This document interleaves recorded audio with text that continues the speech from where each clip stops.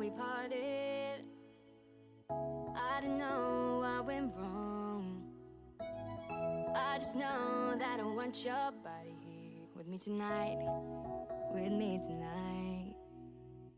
You know what I need, know just where to touch. Make me feel like I can't explain. Oh no, don't you leave, it's just a bit of fun. You know how to drive me insane. I know it shouldn't feel right, but baby, don't go. Just love me all night. Just love me all night. All night. Just love me all night. All night. Just love me all night. All night. Just love me all night. All night.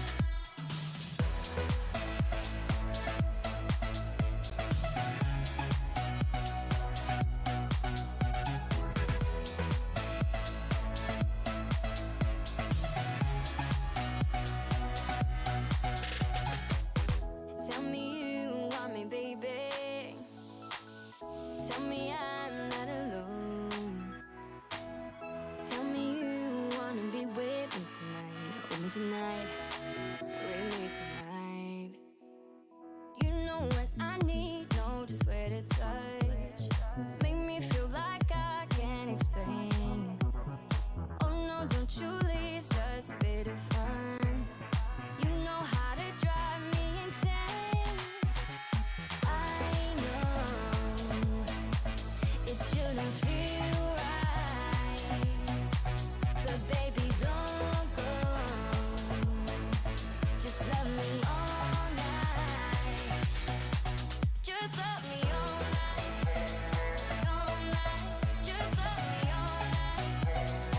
All night. Just love me all night. All night. Just love me all night. All night. It shouldn't feel right, but baby, don't go. Just love me all night. Just love me all night. All night. Just love me all night. All night. Just love me all night. All night. Just love me all night. All night.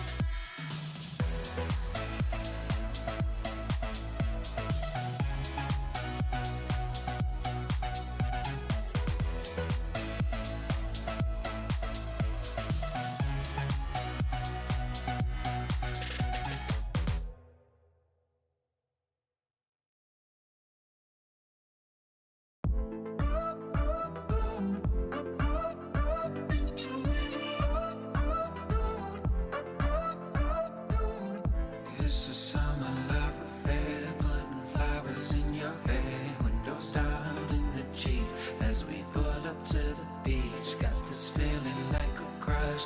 I don't wanna say too much, so I'm leaning in real close. Let's see where it goes. Make a move, make a move. Oh, it's time to make a move. Feel you touching on my heart, feel you touching on mine. It's a hot, hot, hot situation. It's a hot, hot episode. It's a hot, hot, hot temptation. Temptation. Oh. Temptation. Temptation. Oh.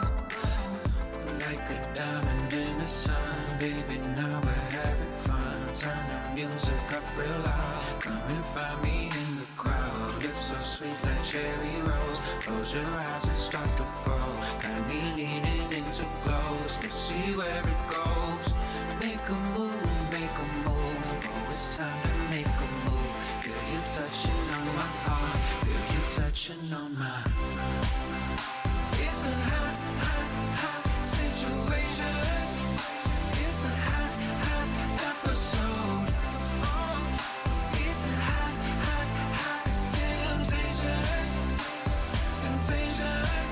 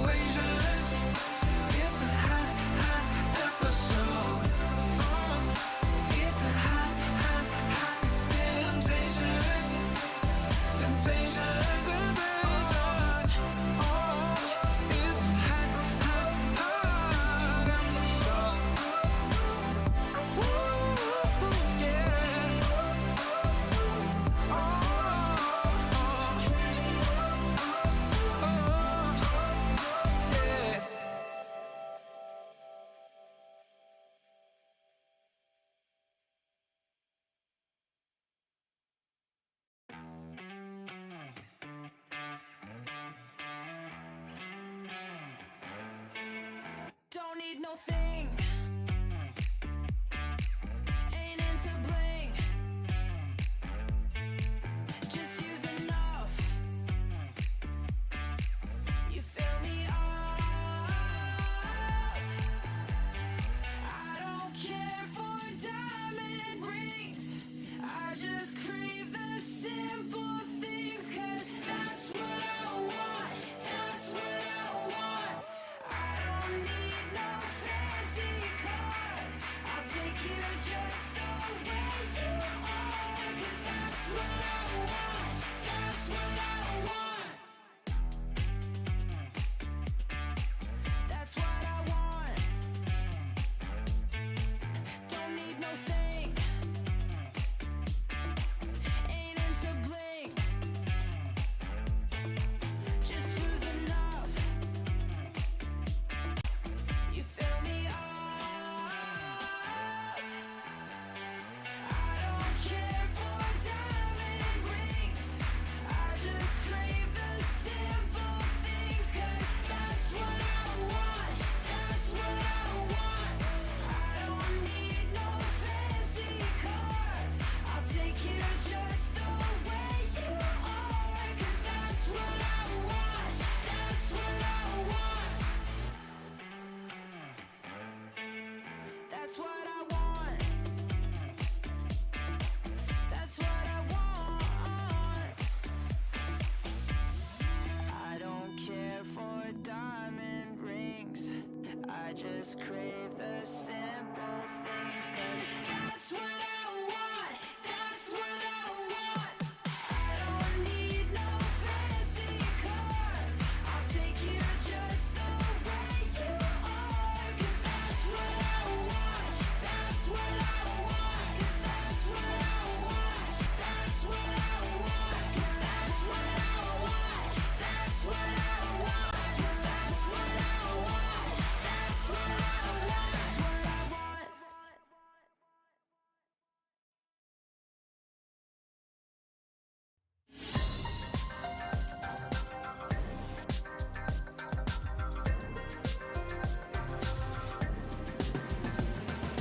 Moving forward in the future. Now that we're together,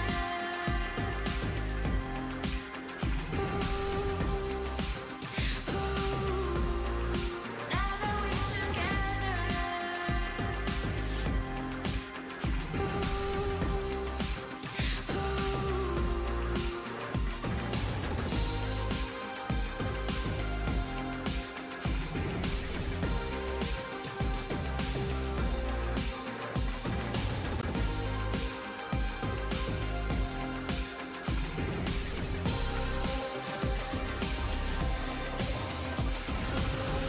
moving forward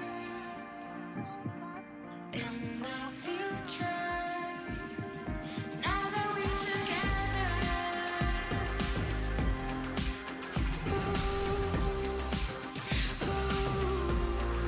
now that we're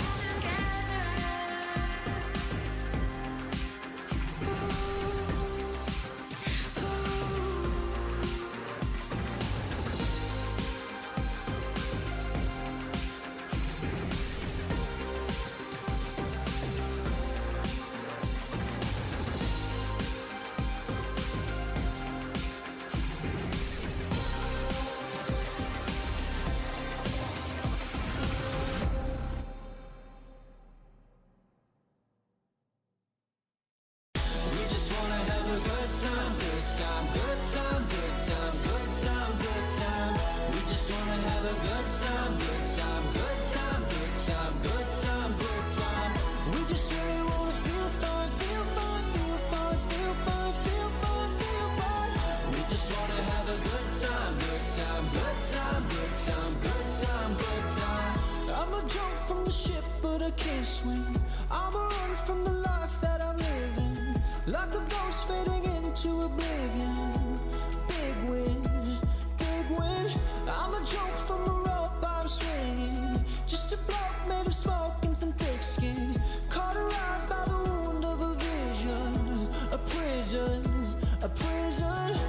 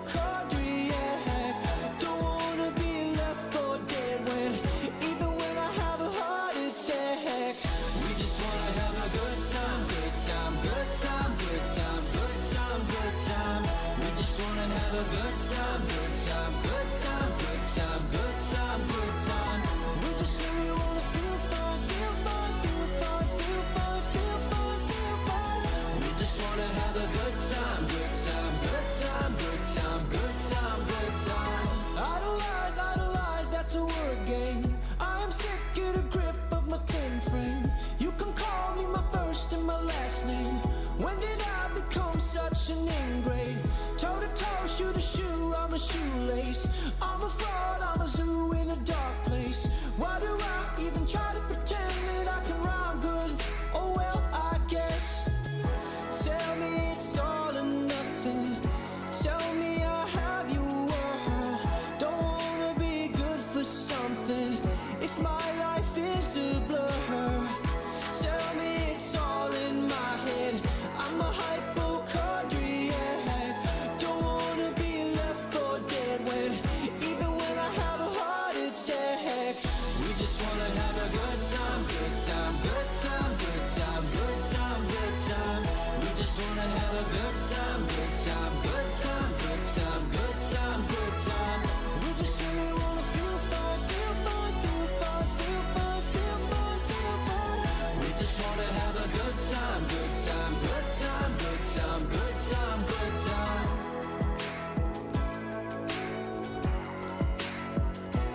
Good time.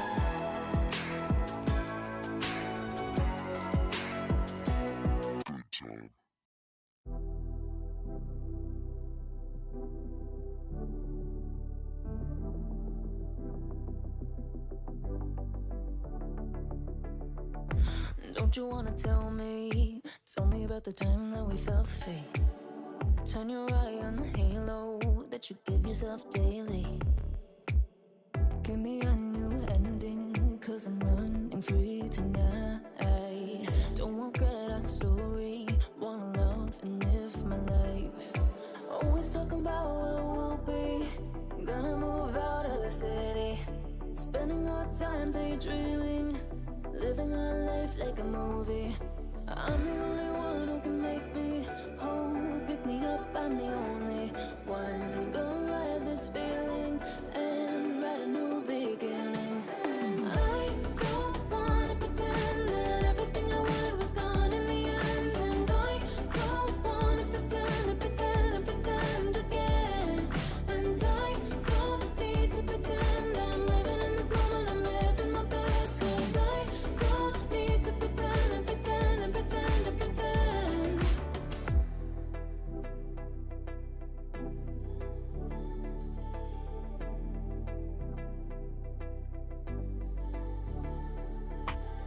Don't have life in envy, shine a bright energy. With the waves I'm making, gotta make sure I'm happy. I'm the only one who can make me whole. Pick me up, I'm the only one. I'm gonna ride this feeling and write a new beginning. And I don't wanna pretend that everything I wanted was gone in the end. And I don't wanna pretend again. And I don't need to pretend I'm living in this moment, I'm living my best. Cause I don't need to pretend. And I don't wanna pretend that everything I wanted was gone in the end. And I don't wanna pretend again. And I don't need to pretend I'm living in this moment, I'm living my best. Cause I don't need to pretend.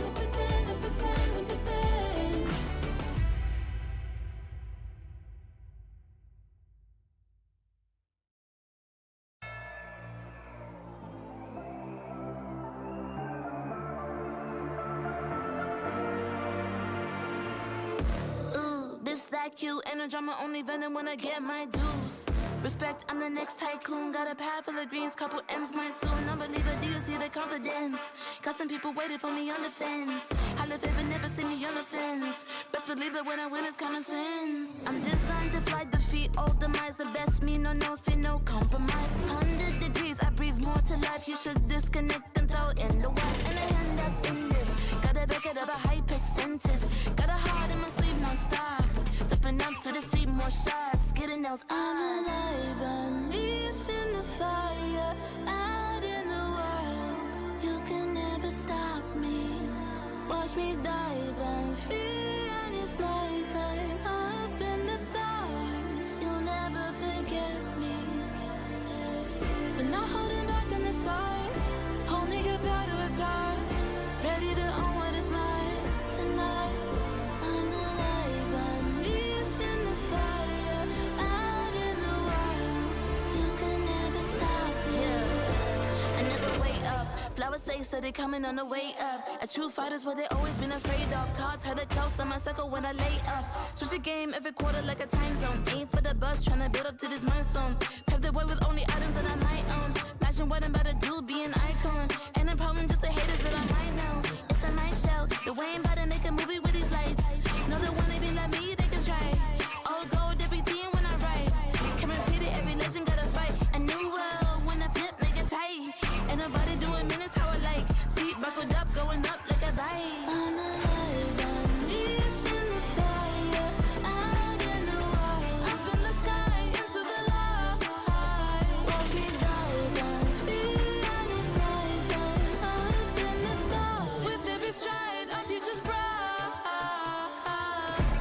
Cause I'm on to the next. The way I shape shifts makes them call me a threat. Running on this path, never done, no regrets. There is nothing you can do when my face on the set. You're in front of the best. Different league, if you wanna get to me, I give him pedigree. Yeah, I only got a picture on the centerpiece. I'm alive, unleashing the fire. Out in the wild, you can never stop me. Watch me dive down. Beyond this my time. Up in the stars, you'll never forget me. But not holding back on the side. Only get better with time. Ready to own what is mine. Tonight, I'm alive, unleashing the fire.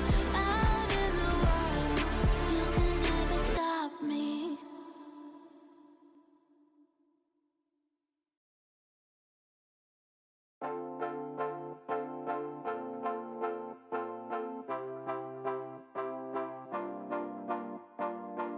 One touch from you takes me to paradise, paradise.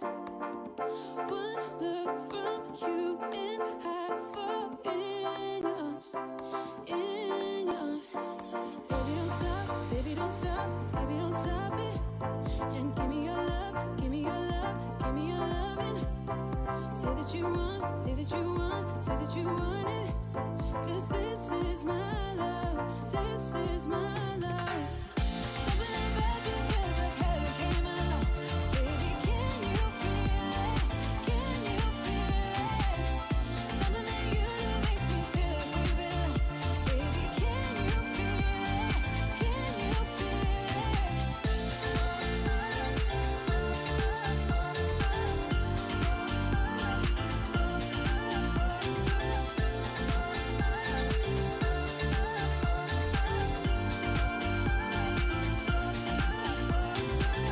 One kiss from you is like a fantasy, fantasy. It's like you go beyond my wildest dream, wildest dream. Baby, don't stop, baby, don't stop, baby, don't stop it. And give me your love, give me your love, give me your loving. Say that you want, say that you want, say that you want it. Cause this is my love, this is my love. Something about you feels like heaven came along. Baby, can you feel it? Can you feel it? Something that you do makes me feel like we belong. Baby, can you feel it? Can you feel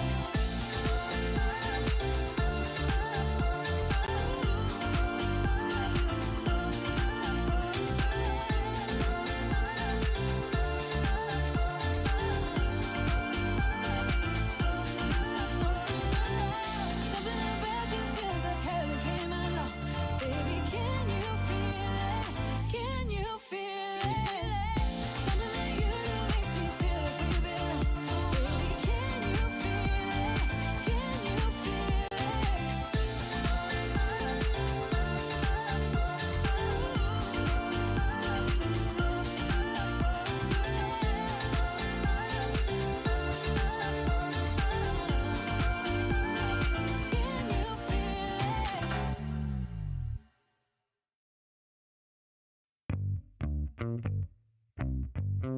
Give it to me now. Damn, you're sexy, but you keep controlling my mind. Yeah. I've been thinking of reasons, but I can't deny. yeah. Cause baby, you are not a girl, and you wanna punish me. Sugar, you got a hold, so come and do what you please. My mind is saying no, but you're bringing me to my knees. I cannot deny you're looking so tasty, yeah. Damn, you're tasty. Ooh, you're looking so tasty, yeah. Damn, you're tasty. Ooh, so baby, lick your lips and take a bite. Baby, I'm all yours tonight. You're looking so tasty, yeah. Damn, you're tasty. Ooh, yeah. What kind of magic got control of me? Oh, what kind of magic you got over me? Yeah. Ooh, cause baby, you are not a girl, and you wanna punish me. Sugar, you got a hold, so come and do what you please. My mind is saying no, but you're bringing me to my knees, yeah. I cannot deny you're looking so tasty, yeah. Damn, you're tasty. Oh, you're looking so tasty, yeah.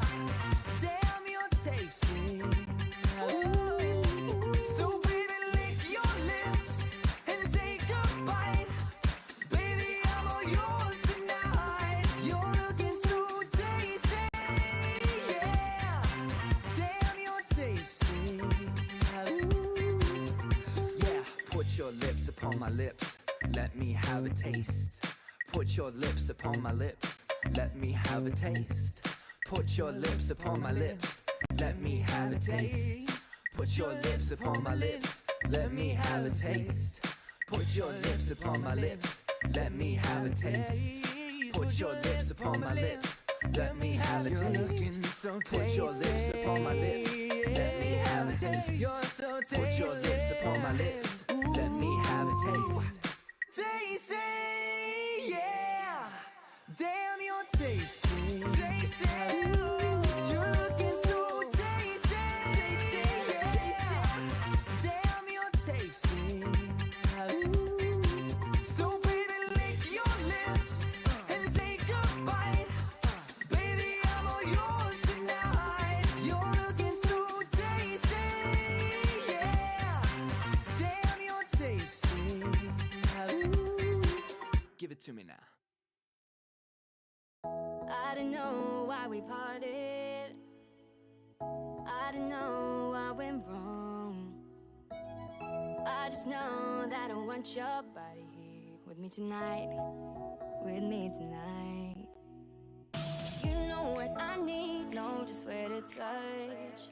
Make me feel like I can't explain. Oh no, don't you leave, it's just a bit of fun. You know how to drive me insane. I know it shouldn't feel right, but baby, don't go. Just love me all night. Just love me all night. All night. Just love me all night. All night. Just love me all night. All night. Just love me all night. All night.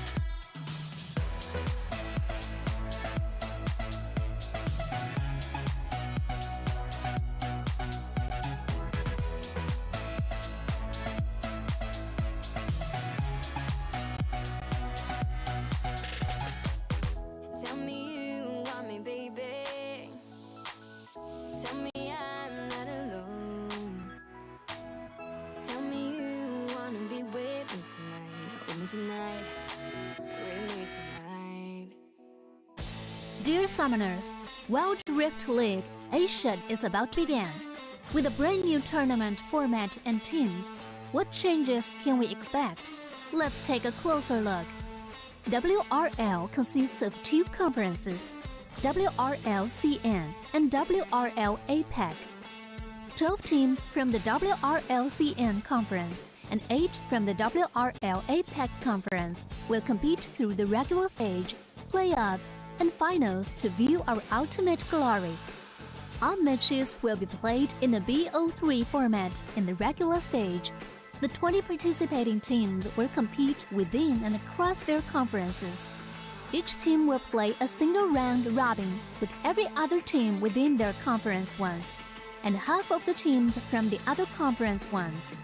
Throughout the regular stage, teams will be ranked based on their points within their conference. The top 8 teams from the WRLCN conference and the top 4 teams from the WRL APAC conference will qualify for the playoffs.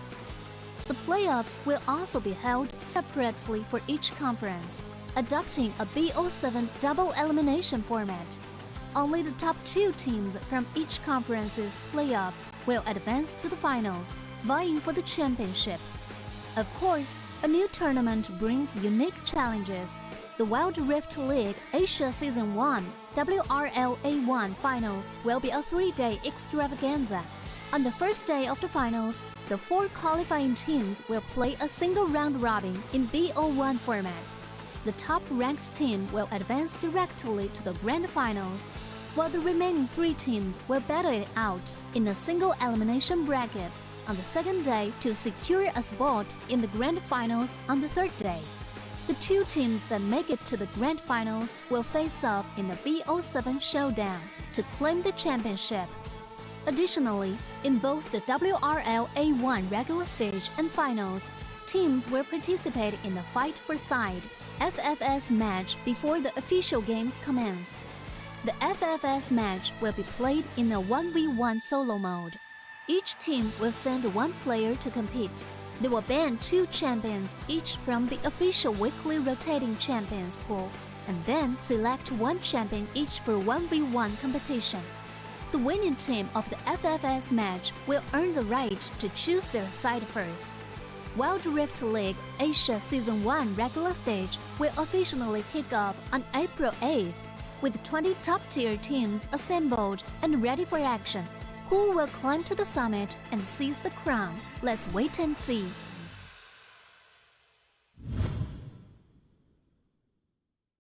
Dear Summoners, welcome to the Wild Rift League Asia 1. With the new season comes a fresh upgrade to our Spectre UI, designed to provide everyone with a better viewing experience. First thing is about the original UI information at the top bar. We make it into a functioning ring design in the upper left corner. The ring not only includes basic information such as team names, match duration, kills, towers, but also displays the gold difference through the red and blue rings. What is a great game without the competition for map resources?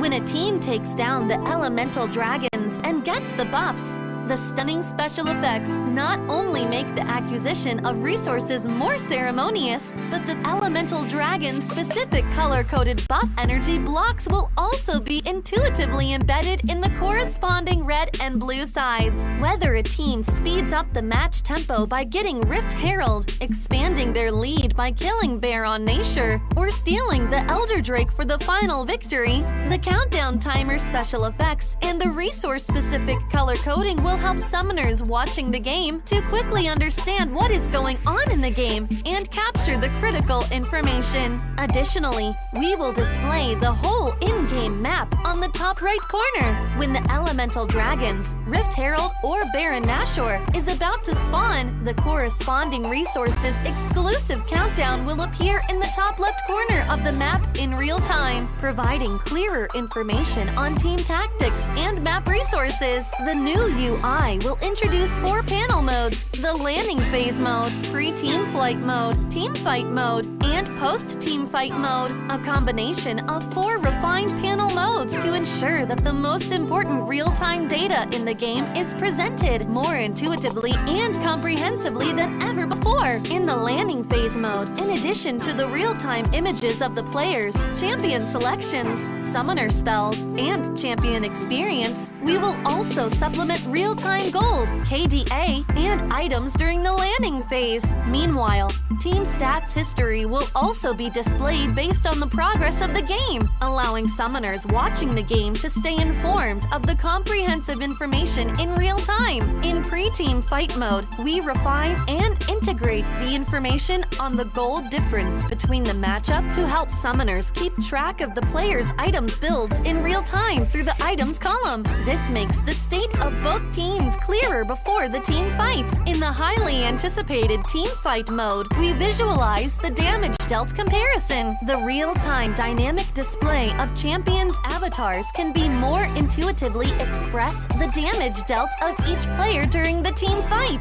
The closer to the red-blue intersection, the damage is higher. We maximize the screen space for exciting team fights and gameplays. After the fierce team fight, we integrate the damage comparison of each champion to help summoners quickly understand the damage difference between the champions in each matchup during the team fight. Depending on the different game situations, there are more diverse UI combinations waiting for summoners to unlock. Our comprehensive, intuitive, and comfortable UI design aims to provide summoners with a better, more informative, and higher quality viewing experience. The exciting first season of Wild Rift League Asia is waiting for you. Summoners, we'll see you in the Rift. There's something about games. What you doing there gives you real chills. There is one thing that can't be stopped. Feelings. And if you can feel it, it must be real, right? And that's real magic.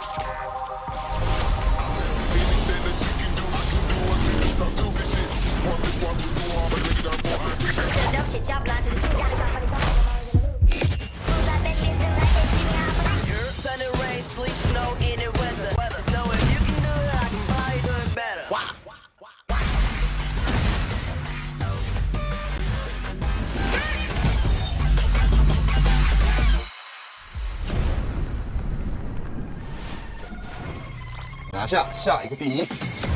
There to go wild. 要比你们都闪耀。 Team mình chỉ cần bé mèo này thôi là đủ quẩy team bạn rồi. 给点新颜色，小小。There to go wild. 提起他的打野挥发，历经2个赛季的沉浮，终于是完成了自己的回归。我说过我会回来的。任凭浪起。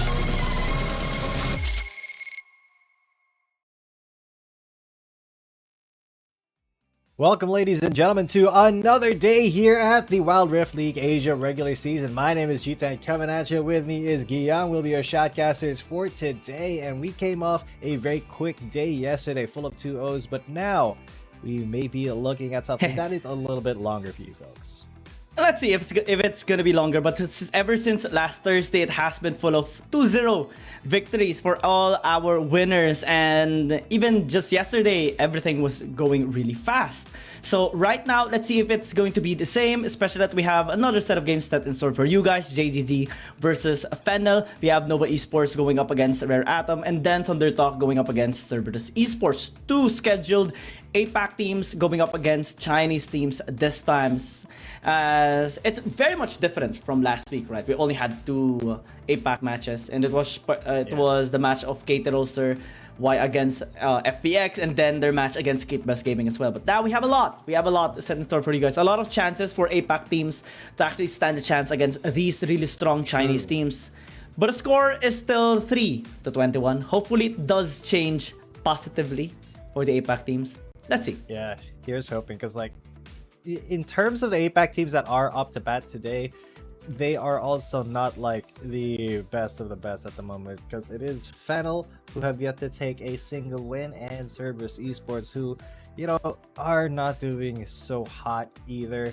Honestly, Nova and Rare Atom, that is going to be a big challenge for Rare Atom, because Nova have been looking in tip-top shape as of late.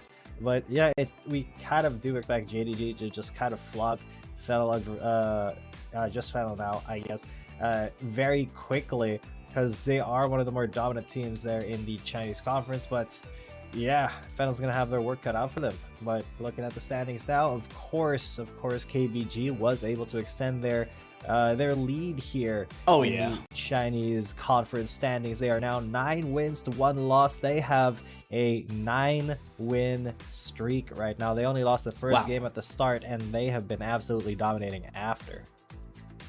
Same goes for the other teams right now here in this bracket. J team still maintaining a really good standing. We have seen a couple of teams rising up on the side of APAC region as well, as Cerberus Esports will have a scheduled match later on against Thunder Talk. So as they are just trying to get onto the top 4, this will be their chance to shine, because we have seen Burrito United Esports going down towards the lower 4 of our standings in the APAC. Inver Esports actually risen up given the number of matches that they do have, numbers lost. Again, it is going to be important to keep your score a little bit on the positive side, trying to have as much wins as you can. Even if you lose the series, as long as it's not a 0-2 one-sided beatdown, then things aren't gonna be that bad for you, in which some teams actually are having a bit of a nightmare, particularly Team Flash. So I hope they do have a better standing in the next couple of days, in the next scheduled games that they will have. But we have Cerberus Esports and Fennel going up against their respective Chinese team counterparts. So good luck to them. Yeah, best of luck indeed, because they will need all of it going into this game. Because yeah, Fennel, they have yet to win a game or a match here in the Wild Rift League Asia. Not that they're not talented players in their own rights, it's just that they have not had the best lineup of opponents to go up against lately. Yeah, no wins just yet. Losing against Weibo Gaming, losing against Skater Roster Y, WHG as well. Mid to high Chinese teams, and also the top APAC team is their losses so far. So maybe they can have a chance here against JDG. They're just trying to get their first win. One kind of notable mistake that they had during their recent match was actually the Baron being stolen there by August Riven. It was just so bad for them, and hopefully they do get their better win streak right now, or better performance against JDG, which is coming off a loss against Nova Esports as well just last Friday. It ended their 4-game win streak against Thunder Talk, Inver Esports, Rare Atom, and Trace Esports, which all was 2-0 by the way. And one notable mistake that they had is just once getting caught twice, one in the mid lane and one in the Baron fight that actually ended, but he still went into engaging onto Nova Esports, that allowed Nova Esports to get a kill onto him, get a prio onto the Elder, and take that objective and just end the game. Yeah, and it does seem like both of these teams have a little bit of a hard time, dealing with that Baron situation at some points. For no fault of their own, it is a little bit tricky once you get to that point in the game. But yeah, maybe we'll see that cleaned up here today for both of them. But of course, they are kind of very far in power level. Looking at the stats, Fennel only 17% first dragon percentage. Half the time they get first herald, and only a third of the time do they get first tower. And yeah, they have actually not won a single game here yet. Not even a single game. While JDG 5-7, 5 out of 7, they are very equal here in terms of their wins per side.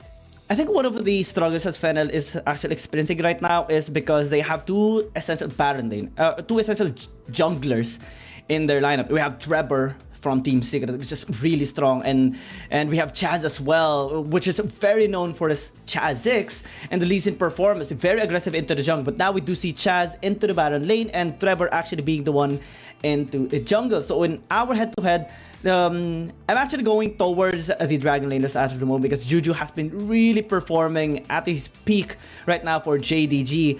And we have seen him a lot of times with the MVP as well. His Varus performance is actually maybe ban-worthy, or maybe Fennel has to take this champion away from him, as Danny needs to actually step up, since they have actually a bit of a similar champion priority. So maybe Fennel can take the Nautilus, maybe force Juju to take the Zoe and risk it. Try to punish him as well, because one of their games actually was Juju being forced to use the Zoe despite their enemies being able to pick up the Nautilus, and actually was able to be a bit of an outplay for them in terms of the game.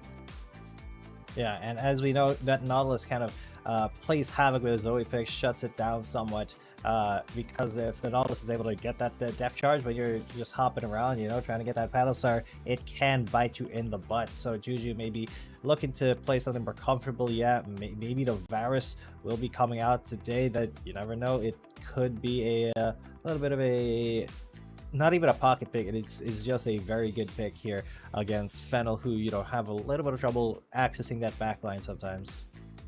Oh yeah, I hope that Fennel would be able to this time try to address the issues that they had in the past few matches that they did. Try to rise through the adversity and going up against a really strong Chinese team, which is JDG this time, because JDG, they're not so perfect. And let's hop back for a while, because we have our host again, Alora. Or Michelle. 的实力有目共睹，团结一心的他们一路高歌猛进，而马尼拉 Final 战队仍在等待一场属于他们的胜利。今天他们能否成功破局呢？让我们一起期待一下吧。Hello everyone, welcome to the 2023 Wild Rift League Asia 1. Here's Michelle. As opening, we're gonna have Jingdong Gaming versus Manila Final. Jingdong Gaming has got the success to speak for themselves. There is ahead with the good chemistry, and Manila Final is waiting for their first win. So can they find a better way out? Let's stay tuned. 那么接下来，让我们有请两支战队登场。Now let's give up to Jingdong Gaming and Manila Final. Come on, let's do it. Let's see if we win 6 in a row today or we get our first win.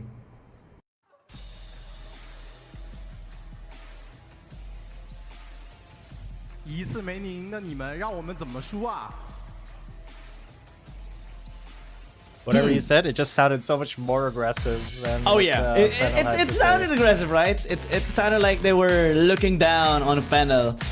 And I mean, at this point, what did you, given their record at the moment, it's not fair to them, but like, it just, the performance speaks for itself. Numbers don't lie here, unfortunately.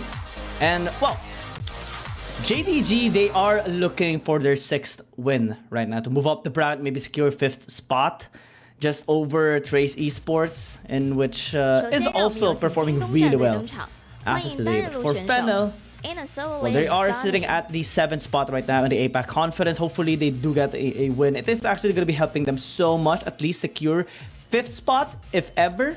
Theoretically, because they would have the same score line as Nigma Galaxy in Vader Esports in terms of series score. But in terms of games, it would still depend. They have to really win this one in order to climb up the bracket, climb up the ladders here for APAC. 接下来，让我们有请 I love 中 the 路选手 shades. and I the million absolutely love 飞 those. 白。 It's just getting some swag in. Fade by there, coming in now. A very formidable player. 接下来，让我们有请射手选手 Looks very, I mean, In the very dual lane, lanky Jojo. person as well. I like the shades one. Oh yeah. Oh yeah. 最后，让我们 If 有 you 请 were here 辅 on 助 the 选 stage, 手 what would you bring? and the I think support I would Loki. try to bring like a big pillow or something. Yeah. I would bring. 再 That's 次 a 欢 good 迎京东 question. 战队， I 有请 would 进入到 bring 对战 like 席 a 进行准 plushie 备 of。接下来，让我们有请马尼拉 of the Final 战队亮 champion that I 相。 main. 首先欢迎单人路选手 In the solo lane Yeah, Chess。 in my role, if I'm ever. That's in a role, cool. 'cause, Yeah, God knows it wouldn't be Udyr.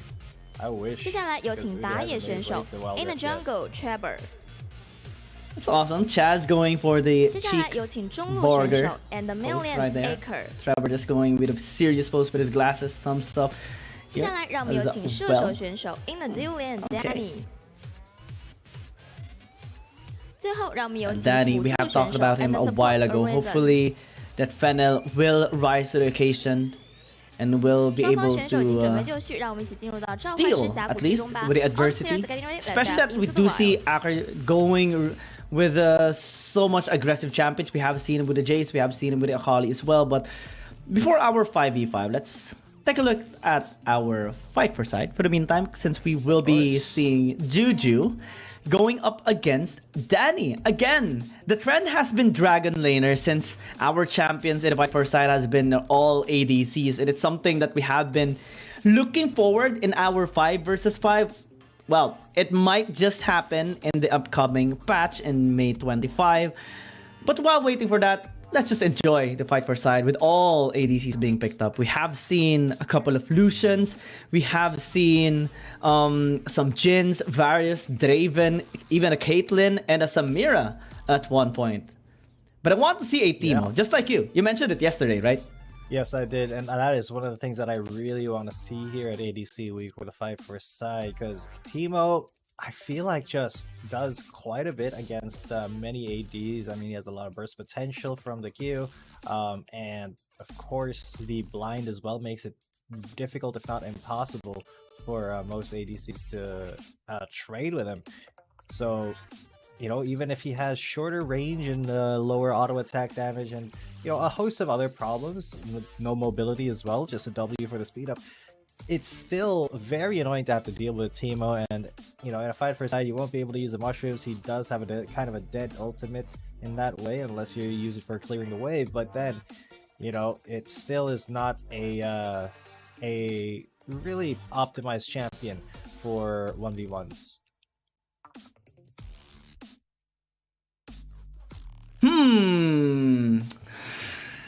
I've been trying to assess what champion they are actually going to be using here in this fight for side, because we have seen a lot of really good champions from yesterday's games. We have seen a Caitlyn winning. We have seen a Samira just wrecking havoc with the Infernal Trigger. And we have seen as well a really good outplay by Golden Fit with a Jhin against Shamus Varus. So in this game right now, as we try to assess, aside from the team, I'm actually hoping for a Zeri, because we have seen a couple of players actually pick this champion up in our 5 versus 5, particularly Z, right? In the mid lane. And he was an absolute beast at the time, and it was actually unfortunate for them to lose that particular game. So maybe the fight for side, it can be fun as well. Though I think the walls are going to be a big thing, or at least the lack of walls. That the Zeri can fully utilize, so that his second skill would charge tremendously well. And I think that is gonna be discouraging players to picking up this champion as well. Maybe maybe another Twitch. We have seen a really good performance. Caitlyn. Yeah, I mean, we did see Caitlyn win yesterday. It's banned though. Right? My bad. It was just banned as I was thinking about it. I did not look at that. Kai'Sa? It looks like it's Kai'Sa versus Varus. Oh, Okay, Varus. so I get this. So Varus, he needs to be able to lock down that Kai'Sa, right? So it's up to Juju to land that Chains of Corruption on the Kai'Sa before she's able to actually, you know, get Swifty on him. You know, get that Get speed boost, Swifty! Exactly, and use the I got ultimate your to reference. get around Yes. things. Yes, sir. So Danny, it's gonna be very, very tough for him. It's gonna be more of a challenge, because even though with Kai'Sa's you know, more mobile playstyle, she still is not able to poke really efficiently at long ranges, unlike a Varus. So it will have to come down to an auto attack battle at the end of the day here for Danny. While Juju has a lot of options, he can trade, he can battle with auto attacks, and he can also just use his piercing arrow to poke from afar. So, you know, it has to be said that Danny, while he has more potential in a 1v1 with the Kai'Sa, if he's not careful, Juju can easily take this. Oh yeah. I think though that maybe Danny's gonna be looking forward to go with the AP Kai'Sa build. You know, just go with those Void Spikes or Void Seekers, I think, and just try to deal a lot of damage there onto Juju from long range. It is very irritating in our games. We have experienced it quite a lot in our, in our ranked games. Even in the PC version, this is just obnoxiously long. But let's see. ADC Kai'Sa should have a bit of a standing chance in a consistent DPS against Juju. And now actually is dealing a lot of damage there. Exhaust going to be used onto Juju as well. And the proc on the passive is just irritating. Wow. A fifth of health gone already.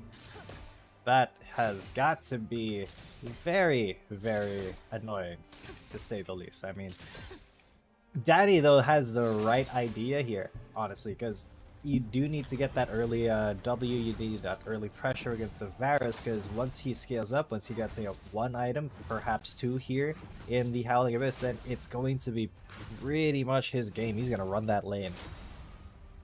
Oh yeah, I mean, it is a Varus, so essentially you would have better pokes against the Kai'Sa. You can just go with a Piercing Arrow, you can go with your AoE damage as well, and the Chain of Corruption has been a pivotal skill as well that is being used by our players. So, level 5, Danny has to really keep his distance. Watch out for that flash engage with the Chain of Corruption. That can be a big burst here for Juju. Looks like it's going to be an AD build for both of them at the very least. Slow is... or the pokes coming in from Juju is starting to hurt, but nothing to be worried about here so far by Danny. Still able to get some trades. Alright, exhaust again by both of them. Oh, arrow not gonna be too long right there. I mean, you can charge it up, but Juju able to dodge at least that Void Seeker. Yeah, and at this point, Danny has a lot of leeway, but will choose to back freeze the lane over here at his side, keep it pushed towards him. So it's going to be Juju who has to stick his neck out to actually get some CS, lay some pressure. But Juju can very easily just push that lane without even thinking about it, just, Q through it and then start to threaten that turret. It will be the serrated Dirk for Juju, while Danny will be getting a BF sword. Now this could be the start of another conflict here. Oh my god, Juju is so low just from all of those skills landing. Oh yeah, Catherine Rain is starting to hurt here for Danny as well. And it hasn't even been upgraded just yet. You do need, I think, 2 BF swords to actually get the upgraded. And Juju is going to be in trouble if ever. The Catherine Rain doing a lot, especially in the wave clear. Always has to be careful there with that second skill of the Kai'Sa. Killer Instinct can be a good tool as well, maybe to avoid that Chain of Corruption coming in from Juju. So if Danny is going to be fast enough, quick reflexes, then he can actually go with an outplay here onto Juju. But now, level 4 still, the damage is coming through the flash in, and Danny picks up the first kill. Alright, Danny, as I said, in an all-out fight, in an all-in, he has the advantage here, and that's exactly what happened there. He had the advantage, and he just used it to its full potential, and I mean that that was really, really good by Danny. Oh yeah, good outplay, and that is the tempo that they need to actually enable his playstyle right now. Yomo's Ghost Speed gonna be completed here by Juju, and well, for the Kai'Sa, it can be double BF Sword, as he does want to upgrade his Icathian Rain. Also, Steel Caps is a good respect towards Varus. Good mobility as well. Maybe he can try to kite out the Varus here of Juju. Yeah, that may be something that he can... Oh god, look at that poke already. He can look towards, but Danny at least got that healing font. This is still not the best thing for Danny to be doing. It's oh god, that is quite a bit of damage there. Danny with just good dodge. W was able to, take Juju's health down very low. I'm thinking this could be going to Danny very quickly. Chain of Corruption gonna be used. Piercing Arrow as well. Good use of the Killer Instinct to try and dodge, but Juju will still get a kill. Even went with the emote there to try and answer him back. 1-1 now is the core. Let's see if Juju can close it out, or will Danny be able to do so? That was a bit of an oopsie that he did right there. Getting in range into the tower, went a little too aggressive, and Juju just went for the counterplay. Yeah, a little bit of an oopsie-whoopsie there. He should have known as soon as that Chain of Corruption landed that he would not have the advantage going into that fight because he really does need to dodge that chain of corruption or stop Juju from using it somehow. Because now Juju with that Youmuu's Ghostblade, if he even sees Danny in this lane, he's going to be looking to try to harass, looking for that big damage, and see exactly there he gets some pretty decent damage, like 15-20%. Chain of corruption again. That chain of corruption. Yeah, it's doing quite a lot here onto Danny. Also big use. Okay, the flash in onto Juju. Danny still lacking a bit of damage. The steel caps of Juju definitely helping him sustain for days here against just Danny. Just the tiniest bit. The tiniest amount of damage. Oh my god. Oh my god. Getting really, really close for Danny. Yeah, I think Danny has to recall back into the base, or will he? I think it's having a bit of comfort here against Juju. Still gonna be landing a couple of attacks here onto each other. Same HP, at least on the bars. Let's see if Danny can actually go with an outplay here. As Juju, he's just waiting for his chain of corruption again. Piercing arrow. Ooh. Almost. Ooh, that was really close. Too close for comfort. Too close to call right there. But that should be completely fine still for both of them. Danny now a little bit higher. Juju going to go for the back. And it is really tense. 1-1 right now. Whoever makes the next mistake will be paying for it with a loss here in the fight for side. And that does mean that, their team will not be able to get that side prioritization. So they really do need to kick it into high gear. I think Juju has a plan now that he has both Black Cleaver and Youmuu's Ghostblade. As soon as, his opponent, as Danny shows his face into the in the lane, he may just go for something. Let's see if it's going to be effective. I mean, the Black Cleaver does provide a lot of cooldown, a lot of mobility as well, since the movement speed is increased whenever you do some damage onto anyone. Plus, you do have some armor penetration scaling up every attack that you do deal onto your enemy. But Danny has a lot of in or on-hit damage here. Crits also, Storm Rager going to be used. Killer Instinct as a response. Can Danny actually pick up a kill? Nice flash onto the hearing one. But Juju will still get that arrow in. Yes, and a reverse sweep in terms of kills. Yeah, it was. It really was. And Juju really, really played that so patiently. And landing that Chain of Corruption was absolutely key there. Once you land that, it's basically a guaranteed W, unfortunately, here for Danny. And that does mean the JDG once again found themselves with a side selection priority. Oh yeah, they are also picking red side. So interestingly, so they will have more champions to work with when they do get their picking chance. They are also going to be trying to get a read onto Fennel, as they are going to be on blue side as well. Hopefully they do give a really good champion here onto Danny, but maybe this can be a stepping stone as well. We did compare Danny and Juju a while ago in their champion preference, and it can be something that Fennel is going to be looking forward here. Maybe try to force out Juju into picking up the Zoe, maybe deny some of the champions, similar like the Varus, maybe deny as well the Ziggs later on, and the Senna. As JDG, they will be forced out to ban the Camille, the Aatrox, possibly another champion as well, maybe the Jace, since it is quite popular in the APAC region. True. The Jace has seen quite a lot of play in both the APAC and the Chinese regions, to be honest. And there are some Chinese teams that are really, really talented with the Jace. But that may be a blue side pick. We have seen it come out that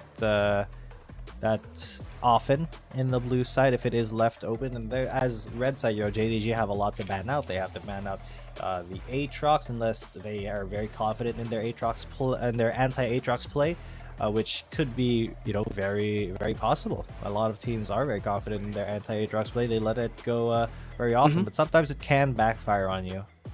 Yeah, I think it's going to be very important that Fennel does pick up the Nautilus. You have to deny it from Doki as well. And I think it's going to be a big counterplay towards Juju as well. Very high value champion in general. Unless Fennel wants to go with a team fighter based composition, going with Gragas or maybe the Galli as well for the defensive strategy with the Senna. But it does depend on how Fennel actually work around. It has been quite some time, a week or so since their last match. And it was against WHG. This time around, it should be more ready for the aggressive playstyle of these Chinese teams. Yeah, they really should be, because these Chinese teams have not been known to let you take a breathe to rest up. So yeah, exactly, breathe at all. No breathing room allowed here. So it is going to be Fennel who will ban out the Shen. No medic squad composition going to be coming out here. Zoe as well taken off the board. But of course, JDG, the standard bans here for red side. Camille, Aatrox, and whatever the third one is, could be for Fiora, could be a Jax, or whatever they think is going to be coming out. But Akali will not be played here on the side of JDG. Looks like Fennel is gonna be, well, not respecting the virus, or well, since the Zoe and the Senna has been taken away, other ADCs are gonna be open, or APCs rather. The Ziggs, the Varus, the Karma is still available here. Jace can be used in the Dragon lane as well, and we have seen a couple of Dragon laners actually being able to utilize this to its fullest potential, including Katie. Not sure why, just recently as well. But it's still going to be very scary to see, again, Juju on the virus. This is something that we have talked about prior to the series as well, when we were comparing him onto Danny. He's just so deadly with his champion. Yes. And it is even ban-worthy, or you might even have to steal it away. But let's see if Fennel can actually work around trying to get into the back line, since they do have the Fiora, they do have the Nautilus as well. Yeah, and as we were saying, they did take the Nautilus away from Doki. Well, Doki actually just picked the Gragas, but still, they will act like Fennel, you know, we're proactive there. They took the Nautilus away, but I think this is going to be a really good pickup for Arisen.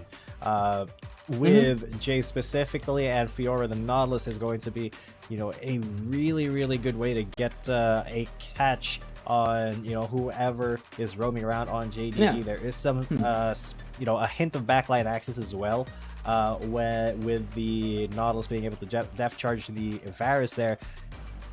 So they have to really be careful, JDG, in where they try to step in the later team fights, because yeah, Fennel are this is a Corki like angle. Have a scary composition. Yeah, it could be a Corki angle too. Yeah, JDG is lacking magic damage as of the moment, since they have picked up the Varus into the Dragon lane. So Corki would make a lot of sense here for JDG. Should Fennel ban it is the question, or will they? The answer is yes. So that leaves the Lucian as the usual response into the mid lane. And that will be a bit of a threat here towards JDG if ever they do go on that route, because they are going to be lacking magic damage. For them, they will pick up the Vi for the meantime. Really aggressive lineup right now by JDG. Baron lane and mid lane, even the bottom lane, will be unlocked just because of this pick. And Fennel gonna be answering with the I actually bank more onto the Karma. Danny is really good with the locks, but we haven't really seen that much success with him with this pick. So I do hope they go for anti-engage, since everyone on the side of JDG is actually gonna go in. Transcendent Embrace would have a bigger impact on this. But let's see, Danny gonna be locking in the locks once more.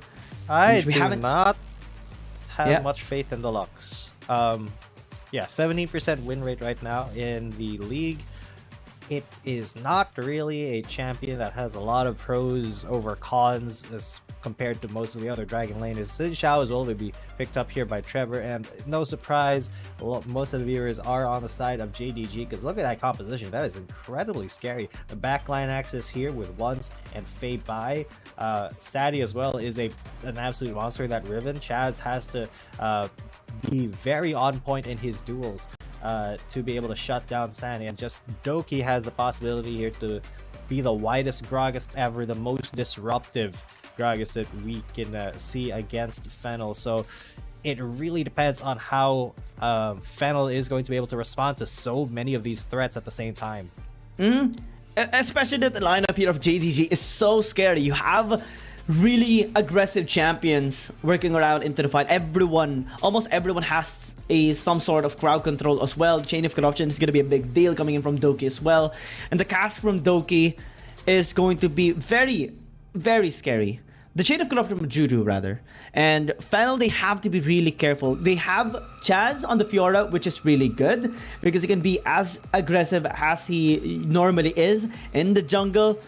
eyes on Trevor later on, as he does pick the Xin Zhao, and normally it is kind of a 50-50 situation whenever you do pick up the Xin Zhao. Also the Lux here for Danny, in which we haven't really seen that much success, but it can provide a lot of sustain. The shield is very important, and I think it is necessary as well to negate some of the bursting damage here of JDG. But if you fall off, it's completely negligible. That is something that I'm constantly worried about. That's why I do recommend more a little bit onto the Karma. But if Danny is going to be able to pop off, then there's nothing to be worried about. Yeah, so we shall see if Danny's going to be able to pop off at all. Because as a Lux, that is such a difficult proposition, especially when you're up against something like a Varus. He just outranges you. But, you know, if Lux is able to get an edge, she gets so scary. She can just pop you from very far away, sitting in a bush, and suddenly you just get Lux comboed, and your entire health bar disappears. You get Final Sparked, and that can be very, very scary for JDG. So they do have to shut him down really fast, I believe. Well, Danny has picked up the Lux twice now in the whole tournament. Let's see if 3 times the charm here, or Fennel. They do have a Ryzen, which is very, very strong as well, trying to enable the team with an Nautilus pick. Maybe they can work around top lane as well, try to enable Chaz here to win against Sunny, which is going to be very, very good if ever, because Sunny, whenever it gets enabled here by Once, it's just an absolute beast. And we have seen Once making a lot of really good movements, despite his one mistake before against Nova Esports. Is just trying to be more stable now. And Fennel, they're looking to have a bit of a plan here. 4 people grouping up into the top lane, but Sunny and Once will spot them out, and that leaves the whole plan kind of neglected or unsuccessful. But they do get a couple of camps there. A little bit unlucky that it didn't go the way that they wanted there, but you know, Fennel, at least they are trying to, you know, do something different and kind of mix up their opponent in some way, because they know that in a straight battle of like laning and execution, teamfight power, they know that JDG will probably have them beat, because they are playing suboptimal champions and they do not have any momentum coming into this. JDG now going to invade, and they have caught Trevor. He flashes away. That is actually a really good zone control there by JDG, just trying to work around the map and trying to pin him down. Again, Xin Zhao doesn't really do a lot when going up against multiple enemies at this early pace of the game. And now JDG has tracked Trevor. What can they do as of the moment? Since they do have a very aggressive composition and they are stacking up a little bit here in the top lane, they just have to be very careful onto Chaz, onto Horizon as well. In the 2v2 setup, since we do have the Riven, it can actually work better here for JDG, unless Chaz is able to negate using the repose some of the crowd control setup there by both members. So Fennel just has to play things safe, especially for Acker here in the mid lane. So far doing well against Feibai. Yeah, and it's kind of surprising to me that Feibai is letting Acker have a lane that is as free as it is right now. I mean, Acker has really not been you know, one of those mid laners that has given us, you know, a lot of excitement. Sometimes he does have some great plays, and when he tries to save the game for his team, but unfortunately that just has not really worked out in Fennel's favor. So you'd expect a mid laner like Feibai to give him a hard time in the mid lane, but so far, at least in the early game, there has really not been all too much going on in that area. Because the only disengaged tool that Fennel actually has is the Crescent Guard coming in from the Xin Zhao, from Trevor. So if JDG is going to engage onto them, it's going to be full force. It's going to be very difficult for Fennel to actually go away and try to disengage against them. So they really have to be very careful. Whenever they close the distance onto JDG, or whenever they close the distance onto Fennel, they have to be ready. Speaking of ready, it looks like Once wants to get a gank here into the top lane, but they will spot out Trevor as well, trying to get the Grump. This camp, Juju as well, gonna be in the vicinity, though. He's gonna be flashing in with a body slam. Cast not yet gonna be used, but they will use the Cease and Desist. Chain of Corruption not gonna be connecting, but it doesn't matter. First blood already by JDG, as now they go towards Horizon. Here comes Danny as well onto the back line, but JDG retreats. Yeah, flawless invade there from JDG, now that the Xin Xiao is behind his jungle opponent, this does mean that there can be so much more pressure applied by Once, because he can now pop into Trevor's jungle and just look for a fight and really challenge Trevor's pathing here. And they have been tracking Trevor for quite a while now. We saw that invade a while ago into the same position, and since they spotted him out, getting that Gromp, that provides them more room to take him on. And a bit of a gold lead as well has been acquired over the course of this 5-minute mark. Now they are positioning towards the Rift Herald. No contest so far, but Doki is in the vicinity. Juju as well, just trying to get around here onto Horizon. Now Horizon doing a really good job. Chain of Corruption gonna be used. Nice stasis, nice use of the snare onto the Varus. Depth Charge gonna be used into the follow-up here by Horizon and Danny. They will pick up the kill. Ooh, big kill there for Fennel, and this does mean as well that they get that Herald. Very good stuff here. But is that going to be enough for them to kind of reverse what JDG is trying to orchestrate? They did get the Herald, now they're invading in the jungle. Maybe they should have helped in the top lane, try to help Chaz go up against Sunny here. That's what they're going to be doing now. Oh, you can see Arisen coming in from the back. It's ulti. There's a grand challenge.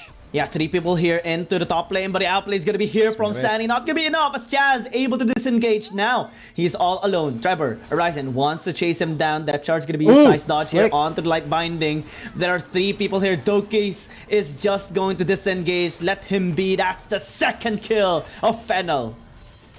Yeah, and that was a little bit too ambitious there in the... in that plan for JDG, but now they're gonna go for a dive here onto Acker. Good use of the final spark actually for the disengage, since there's no minions into the bottom lane. It's too risky for JDG. And now they have RH in top lane. This is good. Really good plating gonna be coming in from Trevor and Chaz. First tower as well gonna be secured here for Fennel. Yeah, big stuff here for Fennel. Now they have a tiny lead here. And they're going to be defending this tower. Doki may have... he's what is he doing in the wrong side? He's going to try to get Acker. Oh, Acker's dead. Yeah, he's dead. Cask into the death mark, putting him in a really far spot away from the tower is really effective there. And the isolation play does work a lot with Gragas. JDG getting 1 kill without anything in return from Fennel. Now able to come back with a better gold lead, 1,000 again. Yeah, this is, JDG, whenever they see an opportunity, they take it. At first, I was like, what are you doing there, Grog? It's you big goofball trying to stay behind the line. But then I saw the explosive cast fly through the air, and I knew exactly what JDG was planning. And that was absolutely brilliant, beautifully executed. Acker just had no way out except to maybe try to...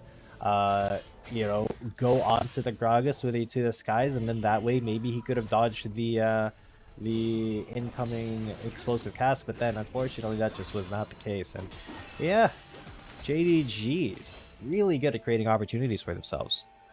And well, the isolation play from the Gragas is something that we have been seeing a lot of times, even yesterday's games. And this is the angle right now of JDG. Without any disengaged tool from Fennel, it's going to be very difficult for them to actually survive any initiation coming in from Doki. So they have to be really careful. Try to create some space. Try to be as scattered as possible, or maybe group up whenever JDG's members are the ones isolated. Now to the bot lane. Another dive is going to be coming in. Acker has no chance to survive. Yeah, I was going to say, speaking of isolated, that is a perfect example right there of Acker being isolated. He thought he was safe under tower, hell no, and now Trevor kind of messed that up. Use the flash, use the crescent guard already. Sunny just trying to buy some time here for the other members, but there's no one for them to actually come by, and that's going to be the kill onto Sunny. One more should be possible, but since Doki was already able to disengage, that's only going to be 1 kill for Fennel. Hiding now into the brush. Can they spot him out? But there's like 2 other people here from JDG. Doki just wants to set up. And not gonna be a trap here for Fennel. Yeah, and Doki, by God, he was able to get out of there scot-free with the condition that, Sunny did pay for it with his life. And he was like, go Doki, save yourself. Save yourself. I'll hold them off, and he did. There's 4 of them there. They got a catch onto Isani, and that was all she wrote there. But JDG, they are not going to be starting the Rift Herald. They're Fennel going to try to contest. Yeah, a bit of a loss mitigation there by JDG. That's why Doki left him as well. But now they have a good position. Cass going to be used for the isolation play into the immediate takedown there onto Trevor. Now it's going to be very difficult for Fennel. Now backline access for Sani. And immediate damage as well by Zed. Another bolt breaker here by Ones is penetrating through their front line. Chaz going to be in trouble. Acker just trying to survive. But a flash in here by Sani will not allow anyone to escape. JDG gets 4. Yeah, JDG 4 for absolutely nothing. They are looking so clean. Now there's only 8 seconds left towards the Drake. You can see One's going through that, and let's see that again, because at first it did look like Fennel had you know, a good position, but then that explosive cast just opened the fight up, delivered them to Xin Xiao, and Trevor was not able to do anything to save himself there, not even try to go for the disengage. And there you go, the rest of the JDG just front to back team fighting. Didn't even look for any backline axes here, and it does seem like another fight is going to be breaking out here in the Dragon. Yeah, and Trevor going to be blown up once more. Looks like they are still going to be getting the Dragon for themselves. So good job here for Fennel. What will be next? Feibai doing a lot of damage into the backline, goes in once again onto the Dragon Pit as the Riot is just alone, trying to get that hook onto Juju, but it won't be enough. Triple kill by the Zed, and Feibai is just styling here. Yeah, Feibai looking so slick on this set, really playing that champion to full effect. 10 kills to 4 here, JDG. Let's take a look at how that happened again as that fight. Trevor did get in there really early, and he did survive a surprising amount of time. Did get that smite as well, but then, you know, things just did not turn out too well. Juju was able to live here for JDG, and then they just picked apart the rest of Fennel. And really, what are you gonna do against that? Yeah, this is so hard right now for Fennel as of the moment. 5,000 gold lead is the one to beat here. Or JDG. Oh no! Don't get picked it off. It was like, thank you for the leash, guys. That's demoralizing now. This is just really looking... Salt in the wound. Yeah, just a little bit of insult to injury right there. And the injury being how badly Fennel is getting decimated right now. Doki is actually doing a really good job. Look at his score, 202 right now, able to pick up 2 items, Ludens and the Rabadon's Death Cap, going for his 3rd item. So let's see if the damage is going to be really high against JDG, because now they are stacking up. They have their RH into the mid lane, top lane as well is going to be pushed. So 2 towers at most going to be picked up here by JDG, and which no answer just yet for Fennel. Trevor going to be initiated here, tries to use the Crescent Guard, but no avail. Again, the Cease and Desist just decimates anyone in their path. Chaz as well going to be flashing out. Nice piercing arrow coming in from Juju. The Cass going to be for the isolation play once more. Sandy's just going to be following up with the flash. Final spark going to be used for the answer here as Acker just desperately trying to disengage. JDG gets 2, but so does Fennel. Acker gets out as well, but that is a good actually trade for our Fennel. It's 1 kill. 2 for 2. And that is kind of all you can ask for at this point. Just an even trade, because right now that is what you need to start scaling up, to start getting your items. You need to be able to put some members of JDG in the ground, man. It is very unfortunate though that it happened, you know, just outside the base, and they had to kind of sacrifice their momentum in order to give Fennel those 2 kills. But Doki could be caught out here. Uh-oh, might be in trouble. We need to play this out safe, but Doki... It's huge. Chain of Adoption going to be used for the disengage right now. Cease Desist is the big answer. As a backline has been infiltrated as Feibai goes with an outplay with the shadows, gets the kill as well. Acker going to be alone here on the side of JDG. Nothing that he can do. Tries to stasis up, but that is 4 kills again by JDG, plus potentially the Baron now. Yeah, they just once again took everything from Fennel, and really the question remains, what can Fennel do in this situation? It's looking so dire for them. Swing and a miss. I'm sorry, good attempt, but there will not be any Lux snipes, Lux steals coming out so far. Baron will be secured for JDG, 11,500 gold up, and now they are just going to start the siege. And it did look like at least Fennel, was trying to be a little bit proactive, but they wasted so much time in that Gragas, they weren't able to take him down in any meaningful sort of capacity. And it just allowed JDG to re-engage Doki so wide, so healthy, so tanky. He didn't even, succumb to his injuries, and he's full health at the end of that fight too. The isolation play from JDG is something that Fennel is just struggling at the moment. This is why the virus of Juju is a big problem. This is one of the reasons why they were winning some of the fights, and now the cast for the isolation play again is so huge here against Fennel. They are going to be getting two. Nice infiltration into the backline as well with the cease and desist, and now the follow as well from Wands. Juju going to be getting the kill onto Chaz. That's 3 people dead. Then Fennel, they're stuck. They're desperately trying to defend, and JDG is just not letting them breathe. No breaths here for Fennel as JDG start funneling into their base, starts attacking the Nexus. It's already down less than half, and it does look like JDG, they want to go for the throat here. Acker and Danny can't really do much about it. The Nexus takes his last breath as JDG take game number 1. It's, well, we can't deny the fact that it was a one-sided beatdown that Fennel has experienced, and one of the things we were actually concerned about is the huge amount of engage potential of JDG, and no counter engage, no disengage tools were actually present here on the side of Fennel. That's why we were kind of looking forward to a Karma pick, probably a. Well, they did pick up the Nautilus, and Ryzen did a really good job with this champion as well, being the proper frontline and setting up some plays here for Fennel. But the lack of disengage is particularly dangerous, and that is one thing that JDG was constantly punishing them. Always going with the isolation plays, the cast, the chain of corruption, the cease and desist, everything was layered perfectly by JDG in all of the fights, and there was absolutely no counterplay. Trevor always gets deleted in mere seconds, and after that, the lack of frontline is just a big problem as well here for Fennel. And well, Danny did a really good job with the Lux, honestly.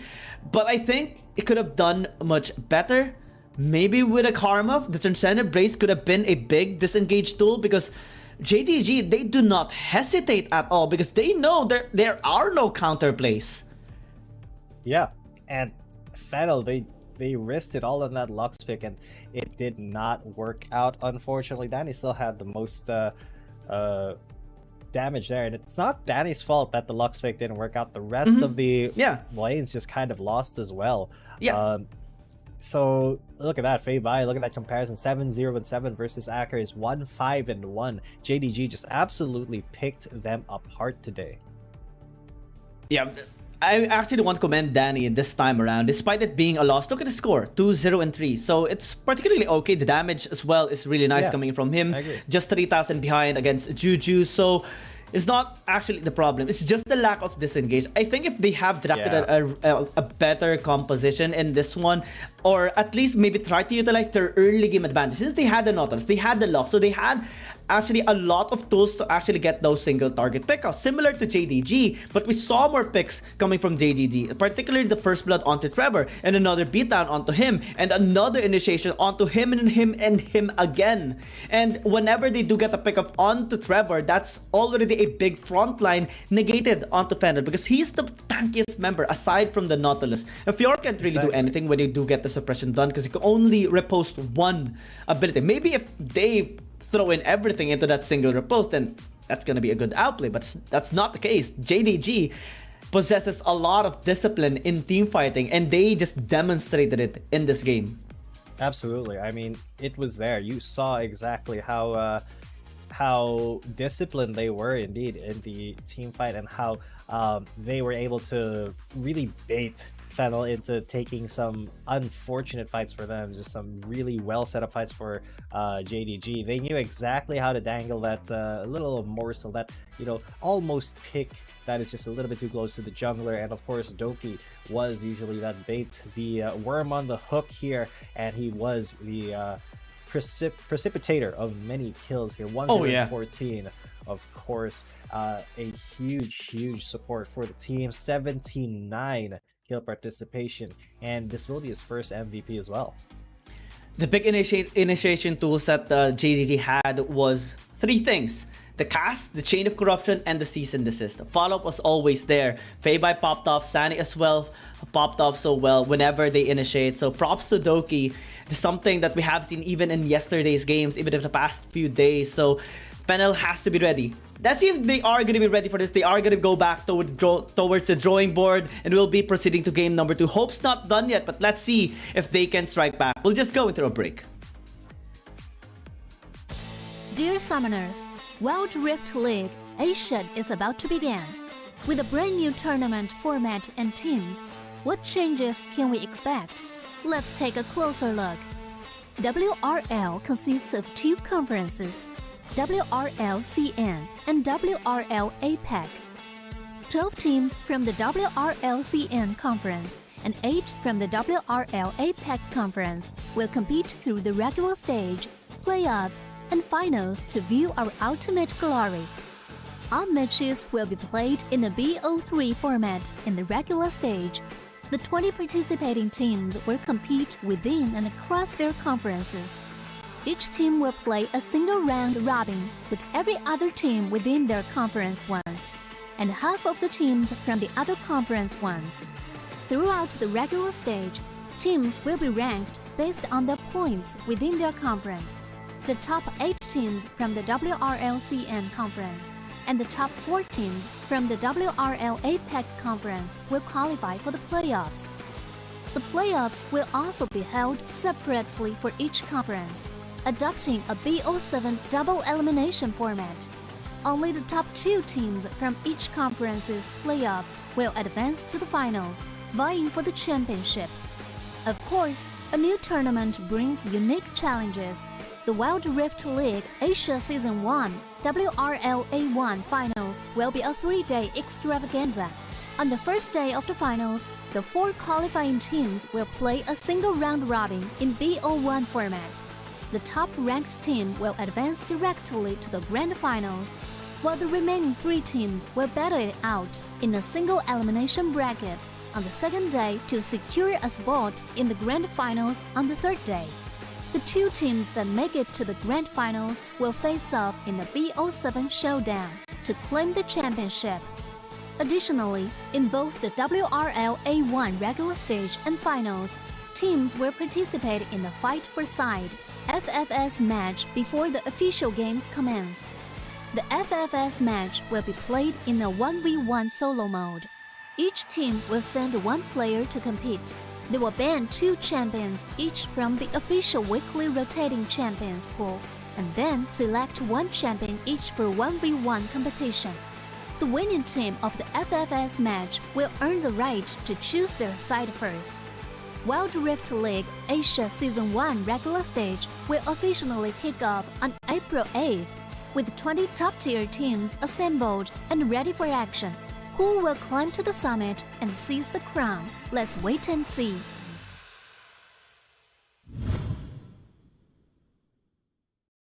Dear Summoners, welcome to the Wild Rift League Asia 1. With the new season comes a fresh upgrade to our Spectre UI, designed to provide everyone with a better viewing experience.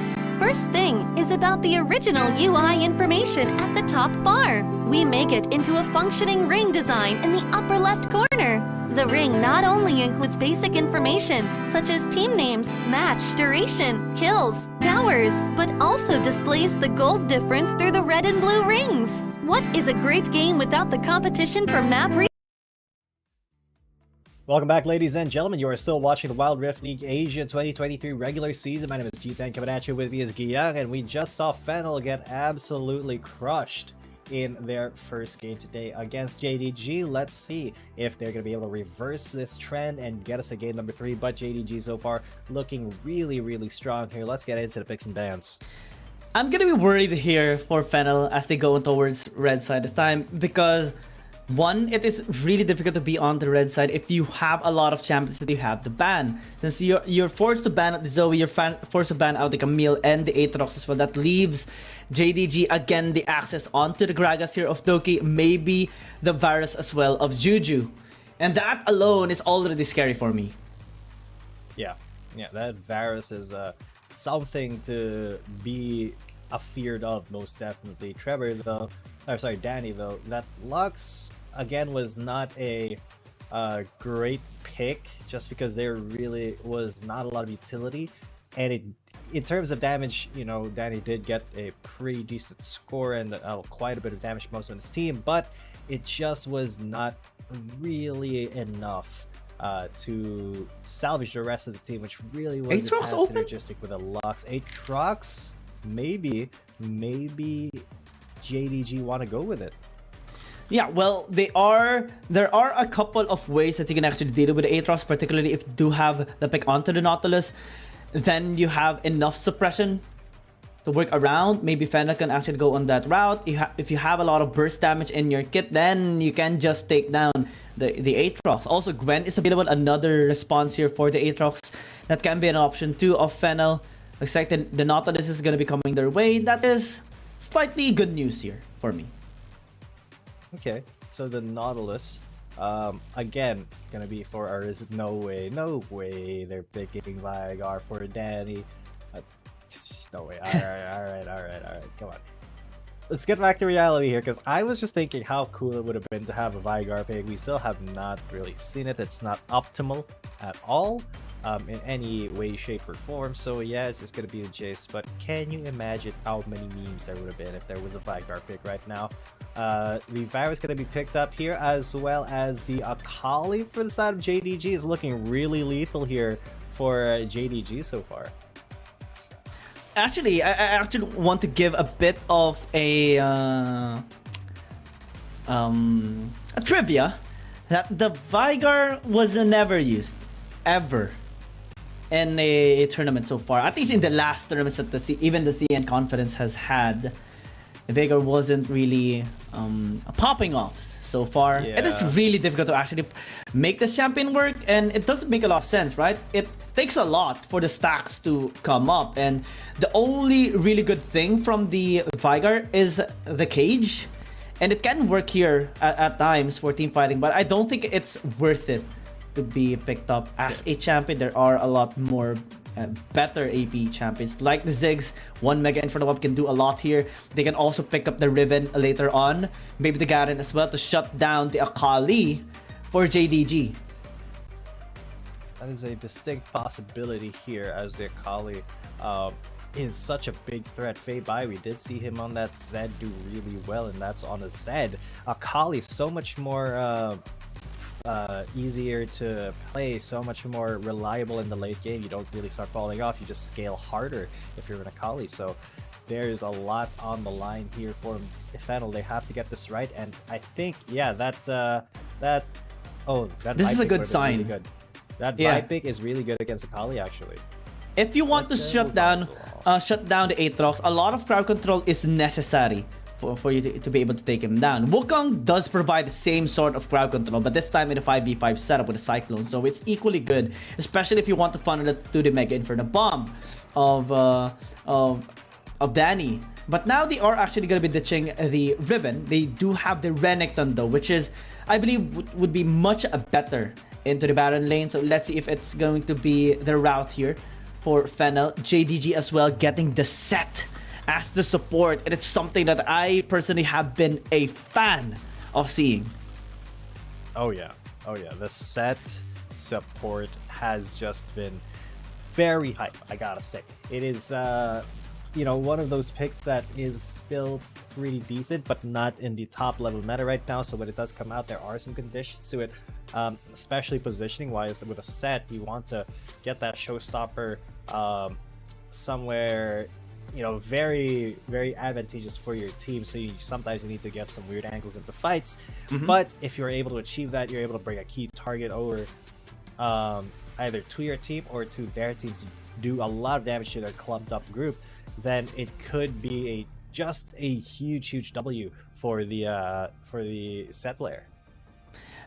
I'm gonna be painting a picture here, a scenario in which the set is just going to be an absolute monster, because I am just a fan of this, and JDG has drafted such a good composition that has a really nice synergy onto the set as well. Imagine Arising with an Nautilus going in, or maybe Chaz, and then there will be the showstopper from the set, bringing that same champion into the other members of Fennel, followed up by the chain of corruption, followed up by everyone engaging on JDD. That would be a nightmare for Fennel, and that should be something that they should be very cautious about, since they don't necessarily have disengage. Again, they have to rely on to Trevor's Wukong for the Cyclone for the others to actually be able to escape. Once again, very little disengage available for Fennel. They're more of a go in, and if it doesn't work, unfortunate. While JDG, they have so much more options here.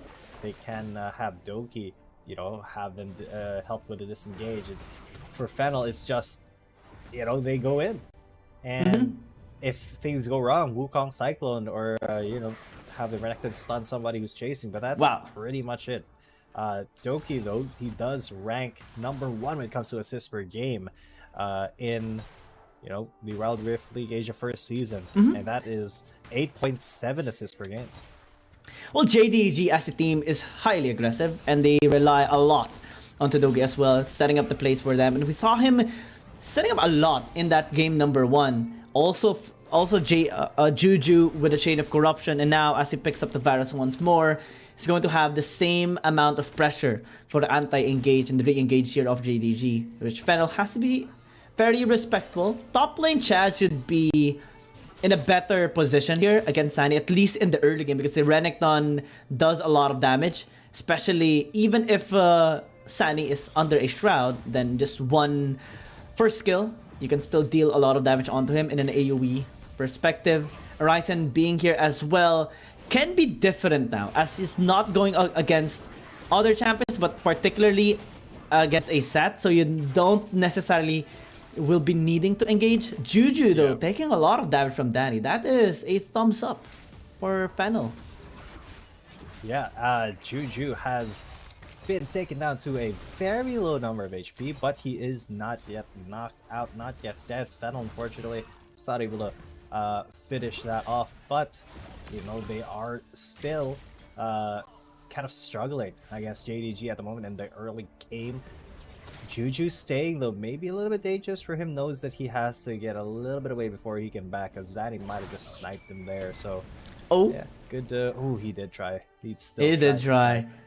It was looking for it, it was fishing for it, but fortunately Juju was able to have a better position there away from the Mega Inferno Bomb, able to recall as well, so he should be fine going up against Danny in the meantime. And we are going to be looking at Acker once more, in which in game #1 actually did a really good job against the Zed in the laning phase, but this time around against a Lucian, it would be more challenging, because Feibai can just work around this Jace and try to poke him out constantly, shoving the waves into the mid lane, getting a couple of plates as well, and Acker has no answer of the meantime. He can't engage recklessly because Feibai is going to be there, but Feibai! Oh, almost baited the flash. That is good here for Fennel. Cyclone gonna be used though into the flash in by Horizon, and an immediate follow-up because Feibai still stayed in the lane. Amazing. They knew that that Feibai had no flash. He stayed in the lane. That's a big signal to Fennel to just, you know, go in, use everything. Unfortunately, the Wukong was there. Now they're going to be going on to Doki.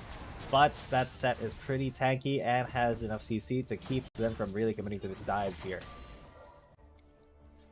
Yeah, Chaz should be very careful, has to really watch out for the engage share of Doki, because the showstopper is just so obnoxiously irritating.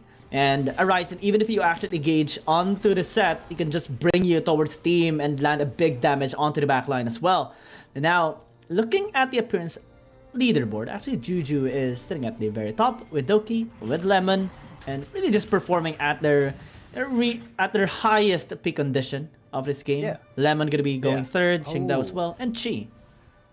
Wow, congratulations to Doki for having 200 past appearances with 200 games under his belt. Wow. As a professional, that is something to behold, considering how, you know, how new Wild Rift is relatively as an esports. So big congrats. Lots of hard work being put in here, and it does show. Doki got his first MVP in the last game, but is looking for maybe a second one here with that set pick. He does want to have some big impact into team fights, and if we know one thing about JDG, their team fights are absolutely immaculate. Fennel, they have to be very ready for the team fight. They have to be more creative this time around. Maybe try to go with the separation play, since laning phase-wise, Renekton and the Jace can actually do a lot of good work into the side lane control. That can be the key now for Fennel to at least draw some attention towards them, play around really safely, and try to isolate the members here of JDG, because together they are really strong. But now, Doki is not going to be able to defend Juju as of the moment, able to zone him away now from the fight. As Arising going to be going with the dredge line. Nice damage on by Chaz as well. Sani going to be in trouble. Tries to go with a perfect execution to disengage. Chain of Corruption going to be used as well. But it's not going to be enough still. Going to be the objective here for Fennel. RH completed.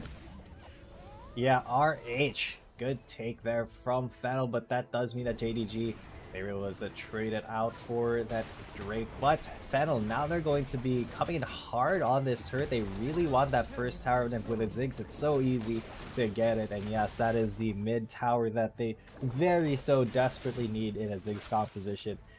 That just opens up the map for them, gives them a lot of options to roam around. So JDG has to be a lot more mindful now of where they're going to be traipsing around. In their jungle, in Fennel's jungle, they have to be so careful, because Fennel can come from a long distance away. Oh, flash in! That charge! Dogi gonna be in trouble. Again, this is a set. He can go with a showstopper into that punch! Almost hitting Trevor, but Dogi still gonna be falling down. Nice dredge shine as well by Arisen. But now Sani might actually be online looking for the kill. But Arisen is here. Trevor as well with a Cyclone. Nice CC chain onto the Akali. Able to completely zone him out. And that's a good win here for Fennel. Yeah, one complete kill there for Fennel. Sani trying to do something more about it now. Yeah, Shroud is just huge. Trevor gonna be in trouble as well. And Sani gonna get completely blown up. FL, Fennel, they overstayed. They disrespected the potential of the Akali, and Sani reminded them of it. He was looking for that shuriken as well to get that angle onto the fleeing support Nautilus. But unfortunately, let's take a look at that again. Arisen was able to get out of that alive, but bam, perfect execution, just executed them. Yeah, Trevor went down as well, and just a little bit went wrong there. Oh, Mega for the bomb tower. Gonna get dove. Almost gonna be falling down. Chain of Corruption gonna be for the disengage. Juju still gonna get caught with that hook. Nice stasis as well by the Nautilus, able to blow up the virus. They successfully defended the bot tier 1 as well. So good job by Fennel, at least trying to fight back better now. Yeah, and Fade by. He's gonna try to defend versus no. my God, Sani in the top lane gets another kill. That is unfortunate, because there's Akali. Once he starts to scale, then the train will begin to derail here for Fennel, because that is 3 kills. Because he gave him 2 kills. Because he gave him 2 kills into the top lane. That is a big disrespect. You just don't do that against a really talented Chinese player. And this is Sani for all people. Of all people. Yep. Yeah. Yeah, even though Chaz had a lot of damage up front, it was just not enough. And with Renekton, when your cooldowns are down, your auto attack doesn't really do as much as you would like it to. So unfortunately, he won't be doing enough damage to actually be a good candidate in the 1v1 there. And Sani, his cooldowns are just, off the clock. It is an Akali. Now, Fei may be the target here, Trevor being a little bit aggressive. But of course, it is just going to be the tower that Fennel wants. They have now opened up the map, gotten the first 3 towers, and that does mean that they have a lot of room to cover. But JDG, they want more than just opening up the small part of the map that is between them. They want to get that inner tier turret. The only positive thing right now on Fennel's side is that they're not really down a lot of gold. Unlike in game number 1, they were down 5,000, 6,000 at the same time, 9 minutes. So this time around, they are actually fighting back a little better. But I'm only concerned about the late game scaling here of JDG. Because again, Aatrox and Akali, those champions alone are monstrous in a team fight in the late game. And we already have seen a bit of a glimpse of what Sani can do just in that top side 3 versus 1. If you don't pay the good respect onto this Akali, then it's just going to be out playing you any time of the day. Yep, and that is what Sani wants to be doing, like going for those outplays. But now, Fennel, they may be biting off more than they can chew here if they decide to try to fight for this Herald. Sani's going to be coming from the back, although he will be met by Chaz there. And Chaz will go into dominance immediately. They may have gotten a catch out to Sani. Yeah, half health already. Gonna be disengaging with the cats. But oh, Sani's still gonna be blown up. That is a really good kill here for Fennel. Now Horizon trying to serve in the front line. And JDG disengage. Fennel gets the RH. Yeah, and that is Fennel getting away after being a little bit too aggressive there. Sani, you saw how he was trying to get an angle into that fight, try to find a creative way to flank Fennel, but they were just ready. You know, they put the Renekton up there, immediate dominus, and once he got the stun onto the Akali, he just fell onto him, and now Fennel, why did they summon the Rift Herald there? Sani, it's just gonna go to the lane. Sani has just respawned. Going now towards the dragon, actually going to be catching the wave into the mid lane. RH going to be used into the bottom lane as well. A bit questionable, but still is attracting a lot of members here of JDG. Now they're piling on to the set. Really not the best target here. Teleport going to be incoming here from Sani. Now it's a 5 versus 5. Fennel has to give space for now. Yeah, and that's a good disengage now. JDG, they are on the offense. Juju looking to land some piercing arrows, try to get some damage in while he can, but JDG, they do want to pressure the side lane as well. This is going to be very tense. Oh, was that a steal? I don't like this. No, it did go Fennel's way. Where's JDG positioning now?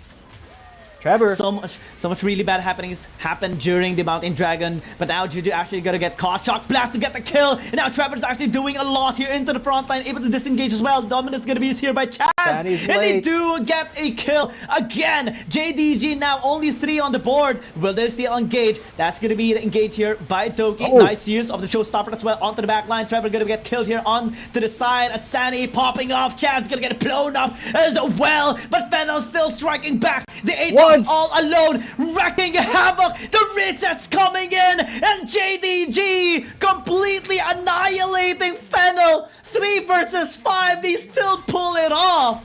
The cleanest team fighting to be seen here. Some of it in the Wild Rift League Asia. Arisen now gonna get chased down. Nowhere really for him to go. One's gonna execute him there. And this is why you do not give up Aatrox. This is why you ban the Aatrox unless you have a proper answer to pin him down, to destroy him, suppress him, and burst the Aatrox away. Then you should ban it, because now Once is having the best time of his life.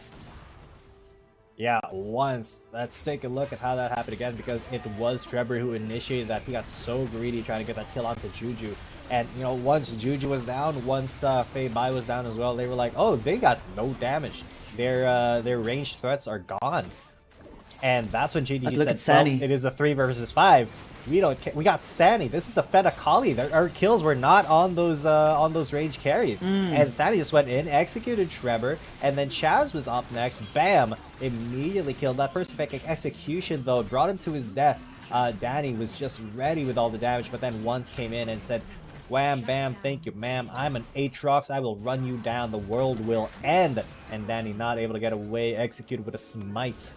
It's a beautiful play by JDG in general. Really good flank from Sani. Really good follow-up from Adoki and Once. Now, round 2 possibly. Again, this is a set. You have to pay really good respect. If you're not going to be able to burst him down quickly, then you're going to be in trouble. Because the showstopper just deals a lot of damage onto the backline. Now, Once as well is trying to threaten the same movements towards the back line. JDG posting themselves. Doki is here into the front. Showstopper onto the backside, trying to isolate him, but really good use of the Seisu. Megan for the bomb onto the back line. Really good damage as well into the follow-up with Trevor, but he's still gonna get blown up, and now Sani is popping up once again. Deja vu. Here we are, 5 this time, and Chaz not gonna be surviving. That is the ace.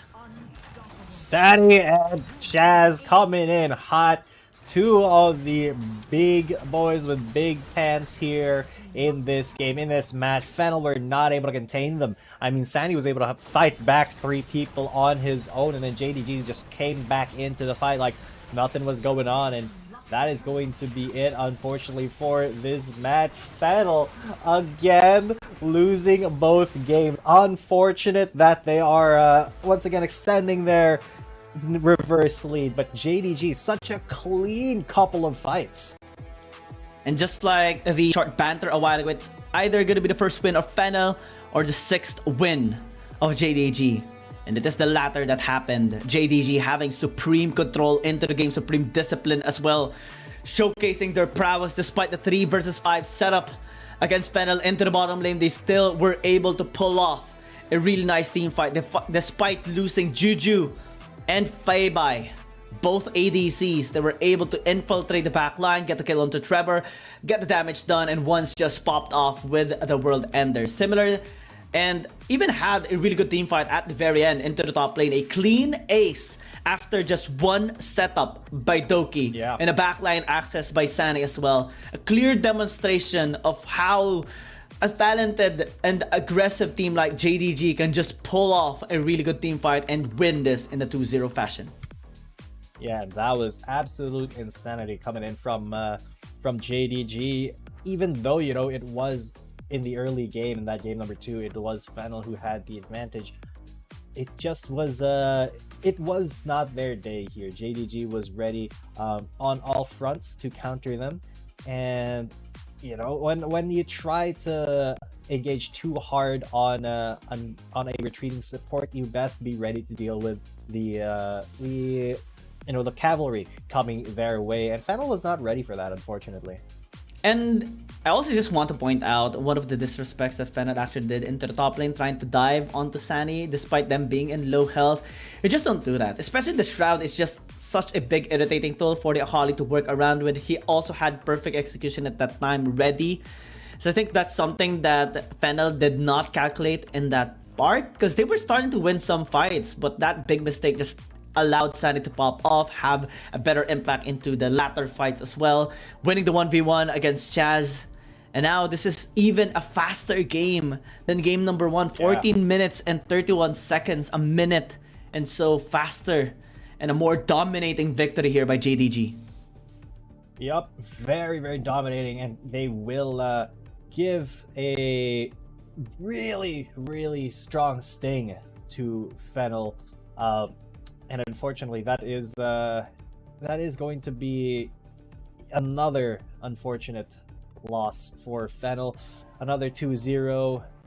Hopefully they will win at least one game before this entire league is done, but it's not going to be against JDG. Look at these stats. Look at how much damage Sani did. More than twice Chaz's. That's because he was in the thick of it almost all the time. He was trying to look for flanks. He was looking for different ways to get into the fight, and he almost always found those ways to get into the fight. In the jungle as well, once was an absolute beast. He didn't do all too much damage, but that's because he wasn't in as many fights. If this game lasted a bit longer, he would have been in them. Still, 5-0-3, not a bad score. And that's gonna be it. JDG just having another really good scoreline here into this game, and Fennel gonna be needing to go back to the drawing board. One of the concerns that we had was the Lux pick. Danny actually popped off in that game number 1, but the lack of disengage was a big factor this time around in this series, and I think that's something that Fennel has to really work on. Also, they need discipline in team fighting. I think top lane and the way they disrespected Sani is a big factor. In the bottom lane as well, the way they weren't able to handle Sani's backline threat, the backline breaching, was a big factor into the team fight. Lack of respect as well onto the Aatrox is a big thing. So hopefully they do get to patch up those mistakes, because the Lux was already patched up. Danny is now starting to pop off with this champion. So we're still seeing room of growth, or we are seeing progress from Fennel. It's just that it's not enough right now to compete with the mid to high Chinese teams as of the moment. It is possible still. I mean, KT has done it. They did it against a really strong team already, and it is going to be possible. They just have to really find a way. It's very difficult, but it's possible. Here's the thing, though. KT did do it, but KT is the only one who has been really able to fight against some of those mid to high tier Chinese teams, and even they did not win when it came to, you know, the really high tier Chinese KBG teams. Yeah. If FAX and KBG, of course, they wouldn't win to, you know, the top one in the entire Chinese conference, and that is already KT role. So the thing is, this is Fennel. They are right now 4-0.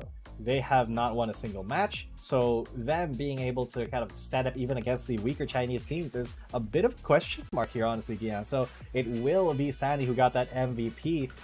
Very, very deserved. Look at that damage, 35% of his team's damage, and you did see how much access he had to the back line of Fennel, and how his Akali really controlled the way that Fennel needed to think about moving the map. So big props to Sandy for really putting on a show for his team. Oh yeah, he was definitely enabled after that disrespect into the top lane and was able to just pop off in the entire team fights that occurred after that. And we are going to be looking forward to seeing more plays coming in from Sunny and the rest of the members here of JDG. Hopefully, Fennel, that would be a big lesson for them that they will hopefully learn as well and adapt towards their next games, because we are going to be seeing them again, I think, next week. Yeah, they have a scheduled game next week, and we will get you back onto you on what team they are going to be battling against. But we will have our next series, and that is going to be Nova Esports going up against Rare Atom. Let's see if the bottom team in the Chinese bracket is gonna be able to pop off this time against Nova Esports. Yeah, that is going to be a little bit of a tough ask because Nova has been looking stronger recently, but it is going to be a challenge that Rare Atom will need to take. So we'll be taking a little bit of a short break. Ladies and gentlemen, do not go anywhere. We will have Nova versus Rare Atom coming up next. Dear Summoners, Wild Rift League Asia is about to begin. With a brand new tournament format and teams, what changes can we expect? Let's take a closer look. WRL consists of two conferences, WRL CN and WRL APAC. 12 teams from the WRL CN conference and 8 from the WRL APAC conference will compete through the regular stage, playoffs, and finals to view our ultimate glory. All matches will be played in the BO3 format in the regular stage. The 20 participating teams will compete within and across their conferences. Each team will play a single round robin with every other team within their conference once, and half of the teams from the other conference once. Throughout the regular stage, teams will be ranked based on their points within their conference.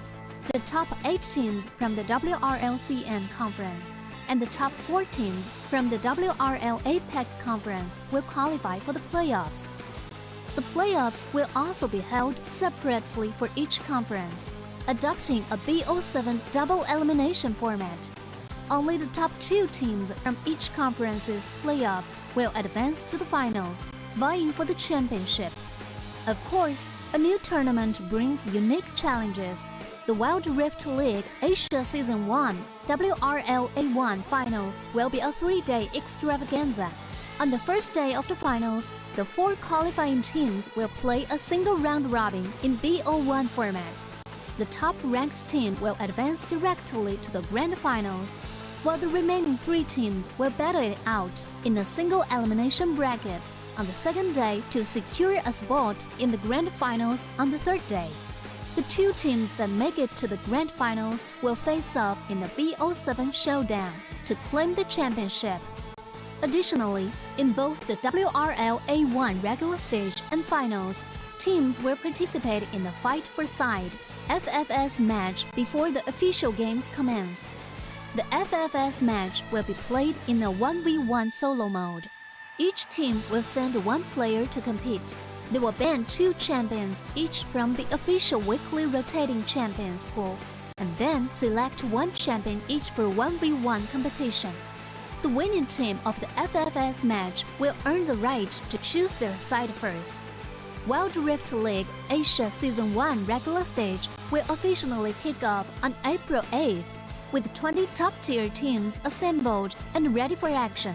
Who will climb to the summit and seize the crown? Let's wait and see.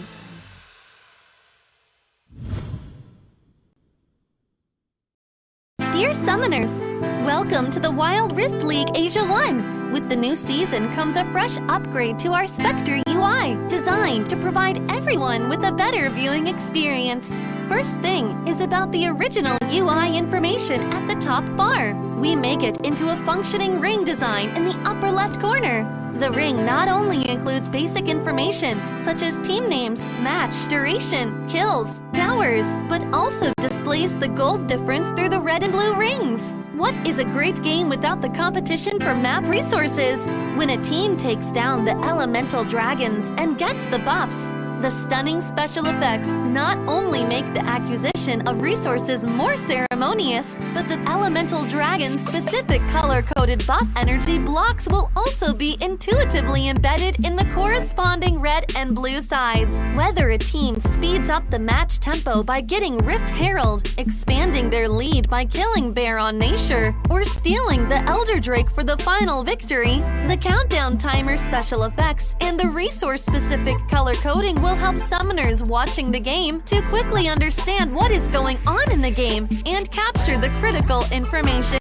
Additionally, we will display the whole in-game map on the top right corner. When the elemental dragons, Rift Herald or Baron Nashor is about to spawn, the corresponding resources exclusive countdown will appear in the top left corner of the map in real time, providing clearer information on team tactics and map resources. The new UI will introduce 4 panel modes: the landing phase mode, pre-team flight mode, team fight mode, and post-team fight mode, a combination of 4 refined panel modes to ensure that the most important real-time data in the game is presented more intuitively and comprehensively than ever before. In the landing phase mode, in addition to the real-time images of the players, champion selections, summoner spells, and champion experience, we will also supplement real-time gold, KDA, and items during the landing phase. Meanwhile, team stats history will also be displayed based on the progress of the game, allowing summoners watching the game to stay informed of the comprehensive information in real time. In pre-team fight mode, we refine and integrate the information on the gold difference between the matchup to help summoners keep track of the players' items builds in real time through the items column.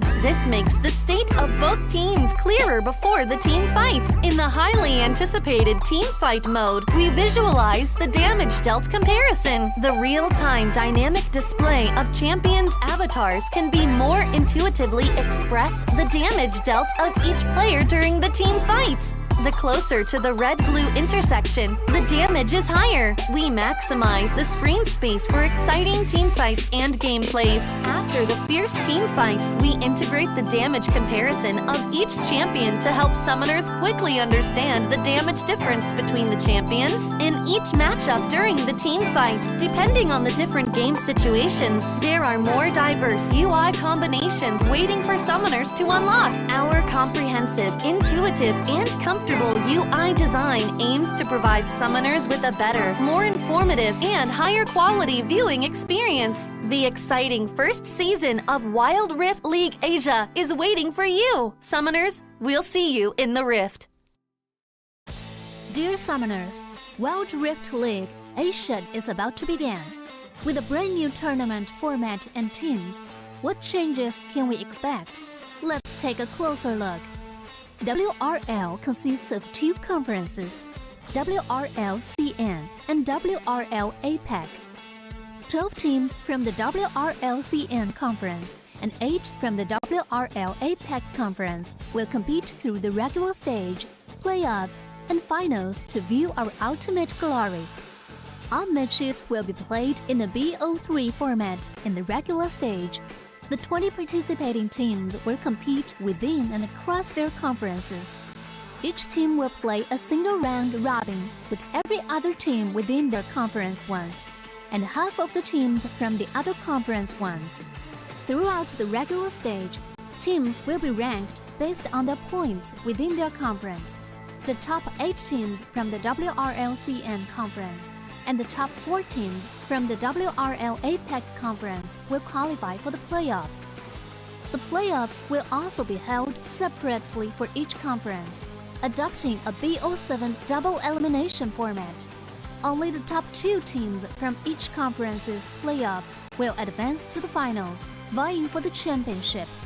Of course, a new tournament brings unique challenges. The Wild Rift League Asia Season 1 WRL A1 Finals will be a 3-day extravaganza. On the first day of the finals, the 4 qualifying teams will play a single round robin in BO1 format. The top-ranked team will advance directly to the grand finals, while the remaining 3 teams will battle it out in a single elimination bracket on the second day to secure a spot in the grand finals on the third day.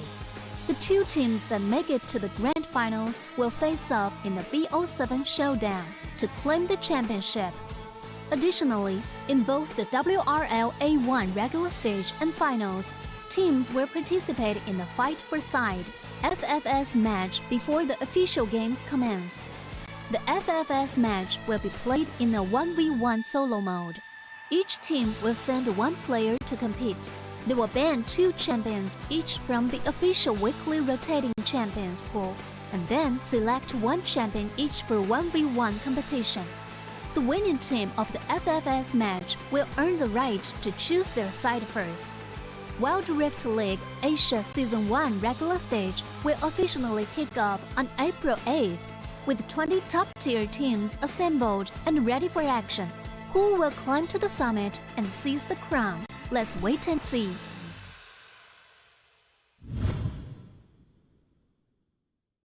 Dear Summoners, welcome to the Wild Rift League Asia 1! With the new season comes a fresh upgrade to our Spectre UI, designed to provide everyone with a better viewing experience. First thing is about the original UI information at the top bar. We make it into a functioning ring design in the upper left corner. The ring not only includes basic information such as team names, match duration, kills, towers, but also displays the gold difference through the red and blue rings. What is a great game without the competition for map resources?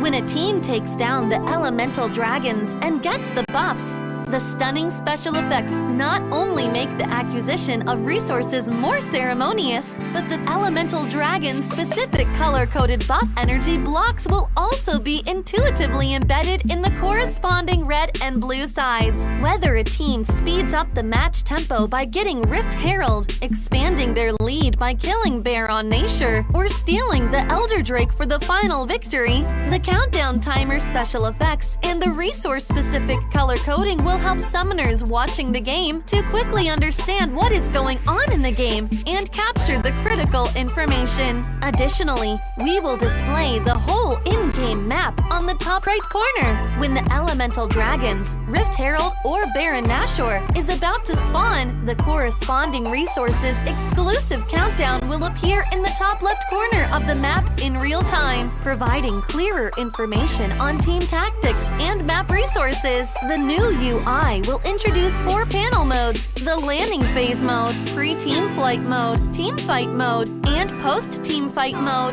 a combination of 4 refined panel modes to ensure that the most important real-time data in the game is presented more intuitively and comprehensively than ever before. In the landing phase mode, in addition to the real-time images of the players, champion selections, summoner spells, and champion experience, we will also supplement real-time gold, KDA, and items during the landing phase. Meanwhile, team stats history will also be displayed based on the progress of the game, allowing summoners watching the game to stay informed of the comprehensive information in real time. In pre-team fight mode, we refine and integrate the information on the gold difference between the matchup to help summoners keep track of the players' items builds in real time through the items column. This makes the state of both teams clearer before the team fight. In the highly anticipated team fight mode, we visualize the damage dealt comparison. The real-time dynamic display of champions' avatars can be more intuitively express the damage dealt of each player during the team fight. The closer to the red-blue intersection, the damage is higher. We maximize the screen space for exciting team fights and gameplays. After the fierce team fight, we integrate the damage comparison of each champion to help summoners quickly understand the damage difference between the champions in each matchup during the team fight. Depending on the different game situations, there are more diverse UI combinations waiting for summoners to unlock. Our comprehensive, intuitive, and comfortable UI design aims to provide summoners with a better, more informative, and higher quality viewing experience. The exciting first season of Wild Rift League Asia is waiting for you. Summoners, we'll see you in the Rift. Dear Summoners, Wild Rift League Asia is about to begin. With a brand new tournament format and teams, what changes can we expect? Let's take a closer look. WRL consists of two conferences, WRL CN and WRL APEC. 12 teams from the WRL CN conference and 8 from the WRL APEC conference will compete through the regular stage, playoffs, and finals to view our ultimate glory. All matches will be played in the BO3 format in the regular.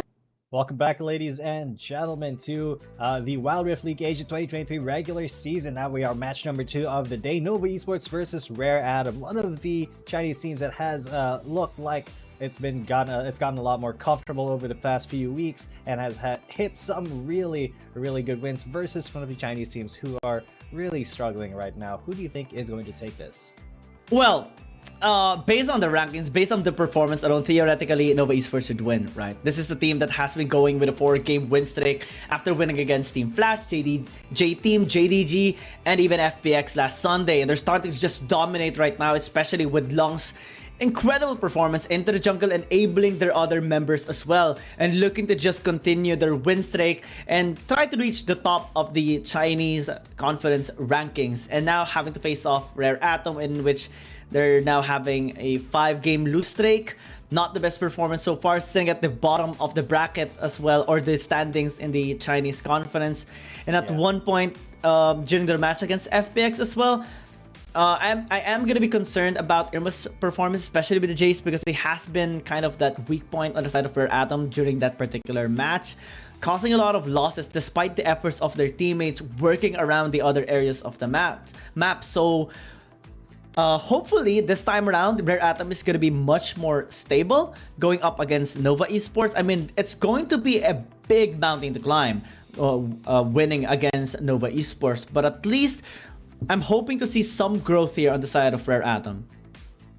Yeah, and on the side of Rare Atom now, but if we were looking at the lineup of Nova just a little bit earlier, I mean, they have had some really banger performances, especially with Long, with Nian as well, being really big figures in the victories of Nova Esports and Rare Atom. Can Irma and Morty really match up against those two as well? Well, it kind of remains to be seen, but you know, it is a little bit unfortunate that the comparison has to be drawn here between the two of them, because Rare Atom really has not had the stats to compete with a team just like Nova Esports at the moment. Ooh, look at the stats here for Rare Atom on blue side. 0 wins. Yeah, compared to Nova Esports. So we kind of see where this is going right now, right? If ever Nova Esports does get the side selection priority, blue side for sure, or maybe even red side, since this is Nova Esports, man. This is just a team that has been dominating a lot of teams, sitting at the 6th position right now in the CN confidence standings as well. Rare Atom only able to win a couple of matches, a couple of games, not really materializing into series wins just yet.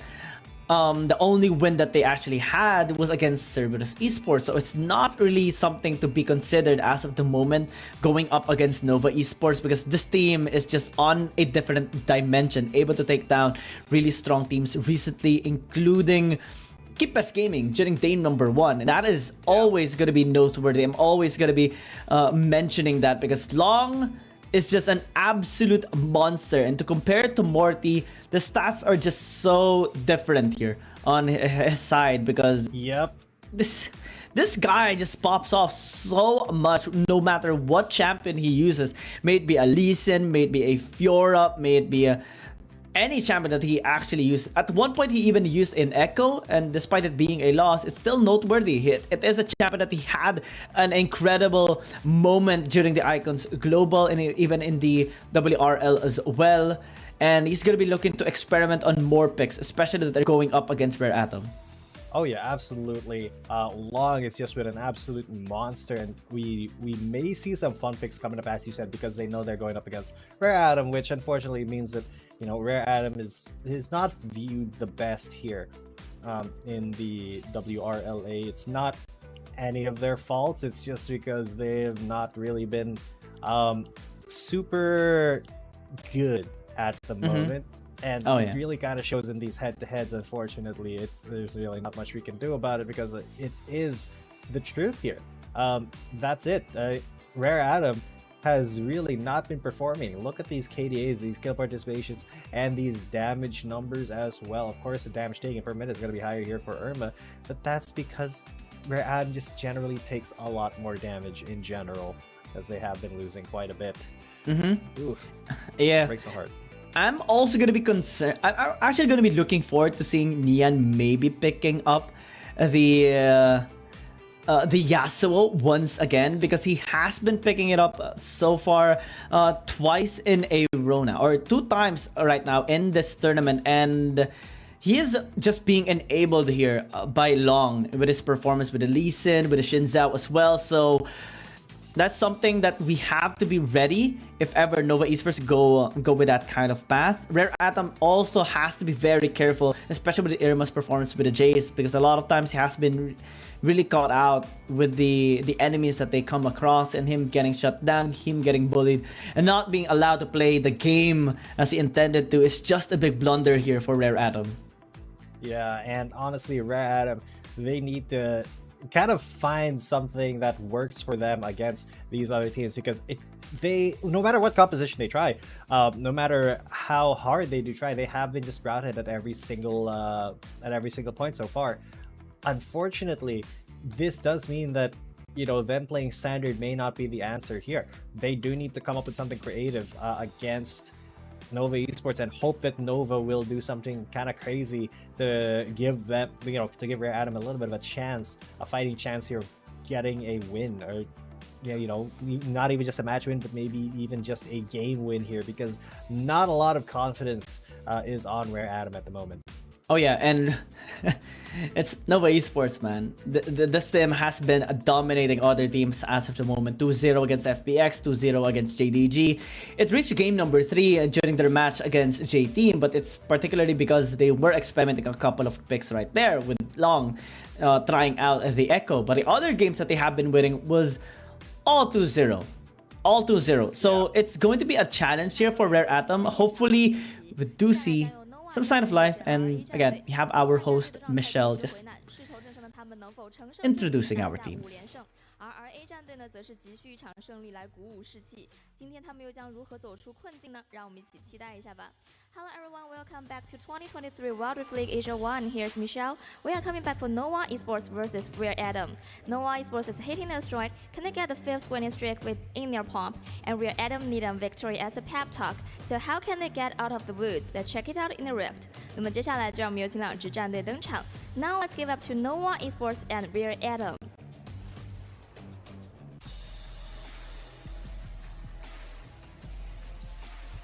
游戏可以输，一则必须死。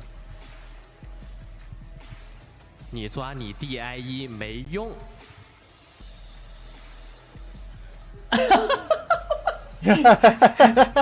Now that is the funniest that is some, interaction. That is unique.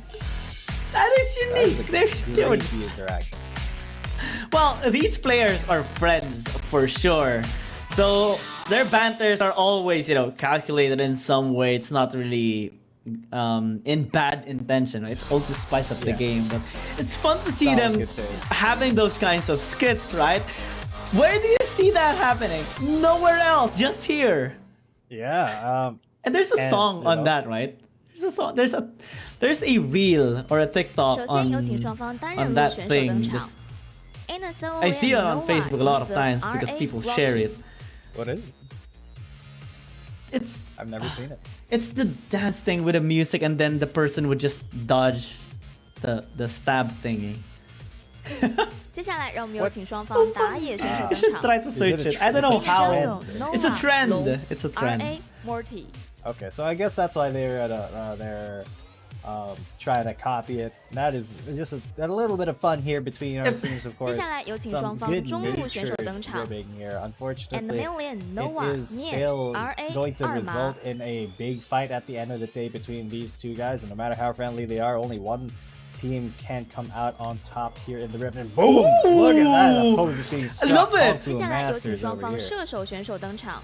I love it. In the dual lane, I love the Noah energy Renee, between both RA of these Yuri. teams. They're just having so much fun right now, especially on Rare Atom, right? This is a team that is struggling right now, but it's I'm just so happy to see them still having some positivity in them, just having some fun. I mean, they're still on the big stage right now with the other big teams, and hopefully, to anyone there in the comment section, if you are familiar with the reference on the thing that Yitze and Rocky did, then please do tell us, because 再次欢迎两支 I 战 don't 队， know 有请进 what 入 that 对 is. 战席进行准 Yeah, 备。 let us been know. long to I'm that since I've last I'm a seen it. boomer. so I I- don't know these things. I don't- I do not know the trends that the young people do these days. No, man, we're young. We're young. Shh, be quiet. I don't feel young. We already see My some. back hurts.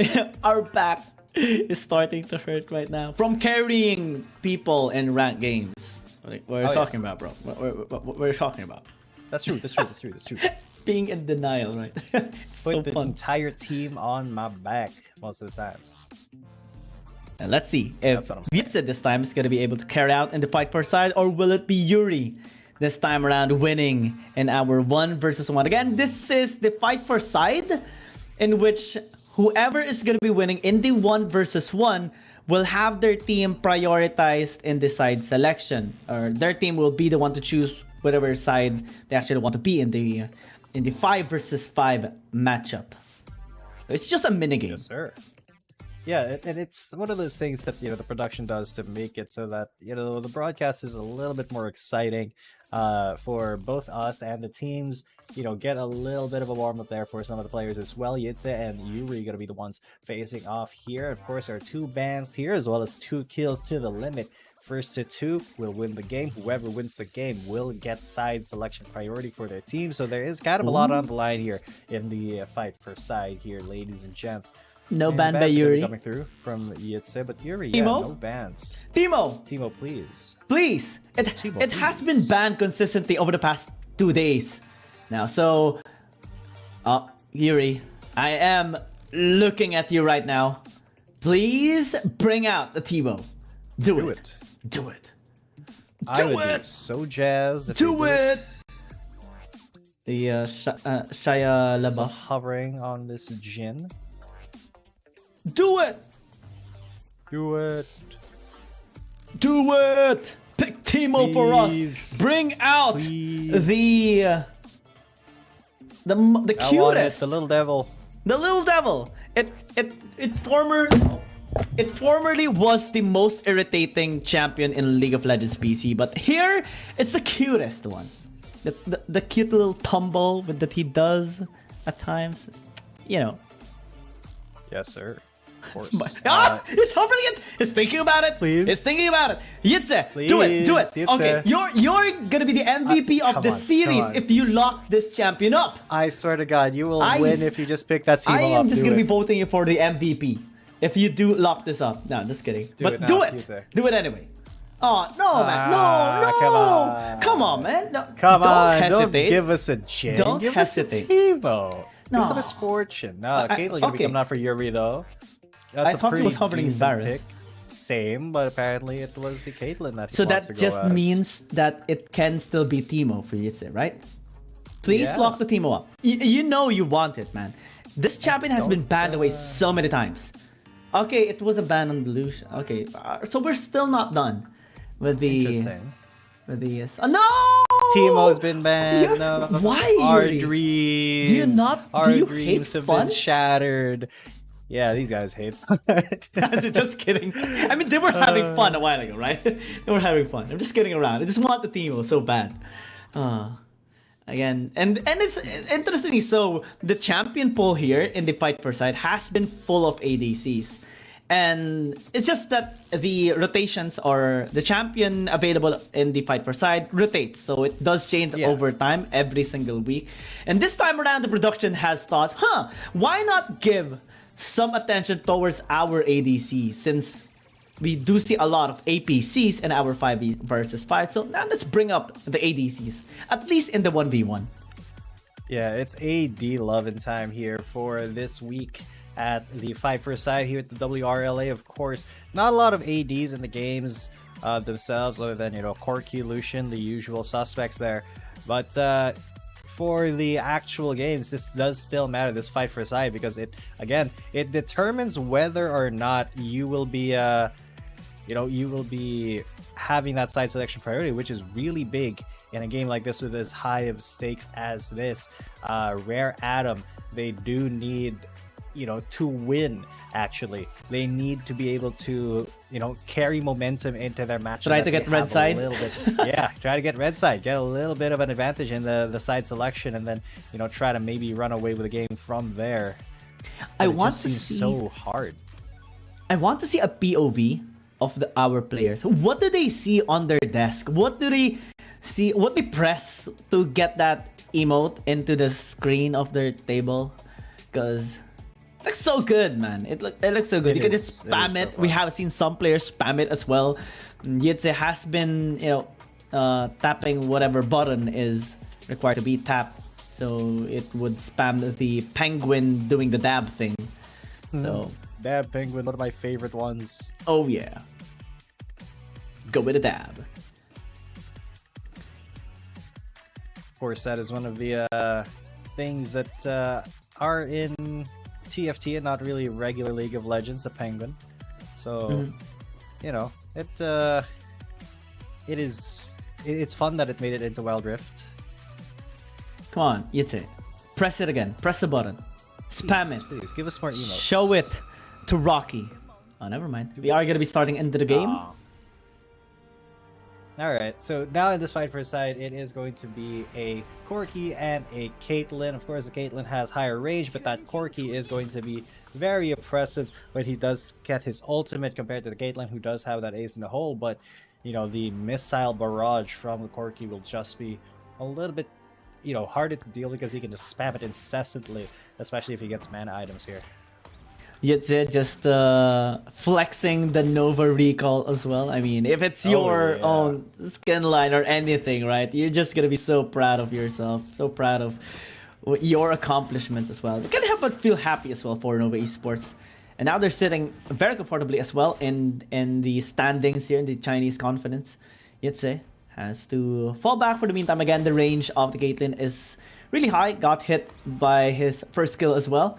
It needs to pay some respect from the pokes of the Caitlyn. That's one of the ways that the Caitlyn wins the laning phase, and one of the reasons why this champion is just so irritating in the laning phase. Incredible range, also has some zone control with the traps, and generally is just going to kite you away.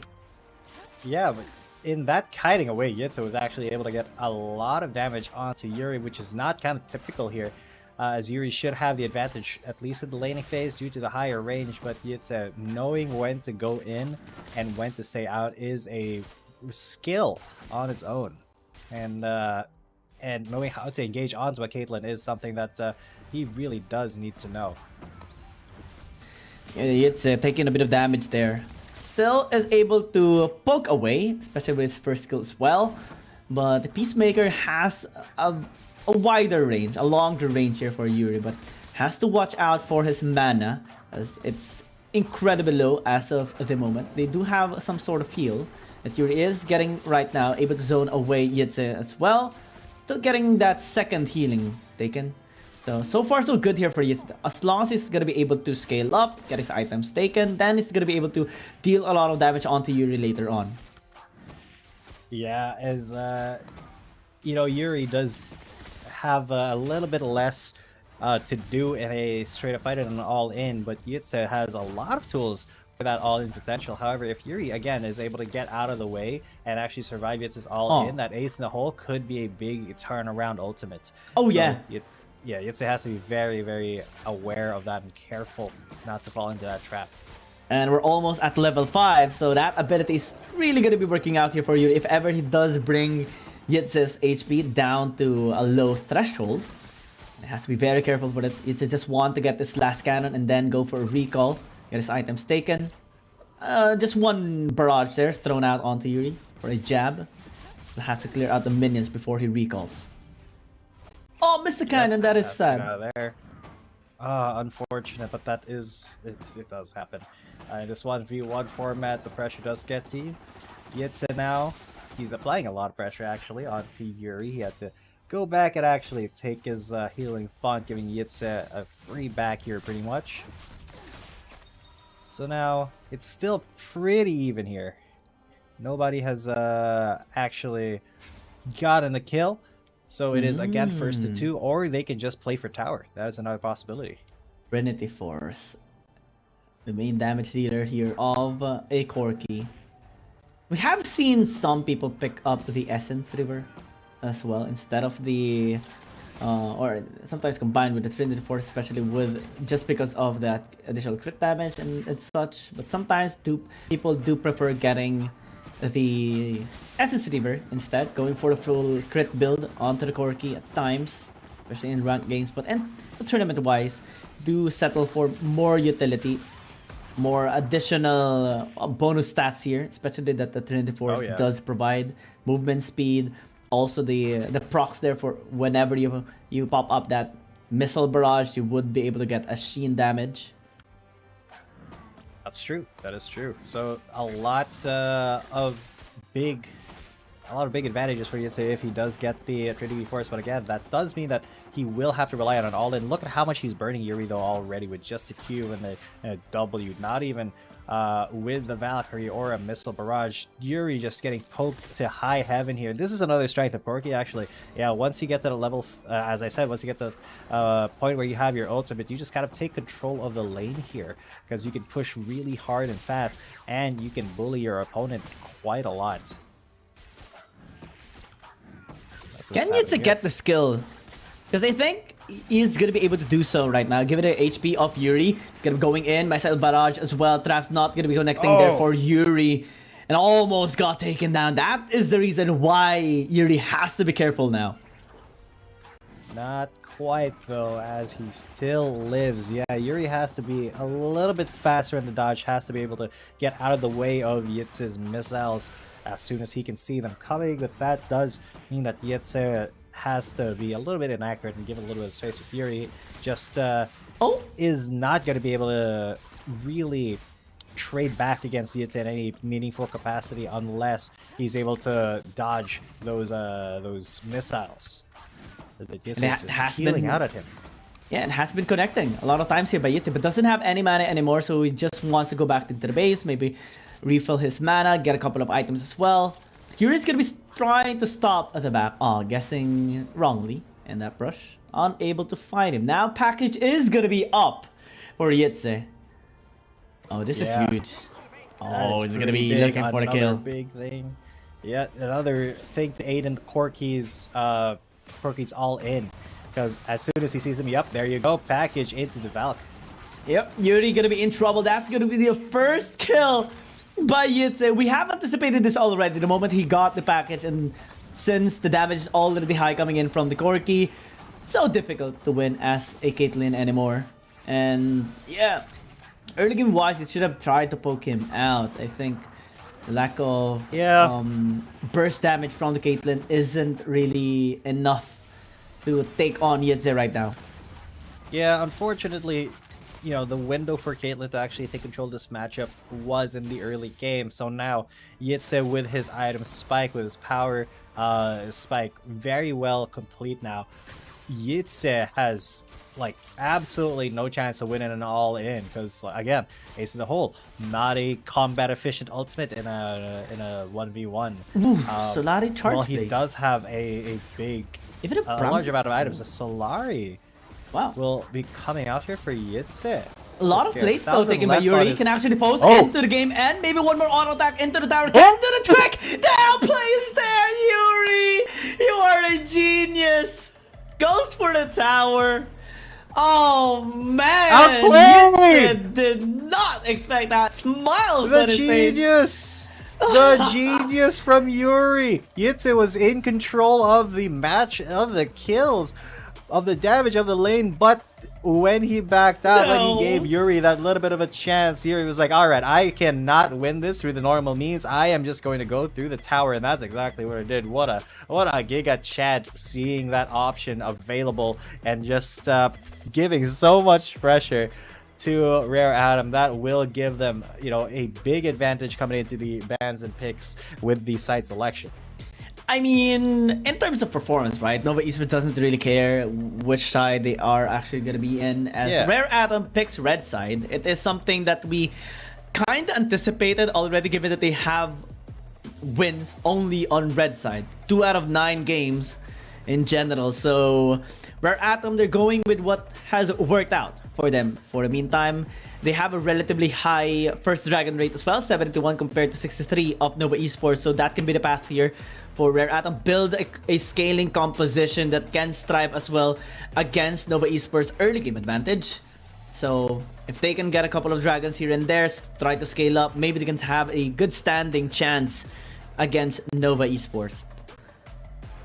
Yeah, because they do need every single advantage that they can get, and the games that they have won on being on red side, that is enough of an advantage for Rare Atom at this point in the game. Let's see how they actually play this this pick ban, because Nova Esports is one of those teams who,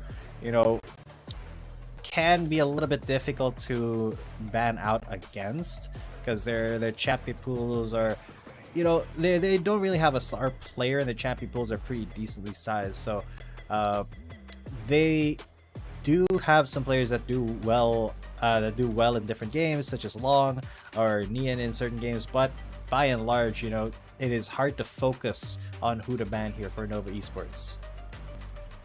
Now, blue side priority. Kazakh's gonna be taken away here by Nova Esports, surprisingly so. Gonna be taking it away from Morty. Looks like it's going to be a Lee Sin angle once again, or a Yone angle here for Nova Esports.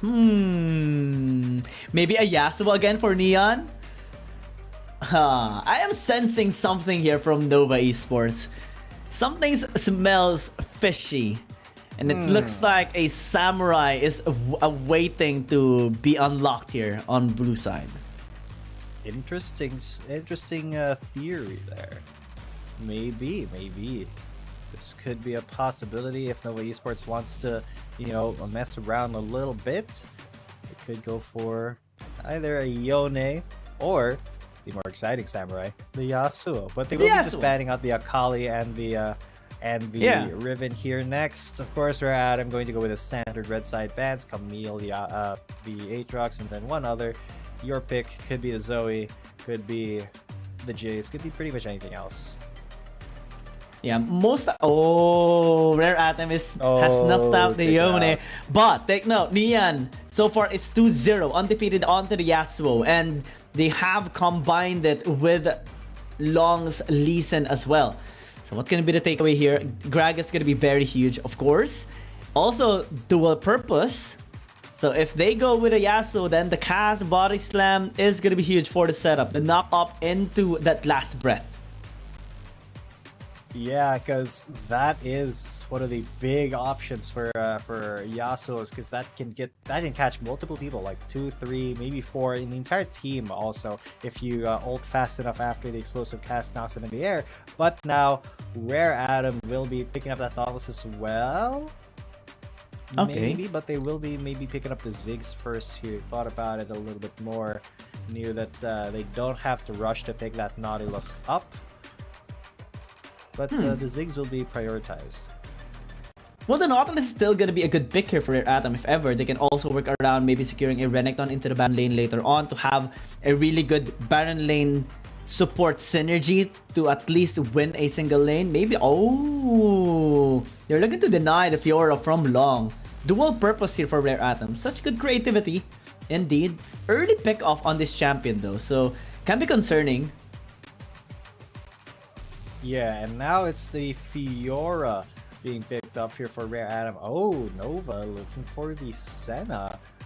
Again, this signals that Nova is looking for a more teamfight-oriented composition. So Rare Atom has to be kind of on alert for that, because this Senna is just so good when it comes to those extended sustained team fights. Well, smells fishy. It smells fishy. It smells fishy? It is smelling fishy right now. Nova Esports. Look at the lineup. Again, okay, I'm just gonna recap on their match against FPX. I'm gonna recap on their match against FPX. They had the Gragas, they had the Senna. They had a Fiora as well that was picked up by Rare Atom. But they now are leaving the last two picks, possibly jungle and mid lane. What champion do you think about right now? I'm thinking about a Lee Sin and a Yasuo. Yeah. Yep, the classic. Lee Sin is a big thing that can be picked up here for Nova if they do go the Yasuo way. Will Rare Atom sniff it out? Maybe they will, but I don't know even they should if ban Nova's... just to be sure. That leaves out so many good bans as well. You're still banning out the jungle. Yeah, they banned out the Lee Sin. Takes that option away from the Yasuo composition. But yeah, I would rather just ban out the jungle here. Ban out, you know, probably the Vi as well. Vi is really good into the Yasuo. I wonder actually. If they ban the Yasuo here, it's just going to be a genius one. I'm guessing Nova Esports is gonna be shocked as well, being snuffed out here. Looks like the Corki is gonna be respected more, and yeah, it does do a lot of work, especially since Nova Esports is kind of lacking AP damage as of the moment. So that can be the takeaway here of Rare Atom, trying to remove some of those that can deal a lot of magic damage, but while maintaining aggressive playstyle into the mid lane. Gwendo is an option here for Nova Esports if they don't want to go into that Yasuo lineup. Whoa! No. Ooh. I don't think so. No. Or will we? No. I don't. No. But I'm gonna be happy. I mean, I would be so satisfied if this did. Samira did go through. It won't though, because Jace is on the table. Yeah. And yeah, Jace is just so much more versatile, so much more powerful than Samira at the current point of Wild Rift's lifespan. So he will be picking up, being picked up here. The Renekton. Okay. Or okay, so it won't be a Yasuo angle. Sad. Unfortunate. Sad. Very, very sad. Well, this Jaxians still go into the Baron lane. Wukong can be in the jungle. And yes! So yes! Nostradamus! The moment I saw the bans, we know already this is a Yasuo take. And we're correct. I'm so happy. I'm so happy. We're gonna be seeing Neon's Yasuo. Yes, I am so excited for this. This does mean that there's so many ways to activate this Yasuo now. Not as much as maybe they wanted with the Lee Sin, but the Shen will be responded to with here in Rare Atom. So this, oh man, this puts a lot of pressure now on Neon to be able to perform on this Yasuo. Yeah. But I mean, if there's anybody who can do it, it's him. Long as well gonna be on the Wukong, so but that are you is still happy? Free ganks. I am very happy. I am very happy. We're gonna be seeing the Samurai. We're gonna be seeing Yasuo again by Neon.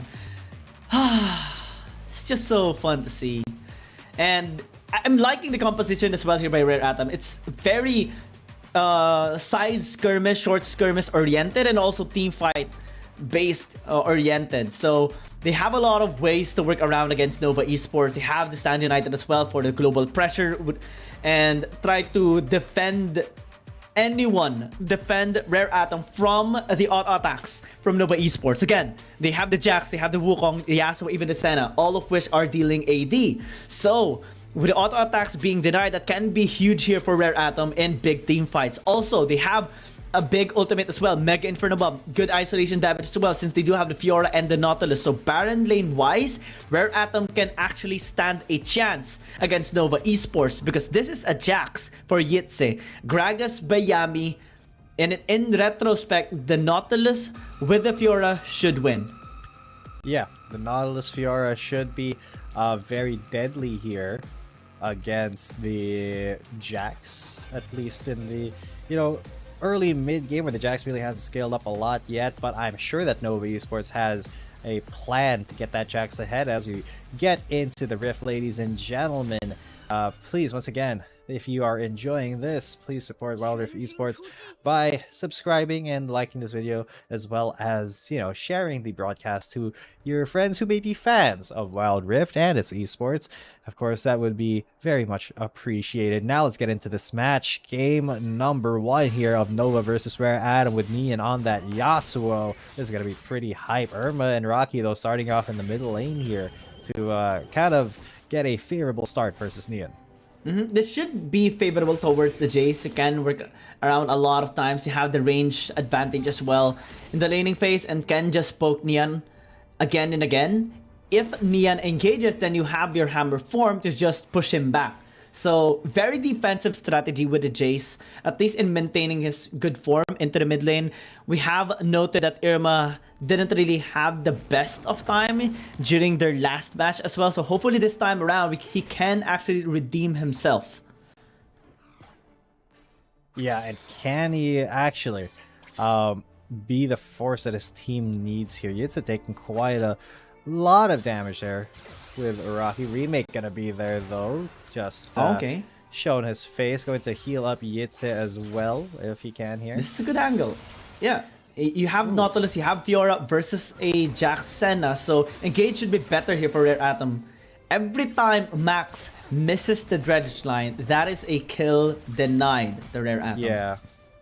Yeah, pretty much. Max has to be so on point, and those dredge lines are so effective, so difficult to get away from if you're not used to, they're a little bit of a big hitbox. Long though, will spot him out trying to get into their jungle. Neon's there as well, but none of them are level 5. Once Nova Esports hits that level 5 spike, you can expect Long and Neon to start going together, trying to control the flow of the game together. Undefeated so far with the Yasuo, 3-0 by Neon. The stats are real and the performance is just obnoxious here for Neon. And with the Yasuo, again, team fighting can be good, just like what you mentioned. They have the Wukong as well. So many good setups here for Nova Esports, and they're just so comfortable with this team fighting based composition.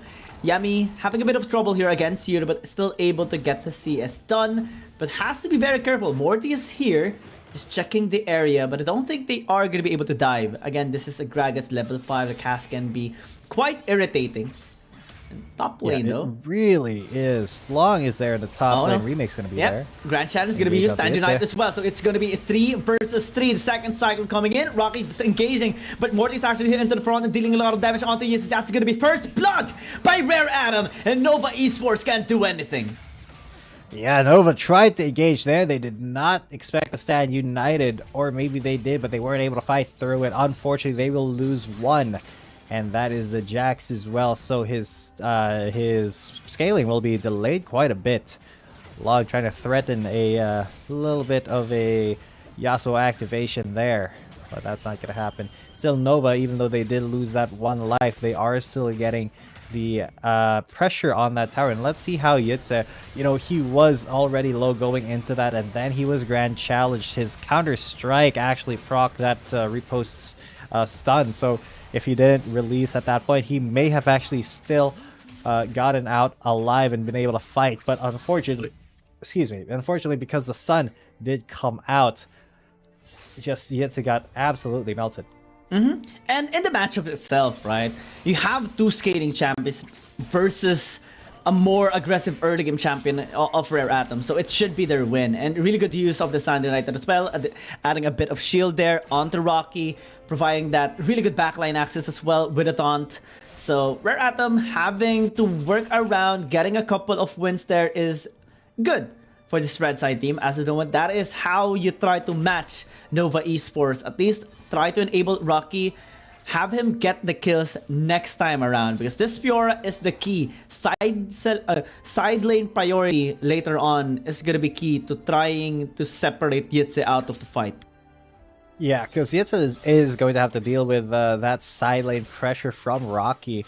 And honestly, a really good side here for the Fiora versus the Jax. But as later on we get into the game, Yitsa will be able to, deal with Rocky eventually in a 1v1 scenario. So, you know, it will just be these two Baron laners trying to match each other's side lane pressure, while the rest of the teams just try to find somewhere else to have an impact. But the Dragon will be spawning some of the Rift Herald, and it is going to be Rare Adam that is on the Rift Herald first. Morty trying to get started in here, but Nova immediately responding, saying, hey, we can see we are not going to let you take this without us having to say in it. The long remake, Yami and Yitsa all loitering around, forcing Rare Adam to get out of there. But they may be re-engaged on. Max is going to be there.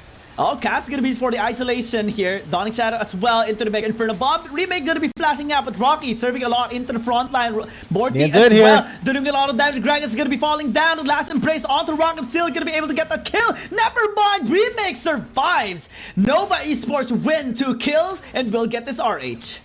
2 for 1, but important to note that while all of that was happening, their bot lane tower was getting shut down by Irma, so that does mean that Rare Adam still come out on top in a macro sense and in a gold sense, because look at that, they do have a 1,000 gold lead so far on Nova Esports, even with that charge happening in the mid lane. So that is good. That is an angle right now that Rare Atom, this is something that we discussed prior to this match as well. Given the Fiora, given the Jace, side lane control should be better now for Rare Atom. That is how you deal with the team fighting based composition. Try to divide them, try to isolate them. Divide and conquer is the key here for the victory. Nova Esports now grouping up into this Dragon, half health already, Max. Taking a bit of damage there. Irma wants to poke them out. Morty gonna be zoned away from this Dragon. This is the last embrace gonna be used, taking a lot of damage already from the members of Nova Esports. Dawning Shadow also gonna be invested as Yitsa, just blocking everyone from Rare Adam. That's the Dragon taken. That's gonna be engaged off the Gragas. Long as well, gonna be going in with the flash. Surprisingly, but not able to get a kill. An answer by Rare Atom into top lane as well. Yeah, Rare Adam once again looking for other ways to pressure the map, while Nova is winning in other areas, as they have gotten that top lane tower almost down. Rocky's still trying to work on it, but Yitsa will be arriving there in just a second, and then it won't be as free of a take, so Rocky will be backing off there. But Nova Esports, they are starting to find their footing here a little bit, deleting quite a bit of Rare Adam's lead. Yep. And the way they were able to get a couple of playthings, the way they're able to get a couple of kills is how Nova Esports is catching up right now into the gold of Rare Atom. But side pushing as well is equally important here for Rare Atom. As long as they keep unlocking towers here against Nova Esports, they should be fine, right? Later on, they would be able to maneuver around the map much better, more efficiently after they have taken this tier 1 tower. So it's going to be really important for Rare Atom to find themselves a Rift Herald and use it in the mid lane. Because again, they have a Ziggs. That is the best possible case here for Rare Atom to just get this tier 1 tower taken out. And once they do, the whole jungle camp of Nova Esports is going to be vulnerable. Max is going to be taking a bit of a beating here onto Yami. Still, not much threats onto Nova Esports. Yeah, Nova Esports just looking really, really comfortable still, even though they are, you know, technically behind here in Morty, sealing out that little camp there. Just under Yami's nose doesn't really inspire a lot of confidence here for Nova Esports being able to protect their jungle and protect their side of the map once these towers are down, but they are still making positive strides in that area. They are trying to make some proactive plays here with Long heading up to the top lane, but so far they are also just trying to scale up at the moment. It's gonna get jumped on here by Irma.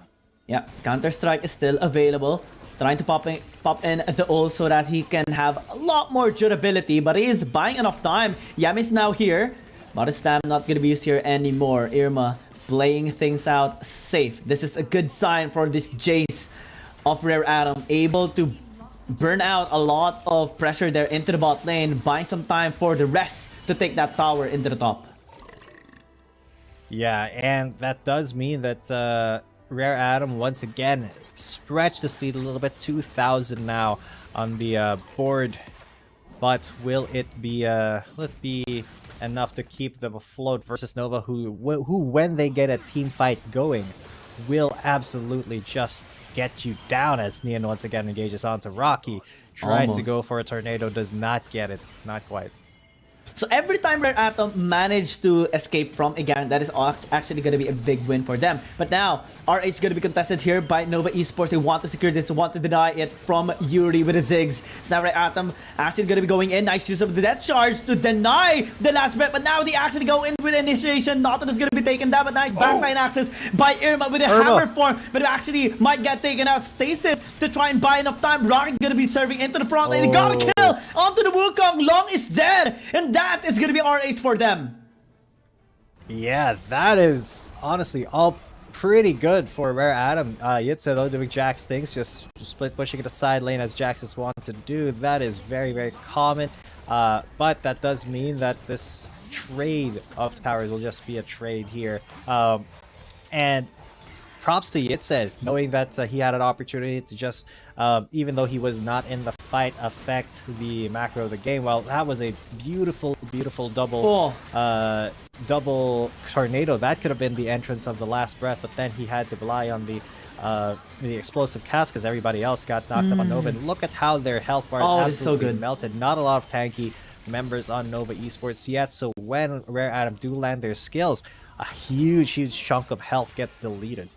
I'm loving the performance of Irma this time around. A nice bait into the backline. Hammer form, yeah, it is concerning sometimes. But the way he bought enough time for the other members to follow up using the stasis is just brilliant. And the follow-up coming in from Rock and the follow-up coming in from the rest of the members of Rare Atom was just really good. Able to proc in the grand challenge as well to sustain Irma. And that was the outplay that they needed. That is the momentum swing that they needed to fight Nova Esports right now. Yeah, Nova Esports really do have a big challenge now with Rare Atom because Rare Atom is not playing to the same level that they have been playing for the last few weeks. They are kind of stepping it up here. Nova Esports now starting that dragon off. Max is there. He lands the dredge line. Yeah, Cascade Beast though for the isolation play. No last breath. As in the meantime, Neon wants the backline access. Rocky actually has a good angle. Able to sniff away the attention here of Nova Esports. The pokes coming in from Yuri as well. Nova Esports has to be careful. There is a huge wave into the top lane building for them. So Rare Atom is just taking their time. Yep, Rare Atom. They are being a little bit more patient here. They are still threatening that dragon, daring Nova to come closer. Nova is inching ever closer to this confrontation, but the Jax is still in the middle lane. And our Rare Atom are just going to let the dragon reset now. They daring Nova to try to start it, to try to make this fight a thing here, because they are just dancing on the side of the dragon. They have maybe got almost a catch onto Long, but he's able to get away safely here. That is a couple of damage thrown out onto this Wukong. Same goes for Yitze. Irma doing a really good job, but you need to be very careful. Yami is here, just eyeing on that good cask, but able to disengage. Rare Atom still playing it out safe. The dragon is a big objective, and it's a mountain dragon. A very, very tanky one. We have seen a lot of big mistakes just because of a miscalculation on the damage onto that mountain dragon. So both teams are just trying to play it out safe. Both are eyeing on just trying to get some leverage here into this matchup. But top side, we have talked about the wave earlier. Nova Esports should get a tower. Yeah, Nova Esports, they will be able to secure the tower with the help of the wave that they have set up. And that does mean that Rare Atom, once again, are going to be getting onto this Drake, trying to dare Nova to get into it. There's explosive cast, maybe a catch onto Max. Yep, Megan for the bomb gonna beat backline though by Yitze. It's really huge counter-strike onto Yuri. Almost got him taken out. But now, Rare Atom, they want to disengage. Neon is not letting them. Now Grand Challenge is gonna be used. Can he actually get the outplay? The answer is no. As Rare Atom gets collapsed, gets isolated. That's 2 kills picked up. And Nova Esports should get Dragon. Yeah, that was a little bit careless from the Nautilus. Nova Esports capitalizing on any opportunity that they can to get back into this game. And get back into this game they have neutralized the lead that Rare Atom has. They're now aggressively forcing the siege in the middle lane. They will be able to get that tower and extend a little bit of a lead for themselves. And suddenly, Nova have found themselves in the driver's seat. Supreme discipline, supreme control into the team fights. Good manipulation as well. Just one good setup can be the demise here of Rare Atom. Let's check out how the backline access was breached actually. Yeah, let's take a look, because at first, Max getting caught there, not the best thing to do. And of course, the backline, Yuri was able to run away to the tower, but then Rocky got separated there, got jumped on by both Long and Neon. And then there was no way for him to get out, no riposte available, and really, against two people, Fiora struggles, but against one, she is perfect. Just like here versus Yitze. And the backline was definitely breached. Props to Yitze on that flank. Counter-strike away, jumps into 3 people. And since Max was already too far away, there was no way for Rare Atom to actually counter that.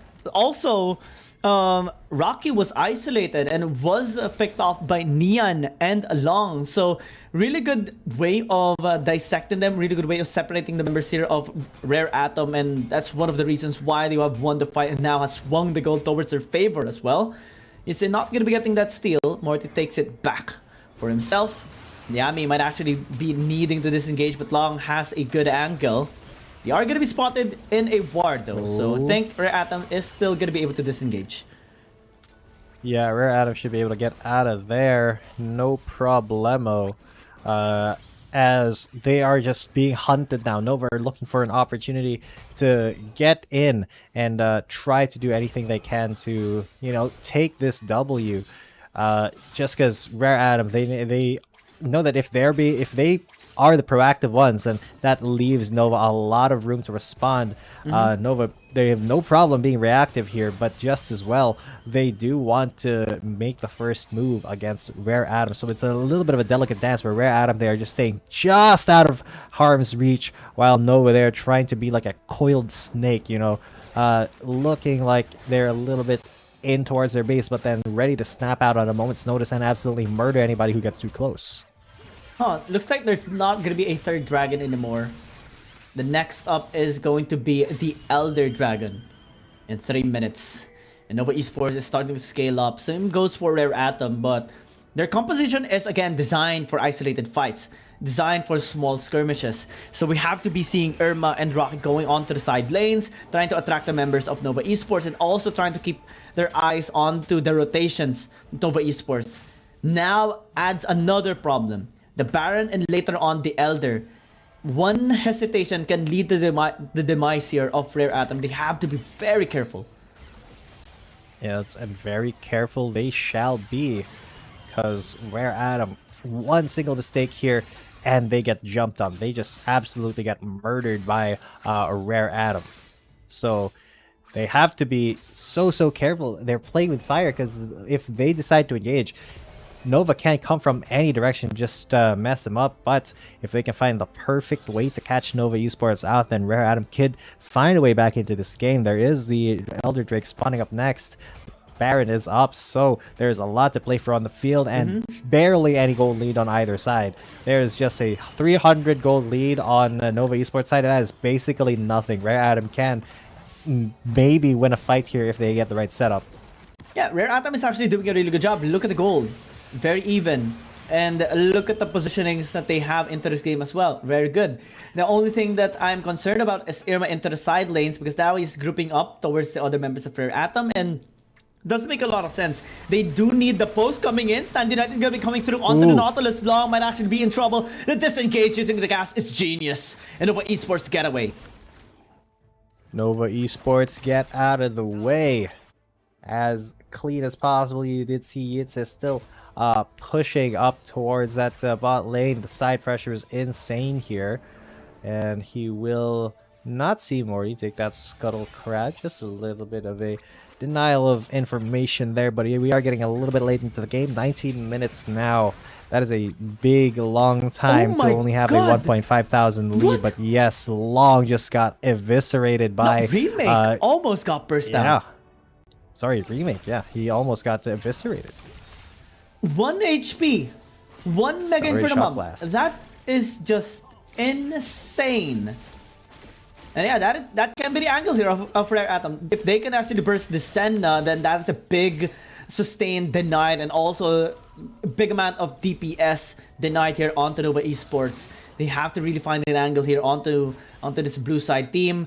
Elder Dragon gonna be spawning up in the next 16 seconds as well. Oh, what can they do? That's a good question, because what really is the play here for Rare Atom? It is a little bit difficult for them to really find the right engage. They have to, get a big catch with that Nautilus, isolate somebody. But then it's so difficult to just do that to Nova, because they are either clopped up or they have the Gragas with them. Right now is the opportunity, maybe, because they do not have a big drunk man there, but it is going to be a double Cyclone. The last breath, immediately burst away, but still able to buy enough time with the Stasis. That's going to be the kill onto Irma. And Nova Esports can group up in this Dragon.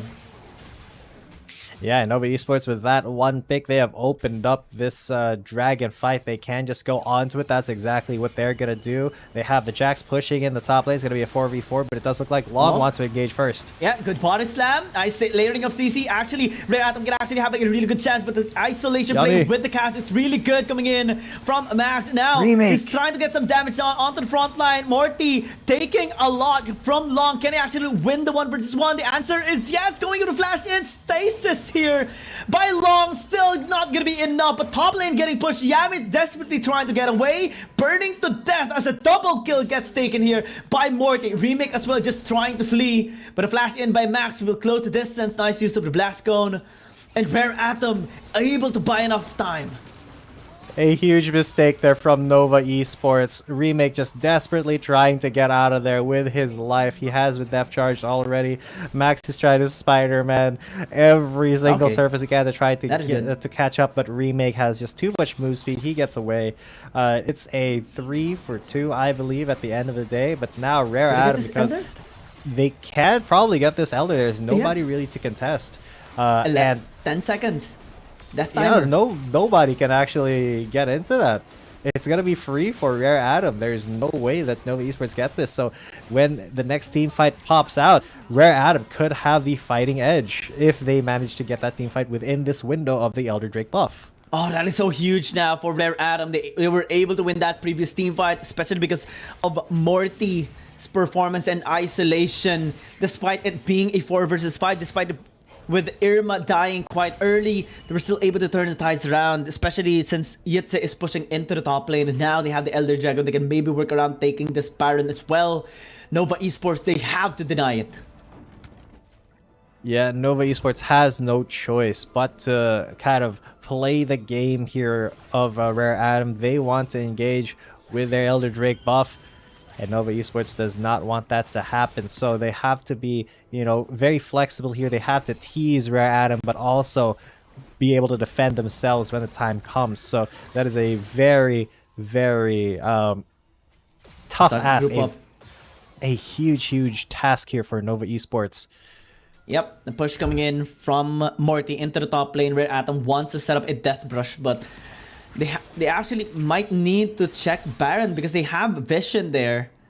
And Nova Esports, as long as they don't see them enter the Baron, they're just going to be keeping their distance.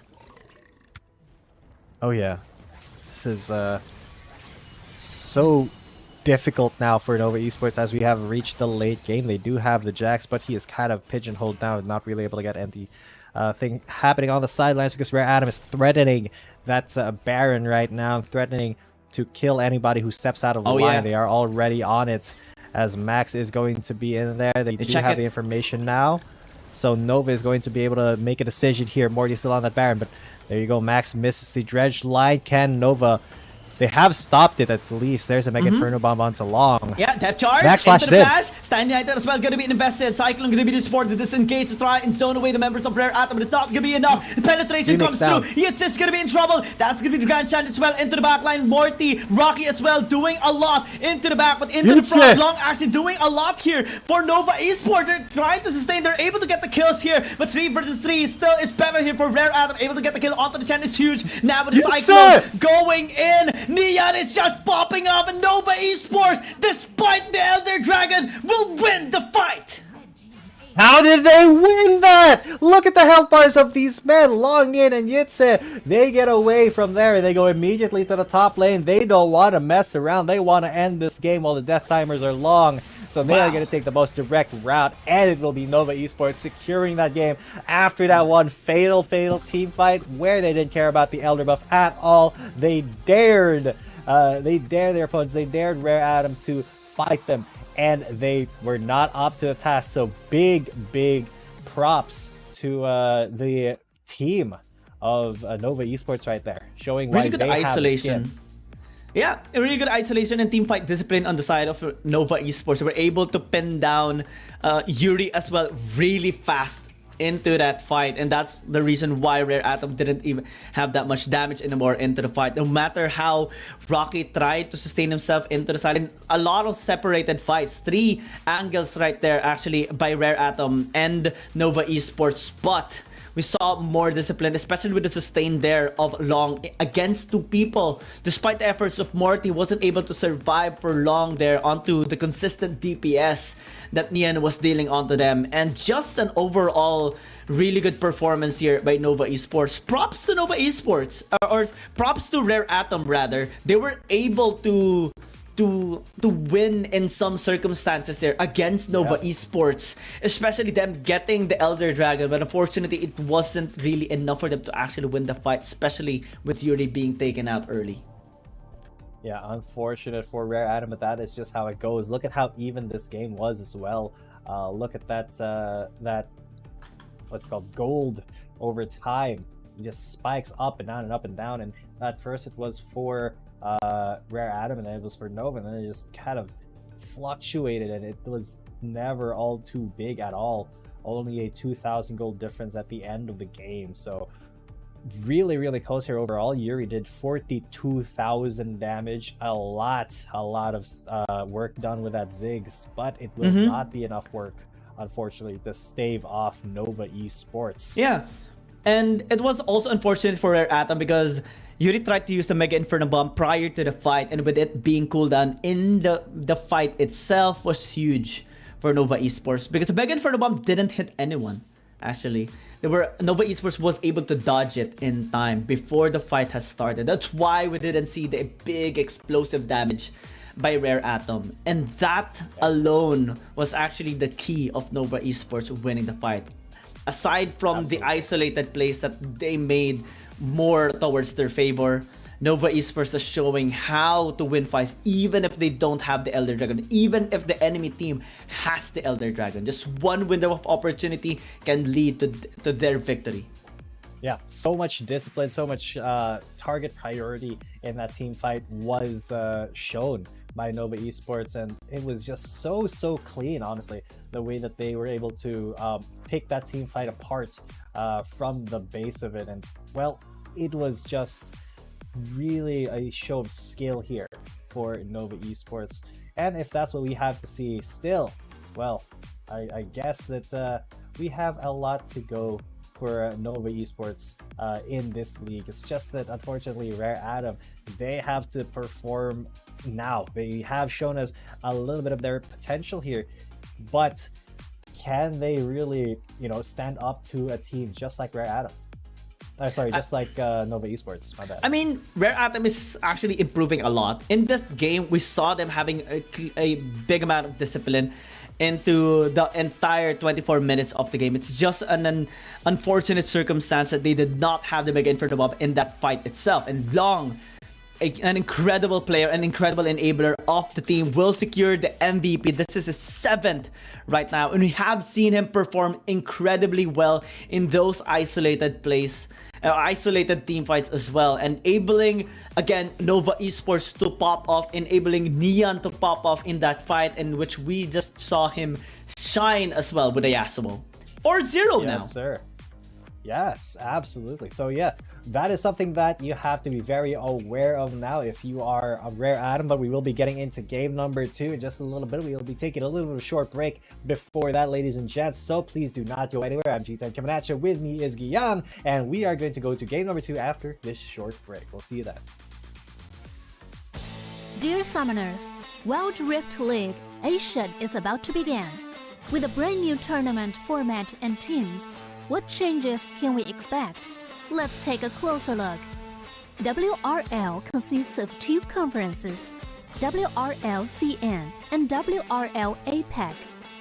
12 teams from the WRL CN conference and 8 from the WRL APEC conference will compete through the regular stage, playoffs, and finals to view our ultimate glory. All matches will be played in the BO3 format in the regular stage. The 20 participating teams will compete within and across their conferences. Each team will play a single round robin with every other team within their conference once, and half of the teams from the other conference once. Throughout the regular stage, teams will be ranked based on their points within their conference. The top 8 teams from the WRL CN conference and the top 4 teams from the WRL APEC conference will qualify for the playoffs. The playoffs will also be held separately for each conference, adopting a BO7 double elimination format. Only the top 2 teams from each conference's playoffs will advance to the finals, vying for the championship. Of course, a new tournament brings unique challenges. The Wild Rift League Asia Season 1 WRL A1 Finals will be a 3-day extravaganza. On the first day of the finals, the 4 qualifying teams will play a single round robin in BO1 format. The top-ranked team will advance directly to the grand finals, while the remaining 3 teams will battle it out in a single elimination bracket on the second day to secure a spot in the grand finals on the third day. The 2 teams that make it to the grand finals will face off in the BO7 showdown to claim the championship. Additionally, in both the WRL A1 regular stage and finals, teams will participate in the Fight for Side FFS match before the official games commence. The FFS match will be played in a 1v1 solo mode. Each team will send 1 player to compete. They will ban 2 champions each from the official weekly rotating champions pool, and then select 1 champion each for 1v1 competition. The winning team of the FFS match will earn the right to choose their side first. Wild Rift League Asia Season 1 regular stage will officially kick off on April 8th, with 20 top-tier teams assembled and ready for action. Who will climb to the summit and seize the crown? Let's wait and see.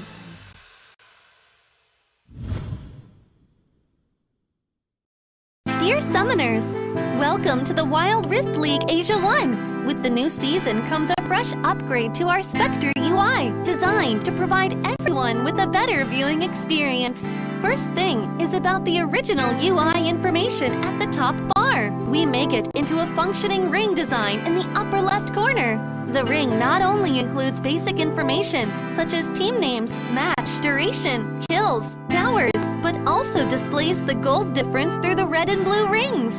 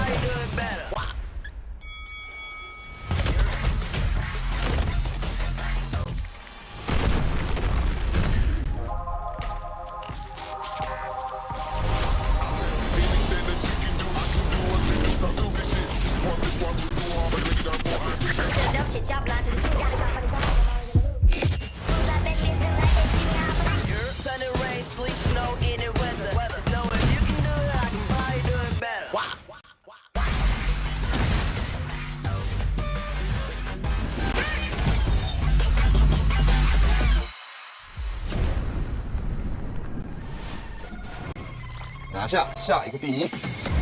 There to go wild. 要比你们都闪耀。 Team mình chỉ cần bé mèo này thôi là đủ quẩy team bạn rồi. 给点新颜色，小小。 There to go wild. 提起他的打野挥发，历经2个赛季的沉浮，终于是完成了自己的回归。我说过我会回来的。任凭浪起。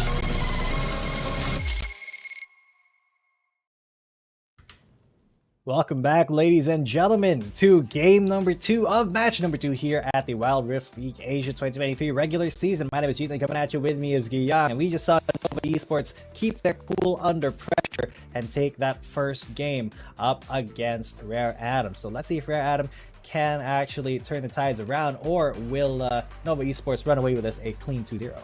Yeah, because Rare Atom, they had a really nice game in game number 1, but we still saw the discipline and the prowess here of Nova Esports. Now, as they push through in game number 2, it's going to be a very scary situation for Rare Atom. Let's see if they can keep up in the momentum, because Nova Esports, they just tried out the Yasuo composition a while ago. They wanted it, and we saw some respect bans as well coming through from Rare Atom at that time. But now, as it can happen again, let's see if Nova Esports would actually go for it once more. I mean, we still have the Gragas available here for Yami. We have the Senna available as well for Remake.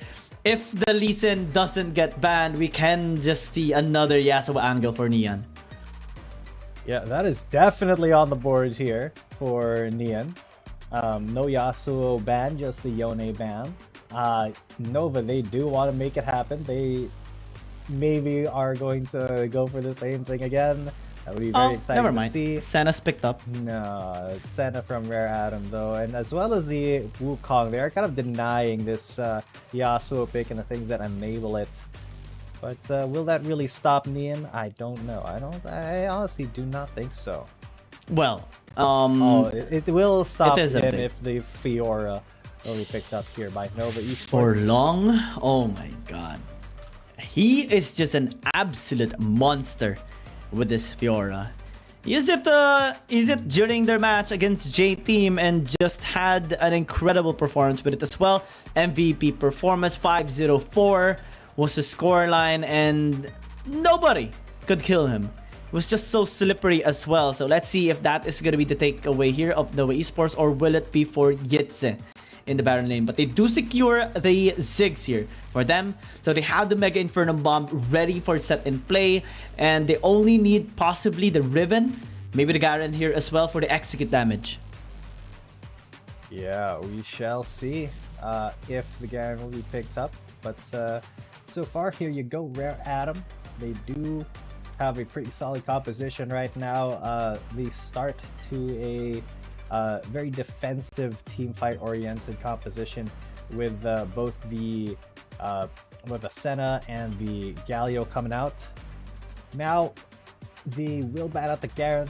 The Jax will be banned out here for Nova, so there are less options for Nova to have as a tank in the mid lane. They will take the Renekton out as well. So yeah, Rare Atom really do not want a big tank boy in the front for Nova Esports. They're denying a lot of these options. Riven as well going to get taken out, so the bruiser options for Rare Atom will be off the table.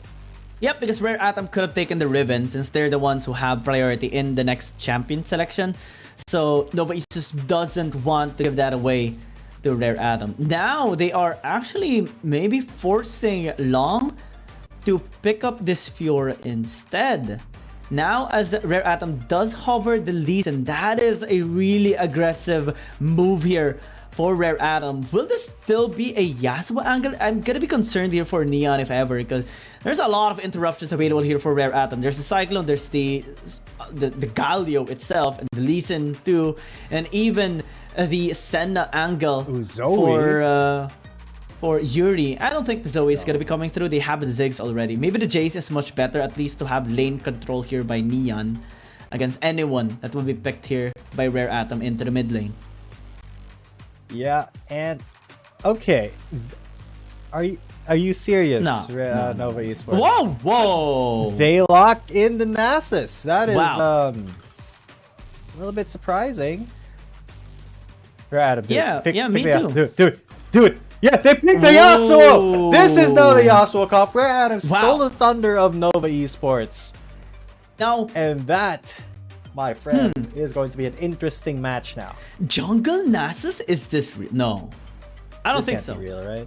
This can't be real. This just doesn't happen. This just doesn't happen. Please tell me This is not gonna be an AD Nasus. We don't see AD Nasus. We never see AD Nasus. Never in the jungle. In our life has we seen an AD Nasus be used in the tournament. In the jungle. But Long says otherwise. He's got other plans for his baby. I'm gonna be concerned a little bit here on Nova Esports because again, Nasus is extremely weak in the early game. So what Rare Atom can do, especially that they have Lee Sin in the jungle, is just try to bully out the Nasus, try to bully out Long, visit his jungle camp all the time and deny him from ever getting any camps. That is a very big possibility that he just gets absolutely abused and confused there for, you know, just trying to survive in his jungle. But that is kind of what Nova Esports has to be ready for, because they were the ones who picked the Nasus jungle. That is not on Rare Atom to be merciful to them and, you know, let that Nasus pick happen. It has to be Nova proving that Nasus yeah, it has to be Nova that proves that Nasus can hold its own, especially against a jungler that has so much more early game effect like a Lee Sin. I mean, look at the composition of her Atom. Everyone has crowd control. Then look at the Nasus. Will he even be able to auto-attack at all? Is the question here for Long. Very ambitious pick, I would say. But again, it is Long. So it would take a bit of a long time for them to actually scale this Nasus up. So far, he is having a bit of a good time in the jungle, farming out. It does take so much time for him to get his stacks going, especially in the jungle, right? So, bam. But every time we see those stacks up, I'm gonna be so happy. Oh my god, the Nasus, he's also using, you know, the skin of Yami on the Nasus. So yeah, just a little appreciation there for our Nova skins. Yes, sir. Just of course, it is Nova Esports who have the Nova skins, so you know, little bit of a good thing for them there. Big respect for their, you know, winning the globals. Yeah, but this is something we have anticipated. The invade gonna be coming in, deny some camps there on Long, and Leon can't actually do anything. Might actually need to flash away, but didn't, and still able to disengage successfully. Balls of steel there for Neon. He is you know, very just trusting in the damage potential of Rare Atom, that he didn't need to flash at that moment, because, you know, he knew that he wouldn't get bursted down that hard at just this early level. So props to him for staying cool, but that does mean that Nova, they are still kind of losing in terms of pressure. I mean, it is... Surely it will happen in the early game. All the champions they have right now are scaling. The only good sustain they have is mid lane and possibly bottom lane as well. So this is something that Rare Atom should be looking for opportunities at the moment. We saw them ganking in the jungle a while ago, invading onto Long's camps. Got the chicken a while ago. But still A-okay for Nova Esports as of the moment. Yes, sir. It's we will have this little bit of a pause. Nova Esports still looking pretty secure in their early game, and even if they aren't, it doesn't really, you know, make too big of difference there if the early game is not going to their favor, because Nova, they know how to, you know, hang back. They know how to just play their own game and let the mistakes of Rare Atom lead them to their demise, instead of, you know, just trying to make things happen in the early game and then falling down and giving Rare Atom a huge lead. Nova can just, you know, give up this early game a little bit, wait for the late game, and wait for them to really kind of scale up to be able to do their damage, and, you know, take the game from there. Make one good read and punish one mistake from Rare Atom, and then immediately go for the throat, as is, you know, the popular style of Nova Esports. So we are just gonna be waiting for this game to resume once more. We are gonna be taking a bit of a break. Just enjoy the music for now. all the updates are going to be seen here on the screen, in which these teams are just trying to address the issue, the technical difficulty, but we will resume shortly. So while waiting, just enjoy the music and just sit back and relax.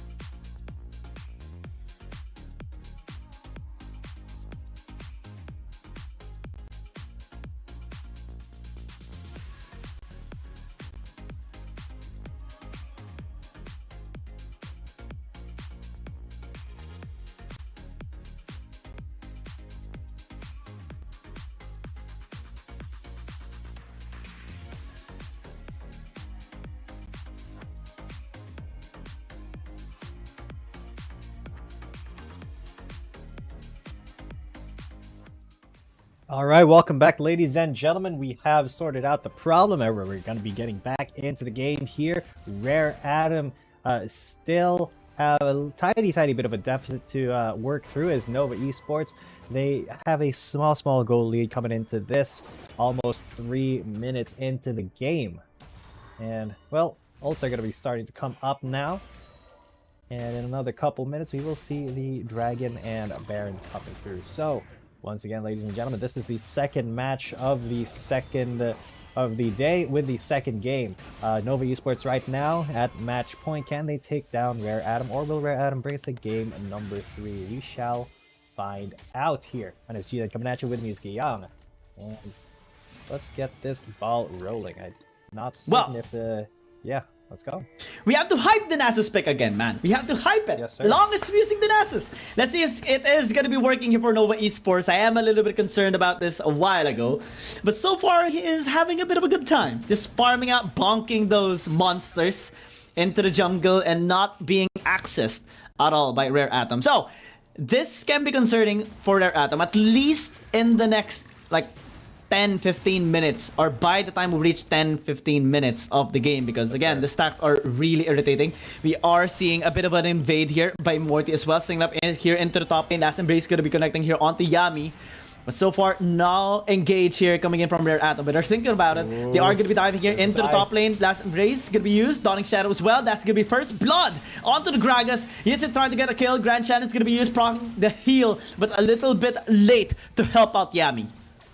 Perfectly orchestrated dive there from Rare Atom. They knew they had to take one target and focus down, and they chose Yami immediately. Yitze was not able to really get anything done there because they juggle a tower aggro so masterfully. So that is a really good first blood for Rare Atom. It will put them a little bit into the lead, but they did not really get any macro advantages off of that. They didn't get any tower plays or anything because Yitze was still under the tower. So Yitze will be evening it up with a tower play for himself. Well, it is a good kill that they got in onto the Gragas, onto Yami right there. Yeah. So they just have to continue doing that in the early game. Again, the goal here of Rare Atom is to beat down the scaling champions of Nova Esports, particularly the Nasus here of Long, but we haven't really seen that happening just yet. We do see Yami hovering down into the bottom side river to enable, or at least just help out Long in the rotations, because against Alisen, this is not really good for the Nasus as of the moment. Divine Sunder, though, has been picked up. This is a big item. When you're using an Nasus, especially when you proc your ulti, then you're always going to be bonking, always going to be sustaining yourself as well with the passive or the active of this Divine Sunder. And now there's trying to post in this Dragon. Yeah, because Nasus' passive is also just like percent lifesteal on his attacks, and that does apply to his Q. And Yami getting chased down here a little bit. Irma may be wanting to get a little bit off of the top there, but no, they will just reset back here for now. Yep. Nova Esports hesitating for a little bit. Maybe they have to give this Dragon away towards Rare Atom. But they're thinking about contesting as of the moment. It looks like they can go here right now. Okay, Yami going in into the front line. Last Embrace is going to be taking a lot of damage here onto the members of Nova Esports. With flank here of Yitze is going to be huge. Grand Challenge is going to be used as well. Mega Inferno Bomb not doing a whole lot here for Nova Esports. Long bonking a lot of members from Rare Atom. The bomb is here. The spirit of fire, the spirit of Long is doing here for Rare Atom, but it's simply not enough. Rare Atom going in once more to get a kill onto the Ziggs, and now the kick onto the Nasus as well. Long desperately trying to escape, but it won't be enough. Rare Atom gets 3 in exchange for just 2, and now Nova Esports, they might actually lose the Dragon here. Yeah, Rare Atom, that was a really good fight, but Nova Esports, they will let's take a look at how that happened here actually in the replay. Nova Esports, they really do need to, you know, find some better ins there. That perfect last breath onto Long, but then it was he was blown right back. Unfortunately, the Mega Inferno Bomb did not do all too much, and then everybody started melting once Max has made his way into the field. Rocky getting chased down there by Long, did not actually get that kill, but perfect engage there, and then Long just did not have a huge chance there. They will be fighting over the RH now, though.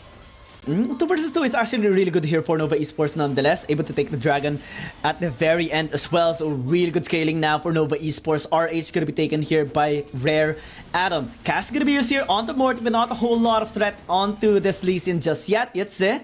And actually close the distance. But, 2 kills for the Nasus. Actually good here for Long. So that would enable him into getting a couple of items as the game goes by.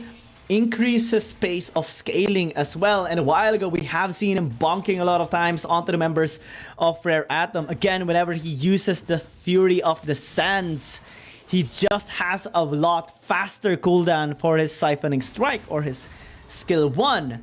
And if he continues to be able to auto-attack onto the members of Rare Atom, then that's not going to be looking good here for them. 2-1-0 for the Nasus. 2-0-3 for this Lee Sin of Morty. So with them actually having equal amount of gold, this is better for Nova Esports. Now they're sitting under a bit of gold against Rare Atom. 1,500, 1,700 gold below Rare Atom's economy at the moment. But with this composition, as long as Yami is going to be able to provide space for Remake and Long, then that should be good here for Nova Esports, because Rare Atom, what they have is a lot of crowd control. DPS wise, it's not a whole lot as of the moment because he really has to take some time to scale up and get a couple of stacks. Same goes for Irma and Toriyasu. So right now they are just banking on Morty, a little bit on Rocky as well. But comparing it into the Nasus, it's actually looking really good now for Nova Esports. RH gonna be used here into the bottom lane for them to secure at least a tower for Rare Atom. That's gonna help them get a couple of gold for themselves, as Nova Esports just collecting themselves, just grouping up into the mid lane.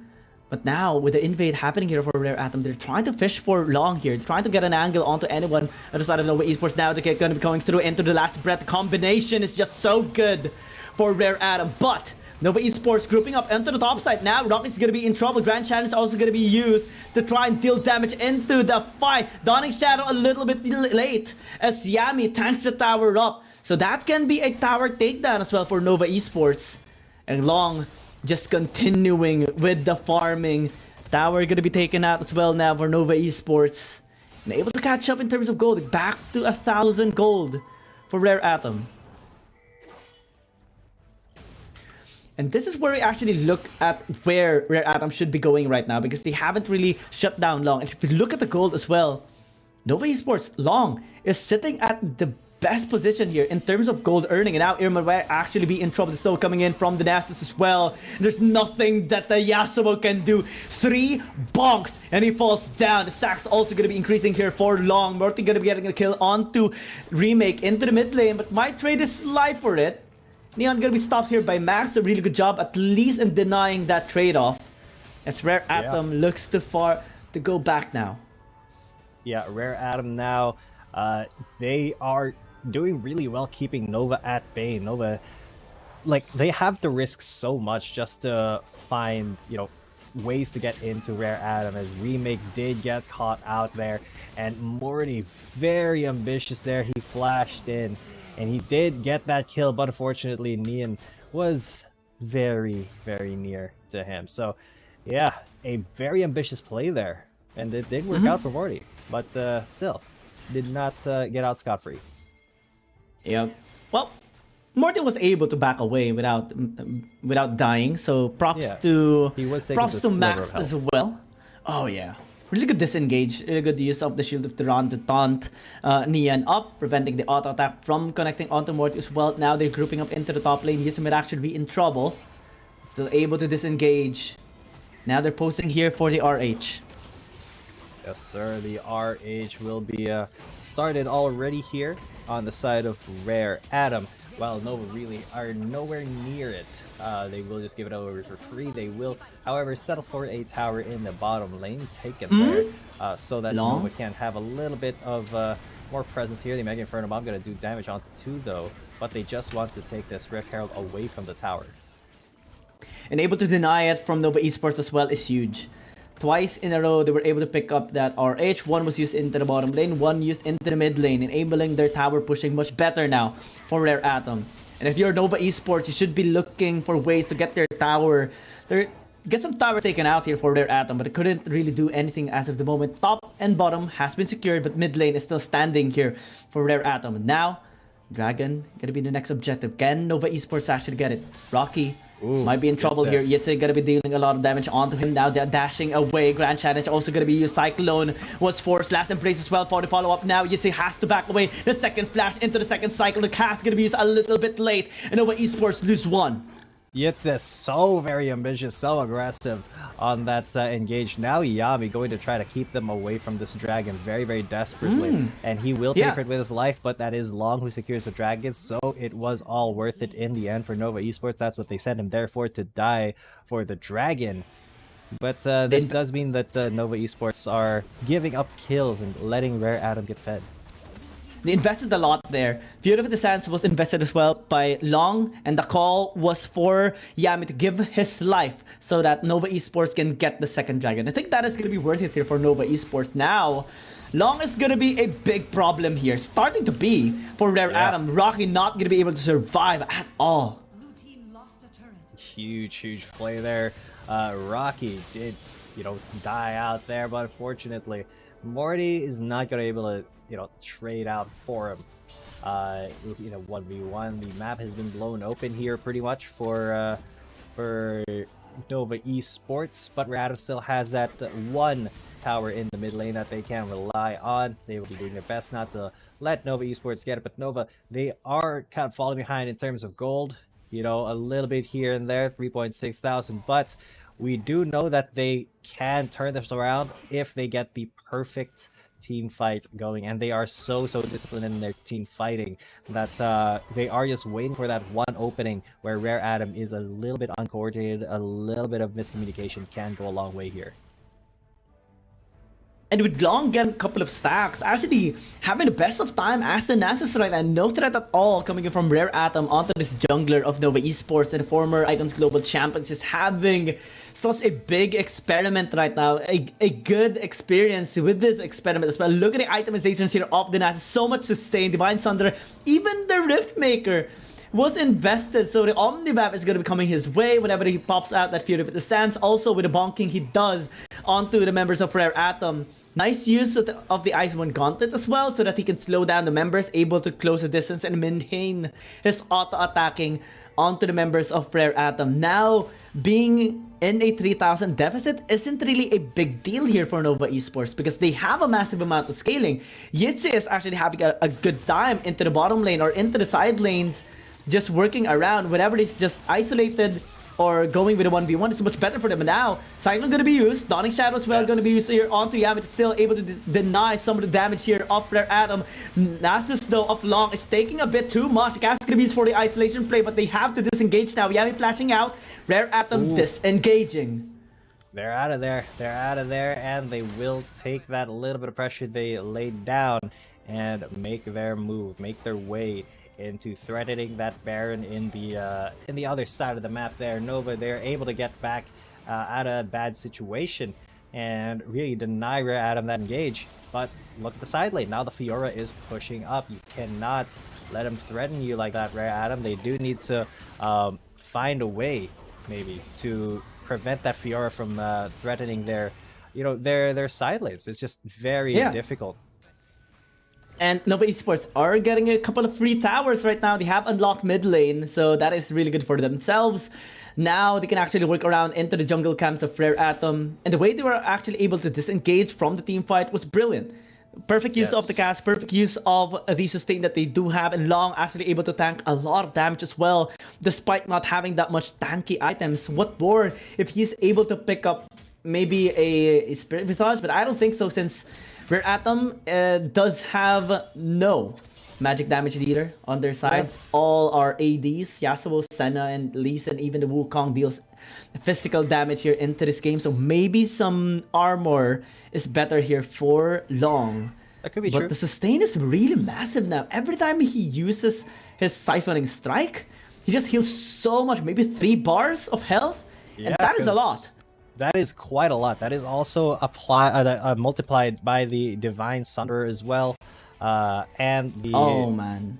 Oh yeah, this is just becoming very Randomins. big stacks for Long. Yeah, a Randomins for him as well. Okay, now you'd say though a very, very scary Fiora with those items definitely draws more attention in the side lane. So that is going to be how Nova Esports will try to run Rare Atom around the map, is to keep those that side lane pressure up, while threatening either objectives or just straight up kills here onto Irma. But there's the last breath on the tower. Yep, Neon gonna be in trouble. Flashed in by Irma. But still, Neon's still able to back away. That is huge here for Nova Esports. As long as they survive, this is going to be good for their scaling. Again, infinite scaling, just like the Senna. But this is a Nasus, for God's sake. Every time he gets a stack, the bonk is just going to hit harder here for the Atom. And Outlast Embrace going to be connecting here onto the Gragas. Morty just following up. Also with Max, but they need to be very careful. Again, the cast is going to be for the isolation play as Long deals a lot of damage here into the front line. Mega Inferno Bomb as well. Going to be invested. Teleport coming in by 2 people. But where Atom going to be infiltrating the back line. Rocky trying to do some work here into the front, but still unable to do some damage. Irma slicing through the members, but not going to be tanky enough to sustain the damage as he gets completely deleted. And now Morty just desperately trying to back away. The team fight has been won now by Nova Esports, and they can just get the 3rd dragon. This is exactly what Nova Esports wants. They're going to be on to Morty as well. Yitza finishing him off. And this is exactly what they needed. That one mistake to get them back into the game. That was a mistake that Rare Atom made, and Nova fully capitalized on it. Grabbed that ace. Grabbed everything they can here. Maybe, again, going for the throat immediately. They are on to the Nexus. The death timers are pretty long. Yeah, Nova, they were losing until they just grabbed the game by the throat and won. Beautiful, beautiful team fighting there. Hold on to your horses, get ready for your rank games, because we are going to be seeing a lot of Nasus jungles right now. After the win of Nova Esports. Long, you are an absolute beast. You are a demon here. You are going to be influencing our rank games after this one. And with an incredible performance, it's just a demonstration of how good Nova Esports, the former Icons Global Champions, experimenting just like Andra 9 on Kipes Gaming. This time around, Nova Esports Long is just pulling off a lot of champions here in the jungle. Nasus jungle, who knew? Only Long. And I don't think we are going to be seeing that much Nasus jungle here into the tournament. It's only because Nova Esports Long is just so comfortable with his allies as well, and they are very comfortable pulling this off against Rare Atom. So do not try it out in your ranked games, or else a lot of people are still going to be getting mad. I think it would be a viable pick if you had the, if you were duoing with somebody that you like what you were doing, but ideally you would not troll. But with that being said, I have known Nasus jungle to be quite fun, and Long did his job there. He almost got as much damage as Morty as well. But you can see how much Remake actually did to cement Nova's win there. He did so much damage, and of course Nova very on point with the dragon control, even though Rare Atom was kind of hassling them all the time. Man, that was just insane to watch. Nova, they were so behind. They were pretty much behind until the last team fight, and then they just won that and went for the win immediately.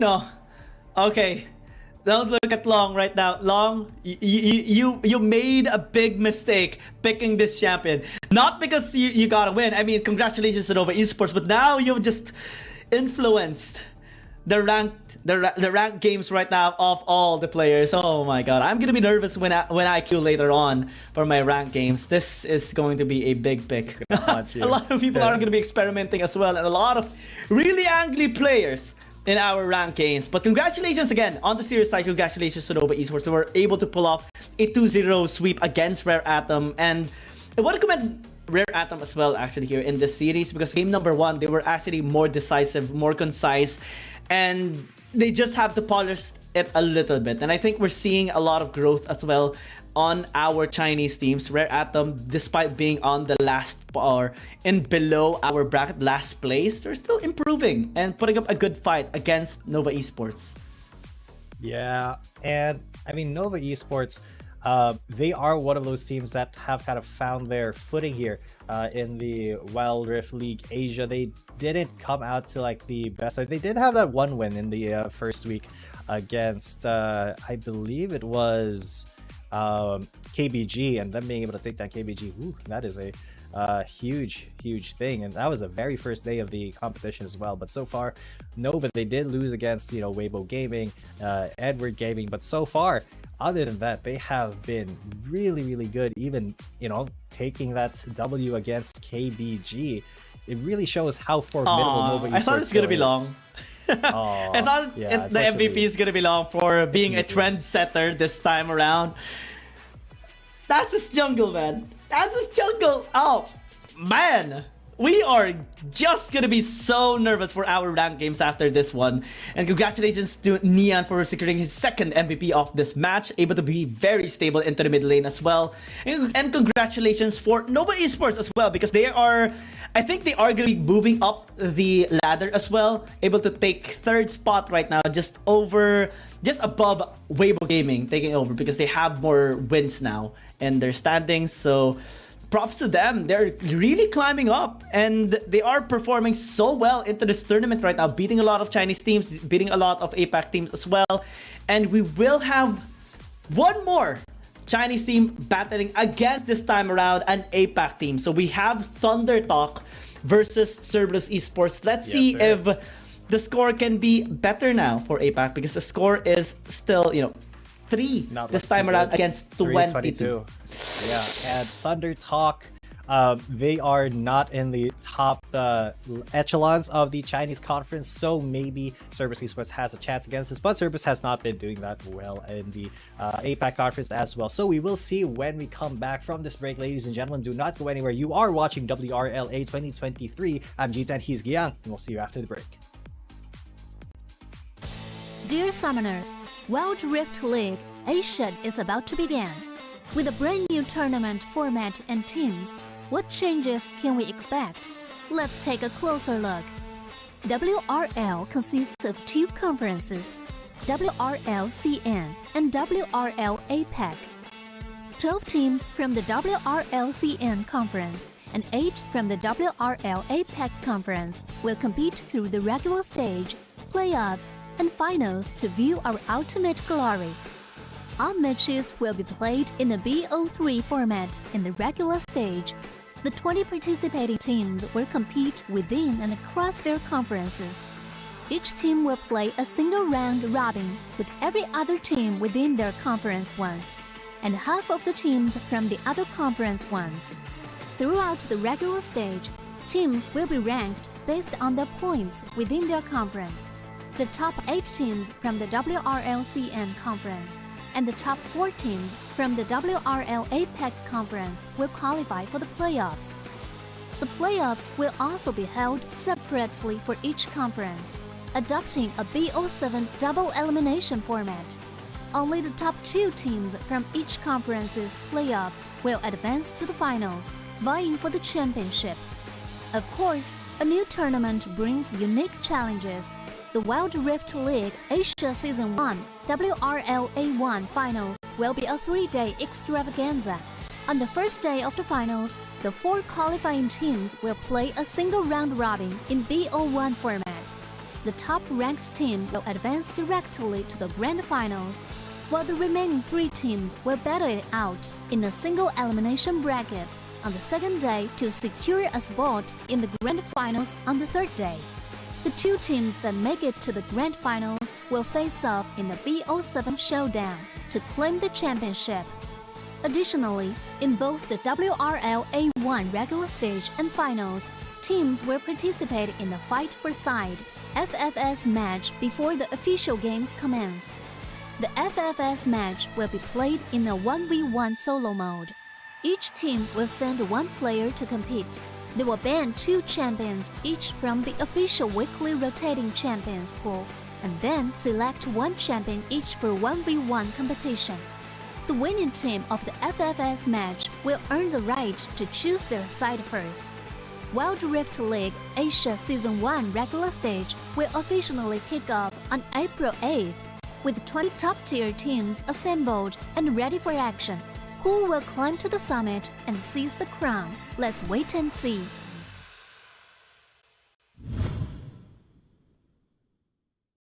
Dear Summoners, welcome to the Wild Rift League Asia 1! With the new season comes a fresh upgrade to our Spectre UI, designed to provide everyone with a better viewing experience. First thing is about the original UI information at the top bar. We make it into a functioning ring design in the upper left corner. The ring not only includes basic information such as team names, match duration, kills, towers, but also displays the gold difference through the red and blue rings. What is a great game without the competition for map resources? When a team takes down the elemental dragons and gets the buffs, the stunning special effects not only make the acquisition of resources more ceremonious, but the elemental dragon's specific color-coded buff energy blocks will also be intuitively embedded in the corresponding red and blue sides. Whether a team speeds up the match tempo by getting Rift Herald, expanding their lead by killing Baron Nashor, or stealing the Elder Drake for the final victory, the countdown timer special effects and the resource-specific color coding will help summoners watching the game to quickly understand what is going on in the game and capture the critical information. Additionally, we will display the whole in-game map on the top right corner. When the elemental dragons, Rift Herald or Baron Nashor is about to spawn, the corresponding resources exclusive countdown will appear in the top left corner of the map in real time, providing clearer information on team tactics and map resources. The new UI will introduce 4 panel modes: the landing phase mode, pre-team flight mode, team fight mode, and post-team fight mode, a combination of 4 refined panel modes to ensure that the most important real-time data in the game is presented more intuitively and comprehensively than ever before. In the landing phase mode, in addition to the real-time images of the players, champion selections, summoner spells, and champion experience, we will also supplement real-time gold, KDA, and items during the landing phase. Meanwhile, team stats history will also be displayed based on the progress of the game, allowing summoners watching the game to stay informed of the comprehensive information in real time. In pre-team fight mode, we refine and integrate the information on the gold difference between the matchup to help summoners keep track of the players' items builds in real time through the items column. This makes the state of both teams clearer before the team fight. In the highly anticipated team fight mode, we visualize the damage dealt comparison. The real-time dynamic display of champions' avatars can be more intuitively express the damage dealt of each player during the team fight. The closer to the red-blue intersection, the damage is higher. We maximize the screen space for exciting team fights and gameplays. After the fierce team fight, we integrate the damage comparison of each champion to help summoners quickly understand the damage difference between the champions in each matchup during the team fight. Depending on the different game situations, there are more diverse UI combinations waiting for summoners to unlock. Our comprehensive, intuitive, and comfortable UI design aims to provide summoners with a better, more informative, and higher quality viewing experience. The exciting first season of Wild Rift League Asia is waiting for you. Summoners, we'll see you in the Rift. Dear Summoners, Wild Rift League Asia is about to begin. With a brand new tournament format and teams, what changes can we expect? Let's take a closer look. WRL consists of 2 conferences, WRL CN and WRL APEC. 12 teams from the WRL CN conference and 8 from the WRL APEC conference will compete through the regular stage, playoffs, and finals to view our ultimate glory. All matches will be played in a BO3 format in the regular stage. The 20 participating teams will compete within and across their conferences. Each team will play a single round robin with every other team within their conference once, and half of the teams from the other conference once. Throughout the regular stage, teams will be ranked based on their points within their conference. The top 8 teams from the WRLCN conference and the top 4 teams from the WRL APAC conference will qualify for the playoffs. The playoffs will also be held separately for each conference, adopting a BO7 double elimination format. Only the top 2 teams from each conference's playoffs will advance to the finals, vying for the championship. Of course, a new tournament brings unique challenges. The Wild Rift League Asia Season 1 WRL A1 Finals will be a 3-day extravaganza. On the first day of the finals, the 4 qualifying teams will play a single round robin in BO1 format.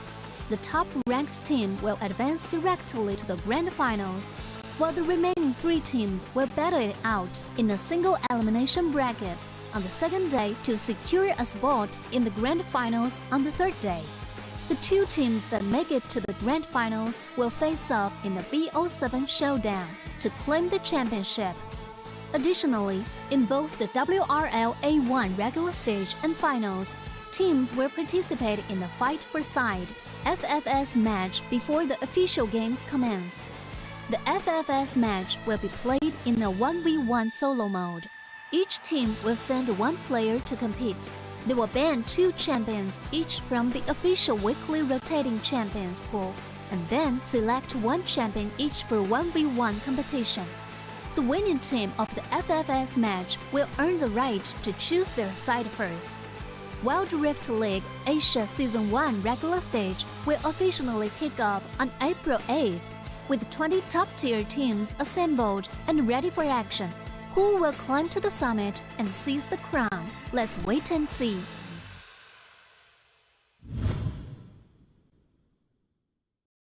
Dear Summoners, welcome to the Wild Rift League Asia 1. With the new season comes a fresh upgrade to our Spectre UI, designed to provide everyone with a better viewing experience. First thing is about the original UI information at the top bar. We make it into a functioning ring design in the upper left corner. The ring not only includes basic information such as team names, match duration, kills, towers, but also displays the gold difference through the red and blue rings. What is a great game without the competition for map resources?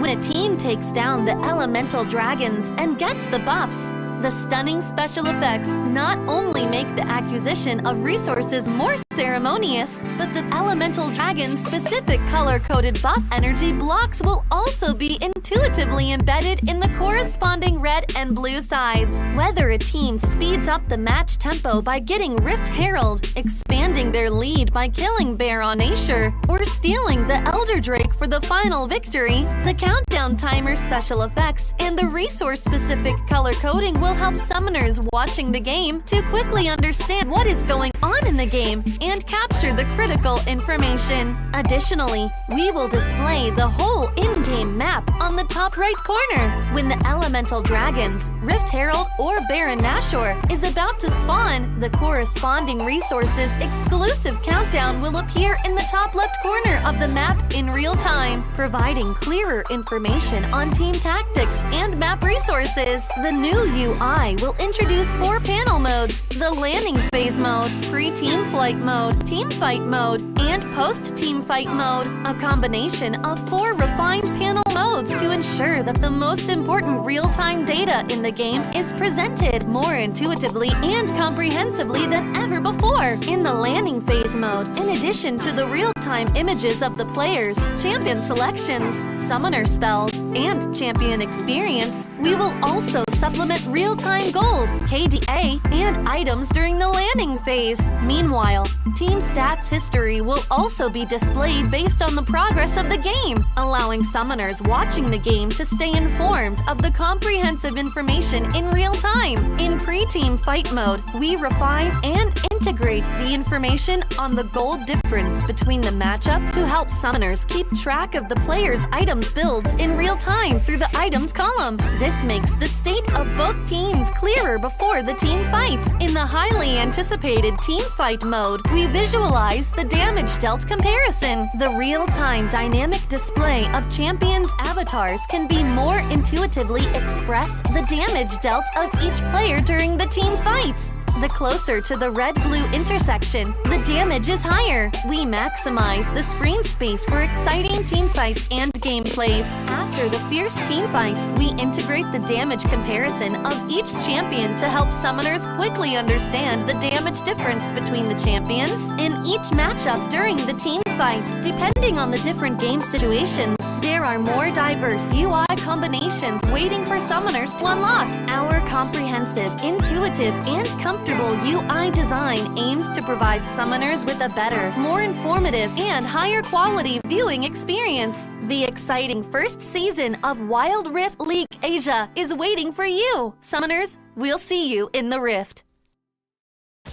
Dear Summoners, Wild Rift League Asia is about to begin. With a brand new tournament format and teams, what changes can we expect? Let's take a closer look. WRL consists of two conferences, WRL CN and WRL APAC. 12 teams from the WRL CN conference and 8 from the WRL APAC conference will compete through the regular stage. Welcome back, ladies and gentlemen. You are still watching the Wild Rift League Asia 2023 regular season. My name is Cheetah, coming at you with me is Giyang, and we are now in the final game of the day here. Thunder Talk Gaming versus Cerberus Esports. Can this APAC team get one over the Chinese conference team? Because so far, it has not been looking so good for our APAC brethren. The current score is 3-22, and that is absolutely tragic.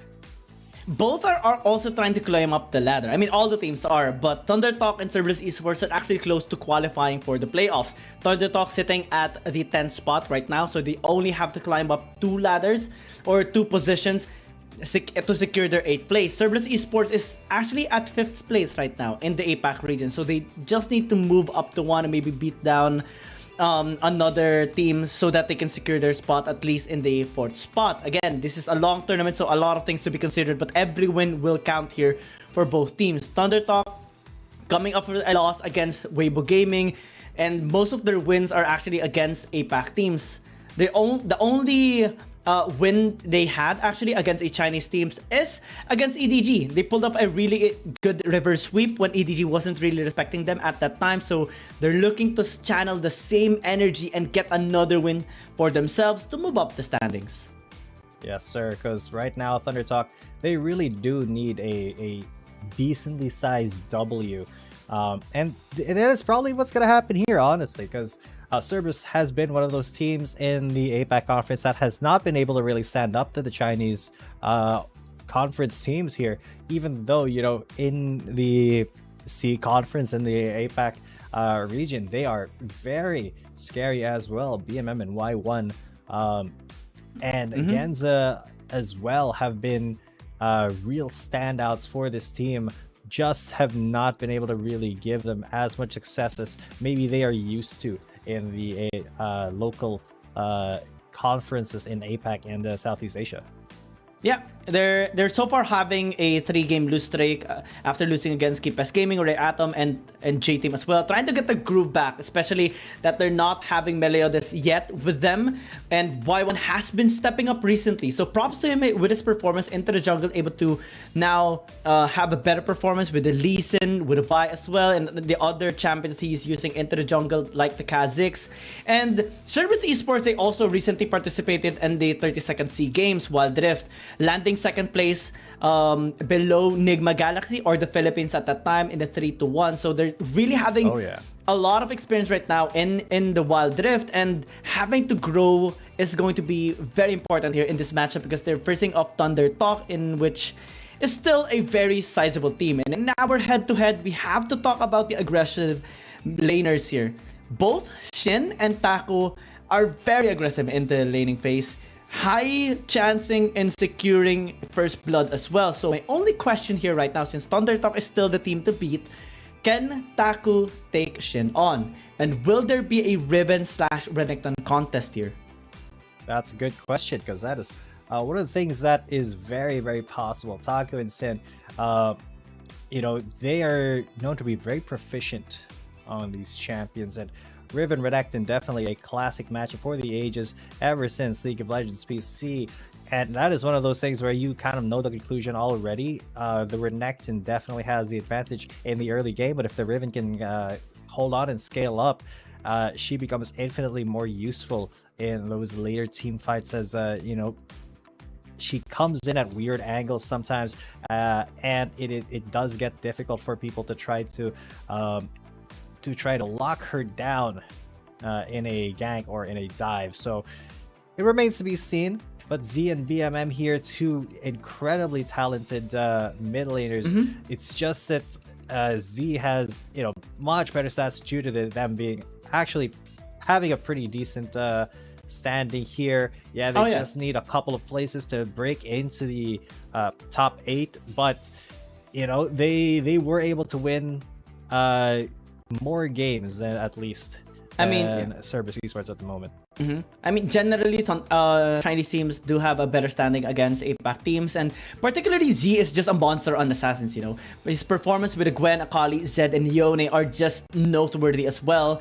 And Z is also starting to adapt with other champions, particularly ADCs like Lucian, sometimes Corki, and even at one point, he picked up the Zeri. And even if that was a loss, he still did a really good job in that particular game, able to kite away a lot of members. It was just really difficult to win that game because they lost in some other angles in that game, other lanes as well. So my question here is similar to Taku on Cerberus Esports. Can BFM match his aggressive playstyle or maybe shut them down? Cerberus Esports, we are banking a lot on them because they are now, again, an APAC team that is just looking to get any single win here for APAC against the Chinese confidence teams. And it does take a lot. The trend is still very much favoring the Chinese teams. Again, the score is 3-22. So more than 7 times the wins here of APAC is not a good angle here for our APAC teams. Yeah, it's not looking all too great, if I'm being honest, for APAC just in general, but this could be the way to change it. You know, Cerberus Esports, they can go up against Thundertalk. It's very possible because Thundertalk, again, is not one of those Chinese teams that are super feared at the moment.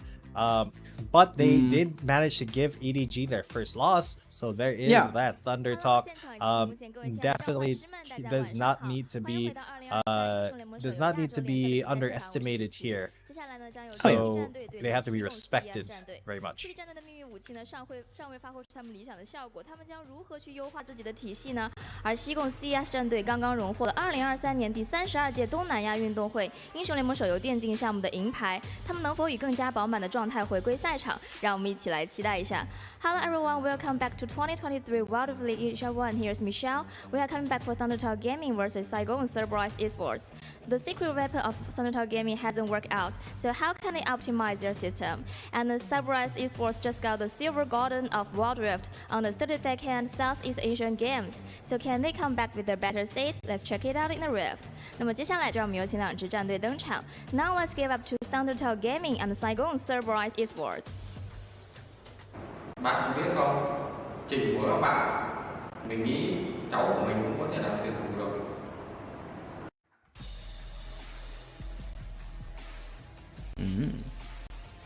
Interesting. 我直至上都能赢2把。I still don't understand. I believe that line has been said a lot of times already because it's very familiar with me.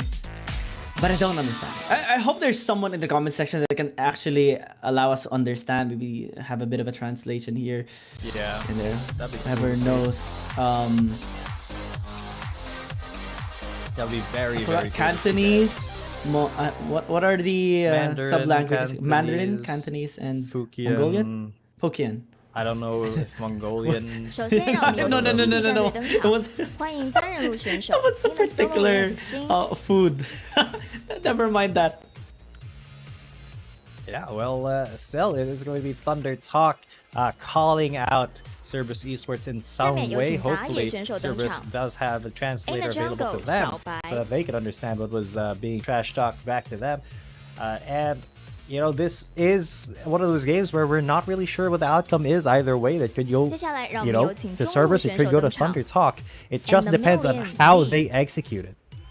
Because they were able to beat down EDG at one point, right? And that was such a noteworthy game. They were also very decisive in that particular match, able to get a really good engage, especially with SMY and Z, with that incredible penetration into the front line and even in the back line, punishing EDG in that dragon fight that allowed them to just win it from there.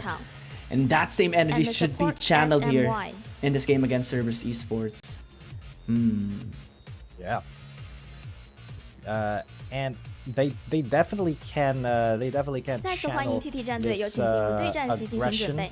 接下来，让我们有请西贡 CES 战队亮相。首先欢迎单人选手 In the Solo Lane Taku。 It's not going to be difficult for Thunder Talk, but it is going to be a challenge at the very least. 接下来有请打野选手 In the Jungle YY。 Honestly, 接下来有请中路选手 and the Million at the moment in the BML。 APAC conference. 接下来有请射 A lot 手 of 选 players 手 In the really like, or Dylan Baron laners rather. A lot of Baron laners love the 最后 bird, 有 the 请 cheek 辅助选手 burger and the pose. support We saw Akana。 it from Chaz as well a while ago. Just a quick side note there. 再次欢迎两支战队，有请进入到对战席进行准备。 Yes, All sir. players Yes, are getting ready. Let's step into the wild. Let's dive into the wild, ladies and gents. Into our Viper side, in which we have seen out.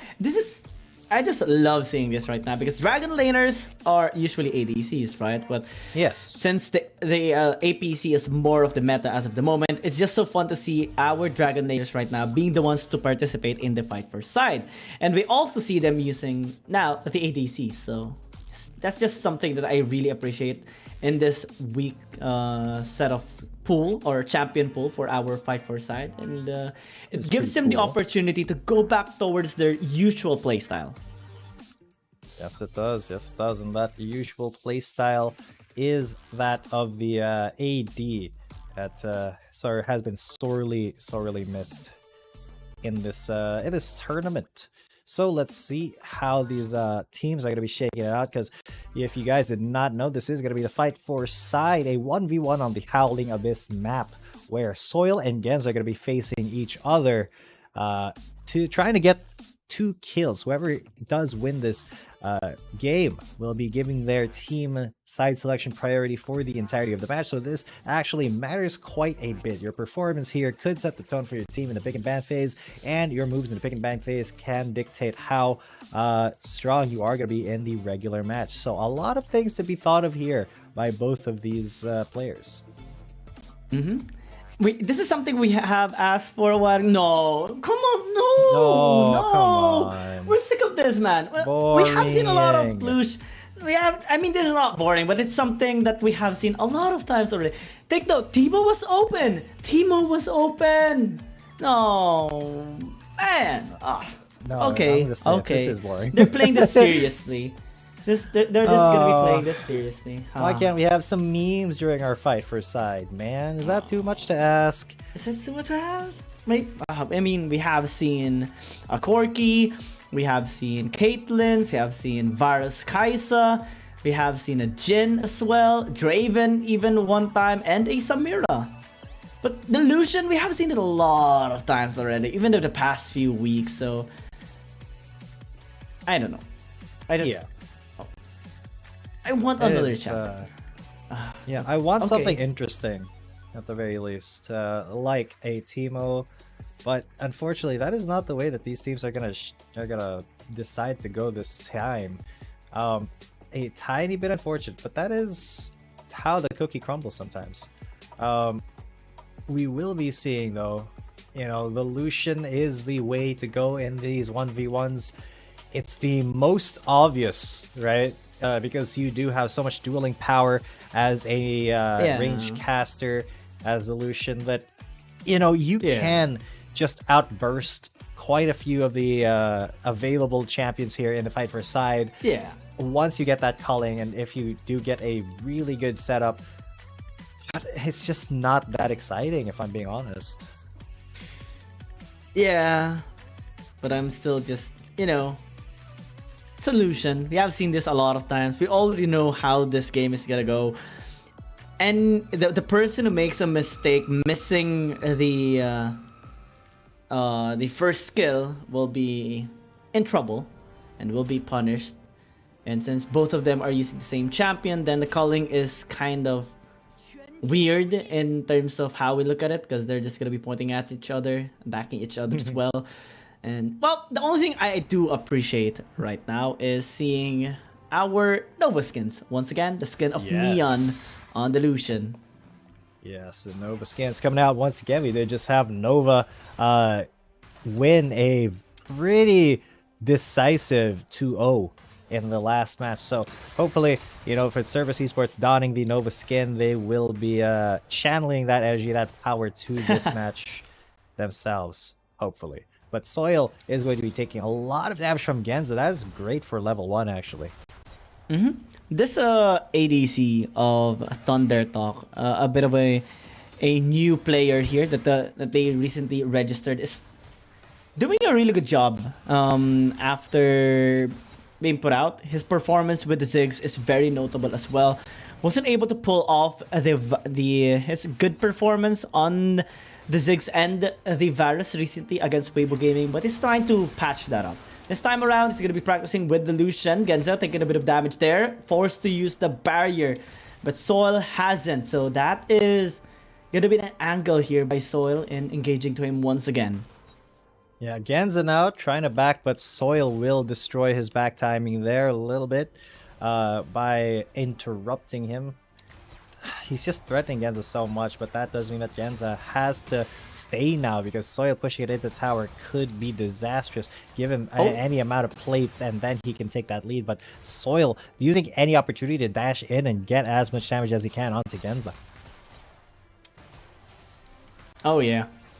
Soil having a bit of an advantage right now onto Genza, going to be threatening a couple of plates here into the tower. Genza forced to disengage. No level 5 yet for both of them, but damage coming through. Nice use of Lightbringer there by Soil. Ignite going to be ticking, and that should be the kill.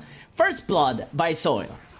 Yeah, good stuff there by Soil. Absolutely snuffing Genza out for the first kill, and will be doing a lot of damage to this tower. This huge minion wave as well is going to help a little bit. Gets at least one plate and then is able to go back. That'll give him a huge advantage in terms of combat efficiency when he does get back into the lane.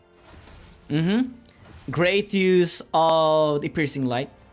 And the Lucian first skill is very much being used really well here, at least by Soil. Genza hasn't really been hitting him so far in this particular fight for side. Storm Razor going to be picked up as well. Nice use with the slow. Genza taking a bit of damage here. Calling going to be used here by Soil, but not really hitting Genza as of the moment. The exhaust going to be pushed through. Barrier as well by Genza, but Soil still doing a really good job now.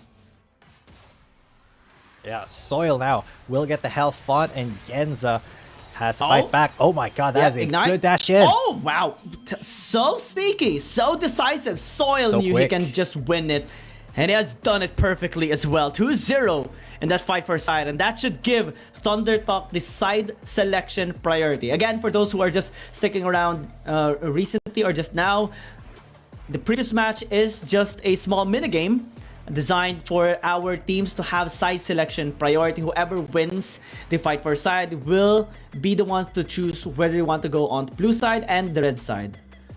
Yes, sir. So that does mean that with Thunder Talk winning out that fight, getting those 2 kills very quickly, that does mean that they have that side selection priority. Now, what side are they going to pick? They will pick the blue side, feeling a little bit more comfortable there on the side of Thunder Talk. So that's no surprise that they'll be taking the blue side pick.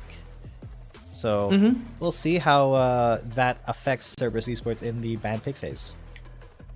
Well, we have seen them having more wins on blue side, 5 out of 11 compared to 4 out of 11 as well on red side. And Cerberus Esports, well, they do have more wins on red side too. So that can be the angle here for Cerberus Esports as well, given that they do like to pick up a lot of aggressive champions, maybe a priority onto the Nautilus and then a Renekton as well for the Baron lane. That can be the route here for Cerberus Esports, especially Taku just really likes being extra aggressive. Like the Riven pick off, always popping off in the SEA Games, 32nd SEA Games. He did such an incredible job going up against Singapore. In one of the flanks that he did, he had landed a 3-man knockup with the Riven in the RH fight that allowed them to just turn the tides around and cement the victory against Singapore. And now he should be challenging or channeling the same energy this time against Thundertalk. Oh yeah, because that kind of energy from Cerberus Esports does need to be maintained and really kind of expanded on in this league, because that was the SEA Games, and it really is not a competition that, you know, measures how good you are at a global level. It is very much localized to the SEA region. China, of course, is on a different level than Southeast Asia at the moment. So can Cerberus Esports actually maintain that momentum and give Thundertalk a little bit of a taste of their own medicine? Let them you know, taste the pangs of defeat against an APAC team for once. But that is a very tough ask here as we do get into the picks now. The bans have been thrown out. Akali will be the first pick here. Z, very happy to get that. This is something I was getting a little bit silent about just because they are on blue side, but I am banking on this. Z is just an absolute monster onto the Akali, and since they are on blue side, Cerberus Esports couldn't ban away the champs that we are talking about earlier. The Gwen, the Akali, the Zed, and even the Yone. Only the Yone gonna be taken away here by Cerberus Esports, so that allowed the Akali to push through for Thunderdog. Now with the Gragas, they can set up some isolated fights here for themselves. Varus as well is something that we have been seeing with so much success recently, and it will be picked up here by Soil, trying to redeem his performance in that last series. Yeah, I mean that Varus, look at that. For was that a 52% win rate that I saw earlier on when that Varus was hovered over? Yes, it was. And you know, Soil is going to be very, very comfortable on that Varus, although there is a lot of backline access here on the side of Cerberus Esports. It just means that Soil has to be very careful not to miss position and find himself caught in a bad place. But still, look at it, Cerberus Esports. Sorry, I keep seeing Saigon and I'm like, ooh, Saigon. But Cerberus Esports, their composition does seem to be really decent against an Akali. They got that Nautilus to catch him out if he ever does try to get in, and with the dredge line, actually, if he hits it inside the shroud, still pulling that Akali in and letting him get the auto attack. The Riven as well could stun the Akali in the inside the shroud, but that is a lot of focus onto just one player here of Thundertalk. So Cerberus Esports has to be really careful not to over focus, if you will, onto just one player.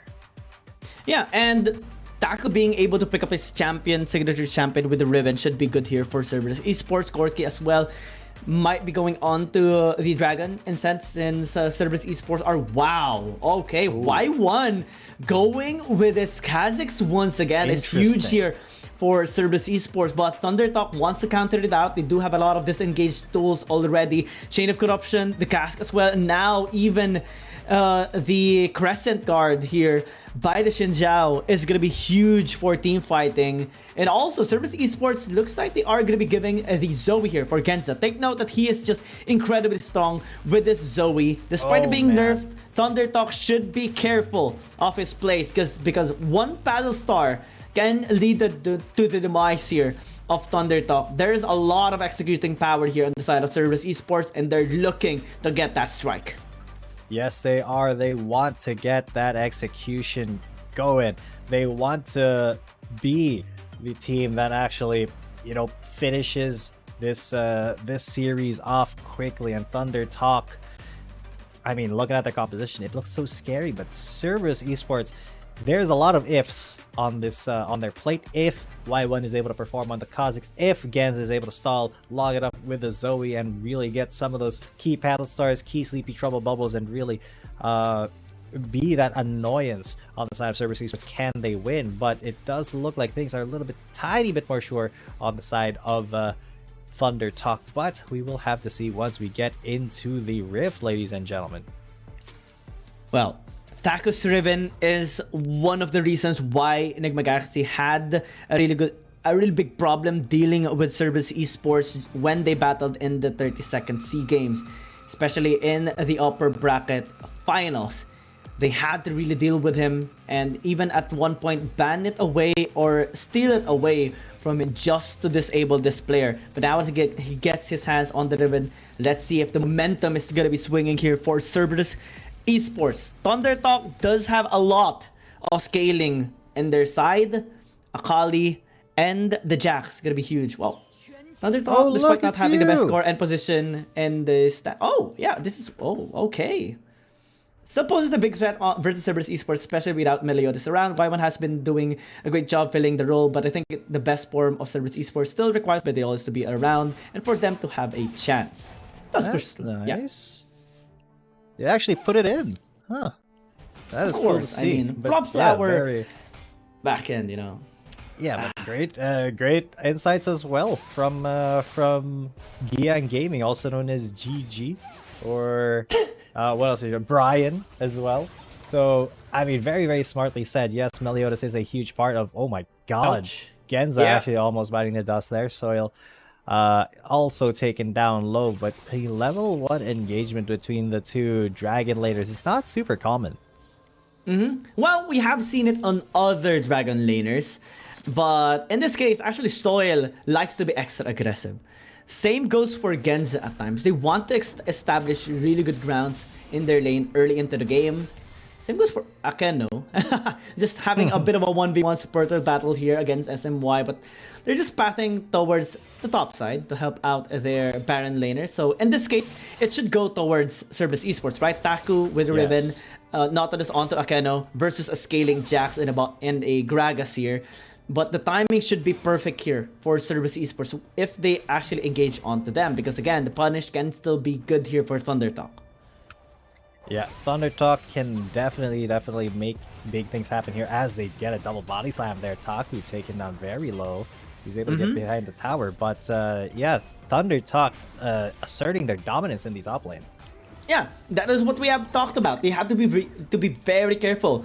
And that engage coming in from Thunder Talk, especially with the wave crashing onto the tower here of Cerberus Esports, allowed them to get the leverage onto Taku. Even with Ignite invested, we're able to shove him away. That's a lot of XP and gold actually denied onto Taku. So in retrospect, that is around 200 or 150 gold denied there, and XP towards Taku.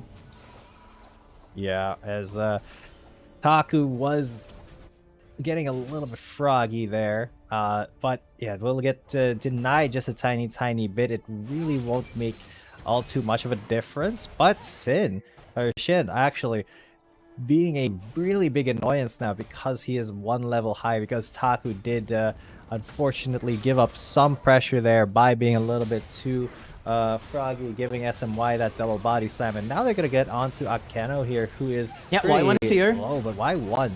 Nice Good CC response. here. Shin actually gonna be in trouble. That jump is gonna be following up onto Shin. Vested as well, but Y1 will get traded out. And SMY picks up the kill. Better angle for Cerberus Esports because again, it is a kill for the Kazakhs compared to the support. Still, a 1-for-1 trade nonetheless. Yeah, and that 1-for-1 does not favor Thunder Talk actually, because they did take that Riven out, and but it was SMY. Or sorry, they did take the Kazakhs out, but it was SMY who got the kill because he was the one who was still alive. So Shin really got absolutely targeted there. Y1 invested both the leap and the flash, but now look at this. Good dredge line. Will take Z down pretty low, but he will not die, not by a long shot. BMM still looking for a kill. Still able to heal himself back to half health, but BMM says, no, I'm gonna be chipping you down.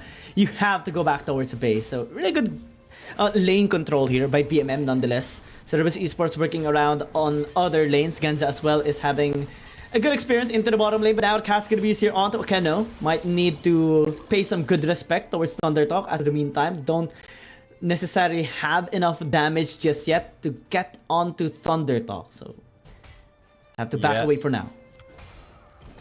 have to get out of there and just, you know, try to regroup, replan this. As Thunder Talk still very, very aggressive here in the top lane. They keep bringing SMY up here, and Akeno has to keep following him there. A little unfortunate that he can't really get any other roams going, because, you know, as a Nautilus, the roaming potential is insane. And unfortunately, they just are kind of pigeonholed here by Thunder Talk keeping the pressure on, and that gives Z a pretty free lane to just mess around in and really, you know, not get pressured in by the Nautilus. Yeah, because the goal here of Thunder Talk is to allow the Jax, allow Shin and Z to just scale up. And now, Divine Thunder picked up by 2 members of Thunder Talk. Also, Riftmaker picked up here by the Akali. So now they have a good angle into the next team fight. Possibly a contest onto the Rift Herald, because now Cerberus Esports is wanting to take it on. But are also wanting to turn onto the members here of Thunder Talk. Cast gonna be used, but not really a good setup here for them. So now the damage coming through. Chain of Corruption gonna be used as well, but it's not gonna be enough. A 1-for-1 kill. Actually, SNY buys enough time for now Z to pop off. Akeno also gonna get taken down. Piercing arrow and the perfect execution now by Z. Still able to hide inside the shroud. Look at the moves. Look at the plays. Thunder Talk with 4 kills. And that was Z, man. Z just coming alive in that Akali role. Absolute insanity, and that does mean that Thunder Talk get a free dragon as well. That Shin can be just ace? diving Oh, Taku. That jump. will be the pretty much the ace. The rest of them have respawned, but so that was just 1 kill for Shin. But yeah, pretty much all members of CES down there. Wow, and yeah, that is a big turnaround. Cerberus Esports did not expect that happening. And to think that the fight started with a really bad cast from SMY is bad here for Cerberus Esports, especially that they got too greedy trying to get a kill onto SMY. Let's check out how it happened. Yeah, let's take a look. As SMY, they did try to engage on them. They got pretty low, but they weren't able to finish the kill, and suddenly the damage came in. Soil was able to knock Y1 out of the fight, and then the re-engage here from Z and X by Z, absolutely just shredding through them. BMM could not really do anything against it. Akali coming in at lightning speed. The Herald will be taken by Cerberus and ran down the mid lane, but it's still Thunder Talk who have the control, the gold lead, and the momentum in this game as they try to engage once again onto Akeno. Yeah, immediately burst him out as well. And Cerberus Esports will lose their support. Nothing that they can do as of the moment. A clean kill there by Thunder Talk.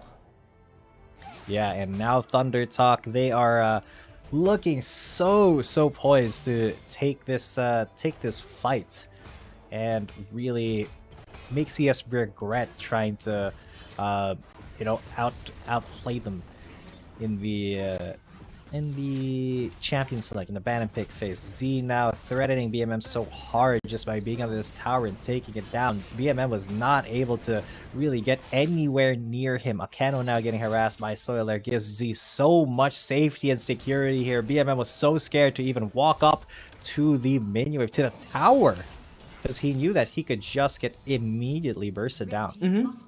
And now they get access into both towers as well. Top side and bottom side gonna be secured here by Thunder Talk. No answers just yet here from Cerberus Esports. Mid, they did do a lot of damage there onto the tower to tier 1, but still not enough to take it down. So they really need to work on their siege damage here and also try to play it out safe, because now the members of Thunder Talk are enabled. 2 kills picked up by our carries. Even Z is now starting to pop off, able to maybe buy his second item.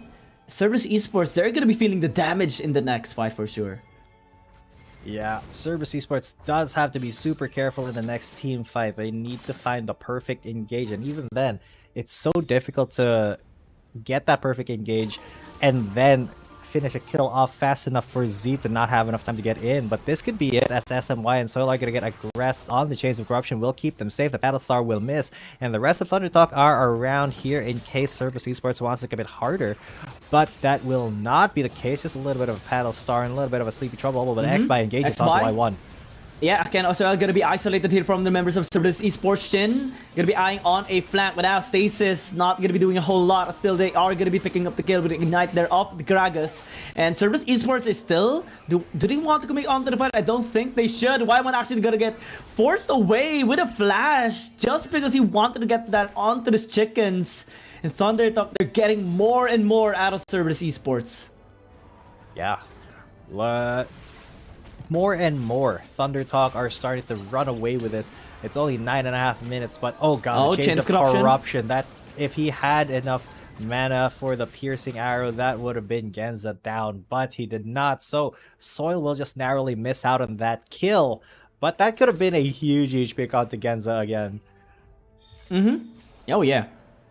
Cerberus Esports now has to play this really carefully. 7,500 gold lead now by Thunder Talk in 10 minutes on a scaling composition. We haven't really seen Y1 pop off just yet. Not much strength by Taku as of the moment. We saw him die under the tower with a 1v1 versus Shin a while ago as well. So they really need to work around in getting those isolated pickoffs. SMY gonna be going with a cast isolation play once again into a follow-up onto Y1. And XBY will just finish him up. Yeah, and man, Thunder Talk has such a chokehold on this. Oh my god, look at that poke. Oh, Chain of Corruption not gonna be connecting cast as well, gonna be used. But there's a Q there coming in from SMY, but now Cerberus Esports has to fall back. C has a really good angle. Akino gonna be falling down. Perfect execution now by Taku. Will he chase him away? The answer is no, but they do get the tower into the mid lane. Possibly a second charge for the RH in the second tier tower. Yeah, and Thunder Talk, they have just blown this game wide open. Look at how much they have third now. Charge? No way. Third charge into the inhib towers. Oh, that's just so much value by Thunder Talk, and then they get the dragon as well. Everything seems to be going their way. What can Cerberus Esports really do here? Good. They also got the dragon. Y1 is not. Where is he going? What is he supposed to do here? Well, this is something that we have anticipated happening already. Thunder Talk does have a really controlled situation here into this game. Z popping off and everyone just popping off after that one team fight in the mid lane. And now Cerberus Esports find themselves in an almost 10,000 gold deficit in 11.5 minutes into the game. All the dragons has been taken as well.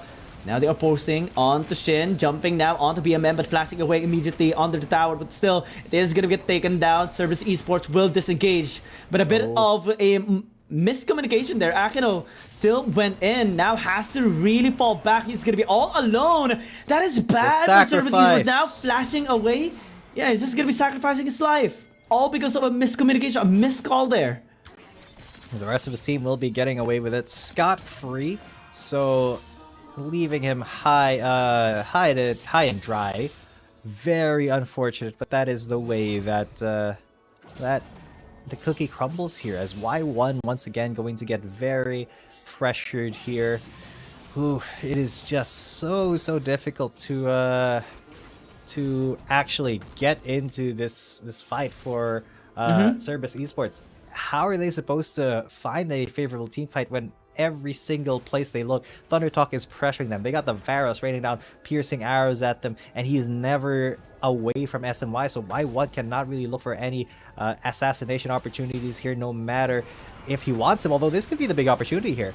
Yeah, Soil gonna be used with a depth charge, but still Stasis gonna be used Cask as well for the isolation, but it's not gonna be enough. XY has a really good angle attack as well, gonna be joining the fight. So now Cerberus Esports should have man advantage, right? But no, Z is gonna be popping off onto the back line, and now Genza gonna get blown up. Perfect execution into the flash, into the S1, and Thunder Talk just rain on Cerberus Esports. Triple kill by the Akali, and Shin will just try to finish things off on the tackle. One more auto attack should do the trick, and that is the ace.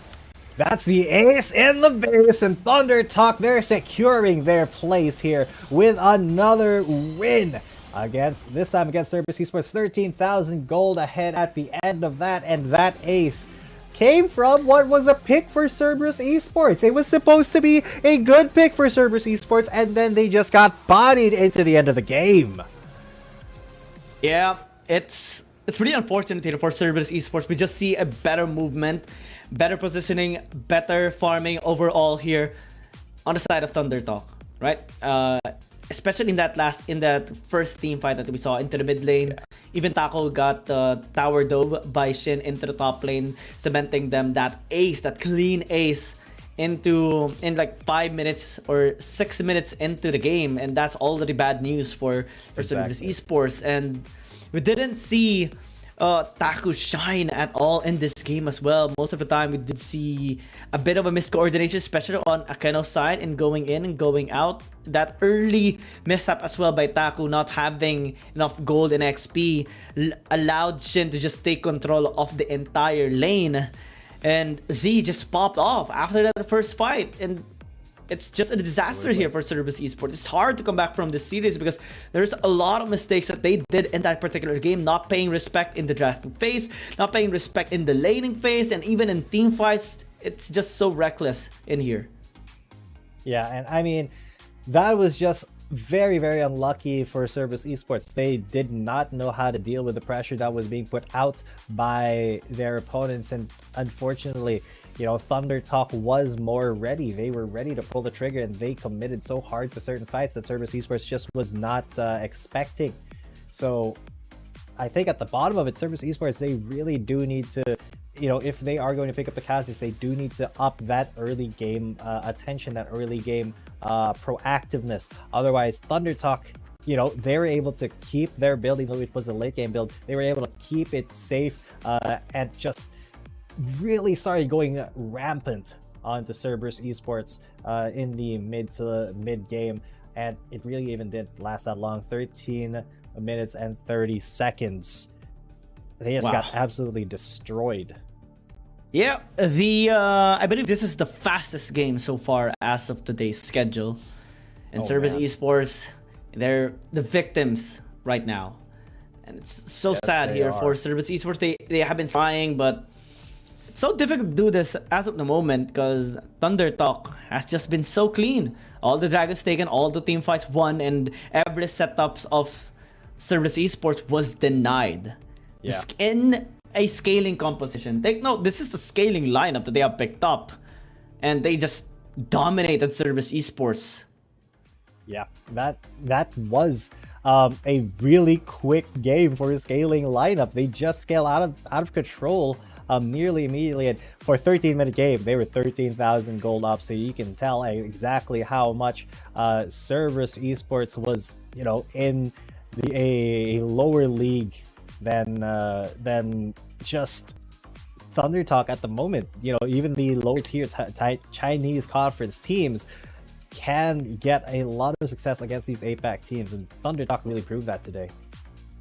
Oh yeah, Thunder Talk definitely getting the momentum right now in this series and possibly posting into a 2-0 victory against Cerberus Esports as well. Let's see if Cerberus Esports can pop off this time in this particular series in game number 2, because that game number 1 is very, very frustrating to watch if you are an APAC fan, especially that we didn't really see any good movements coming from them. But on Thunder Talk, we did see a lot of highlights that Z had in that particular game. This guy is just an absolute monster with the Akali. This is why we talked about him a while ago, and why the Akali, the Gwen, and the Zed should be respected.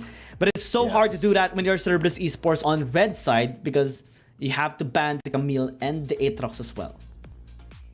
Yeah, but with that being said, now, what can Cerberus Esports pull off here? Can they surprise their opponents, Thunder Talk, with maybe something in the ban and pick phase? Because it is going to be really, really difficult now for Cerberus Esports to try to preserve this match, to try to get to game number 3 and then try to win that. It's a reverse sweep, an epic quest for Cerberus Esports. Will they be up to the task? We will find out in game number 2, ladies and gents. We'll be taking a little bit of a short break. I'm G10 coming at you. With me is Giyang, and we will be back for game number 2 here. If you're rooting for Cerberus Esports, let us know in the comments, and we'll see you later.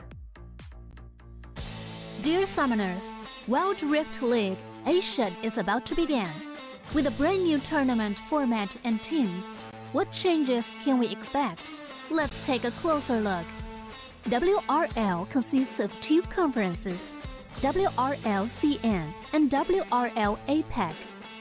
12 teams from the WRL CN conference and 8 from the WRL APAC conference will compete through the regular stage, playoffs, and finals to view our ultimate glory. All matches will be played in the BO3 format in the regular stage. The 20 participating teams will compete within and across their conferences. Each team will play a single round robin with every other team within their conference once, and half of the teams from the other conference once. Throughout the regular stage, teams will be ranked based on their points within their conference. The top 8 teams from the WRL CN conference and the top 4 teams from the WRL APEC conference will qualify for the playoffs. The playoffs will also be held separately for each conference, adopting a BO7 double elimination format. Only the top 2 teams from each conference's playoffs will advance to the finals, vying for the championship. Of course, a new tournament brings unique challenges. The Wild Rift League Asia Season 1 WRL A1 Finals will be a 3-day extravaganza. On the first day of the finals, the 4 qualifying teams will play a single round robin in BO1 format. The top-ranked team will advance directly to the grand finals, while the remaining 3 teams will battle it out in a single elimination bracket on the second day to secure a spot in the grand finals on the third day.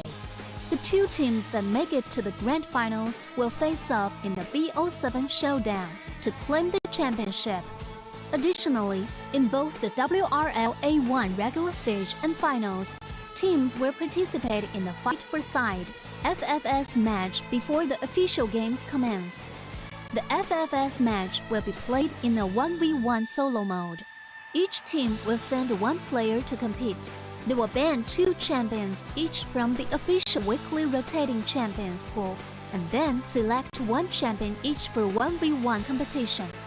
The winning team of the FFS match will earn the right to choose their side first. Wild Rift League Asia Season 1 regular stage will officially kick off on April 8th, with 20 top-tier teams assembled and ready for action. Who will climb to the summit and seize the crown? Let's wait and see.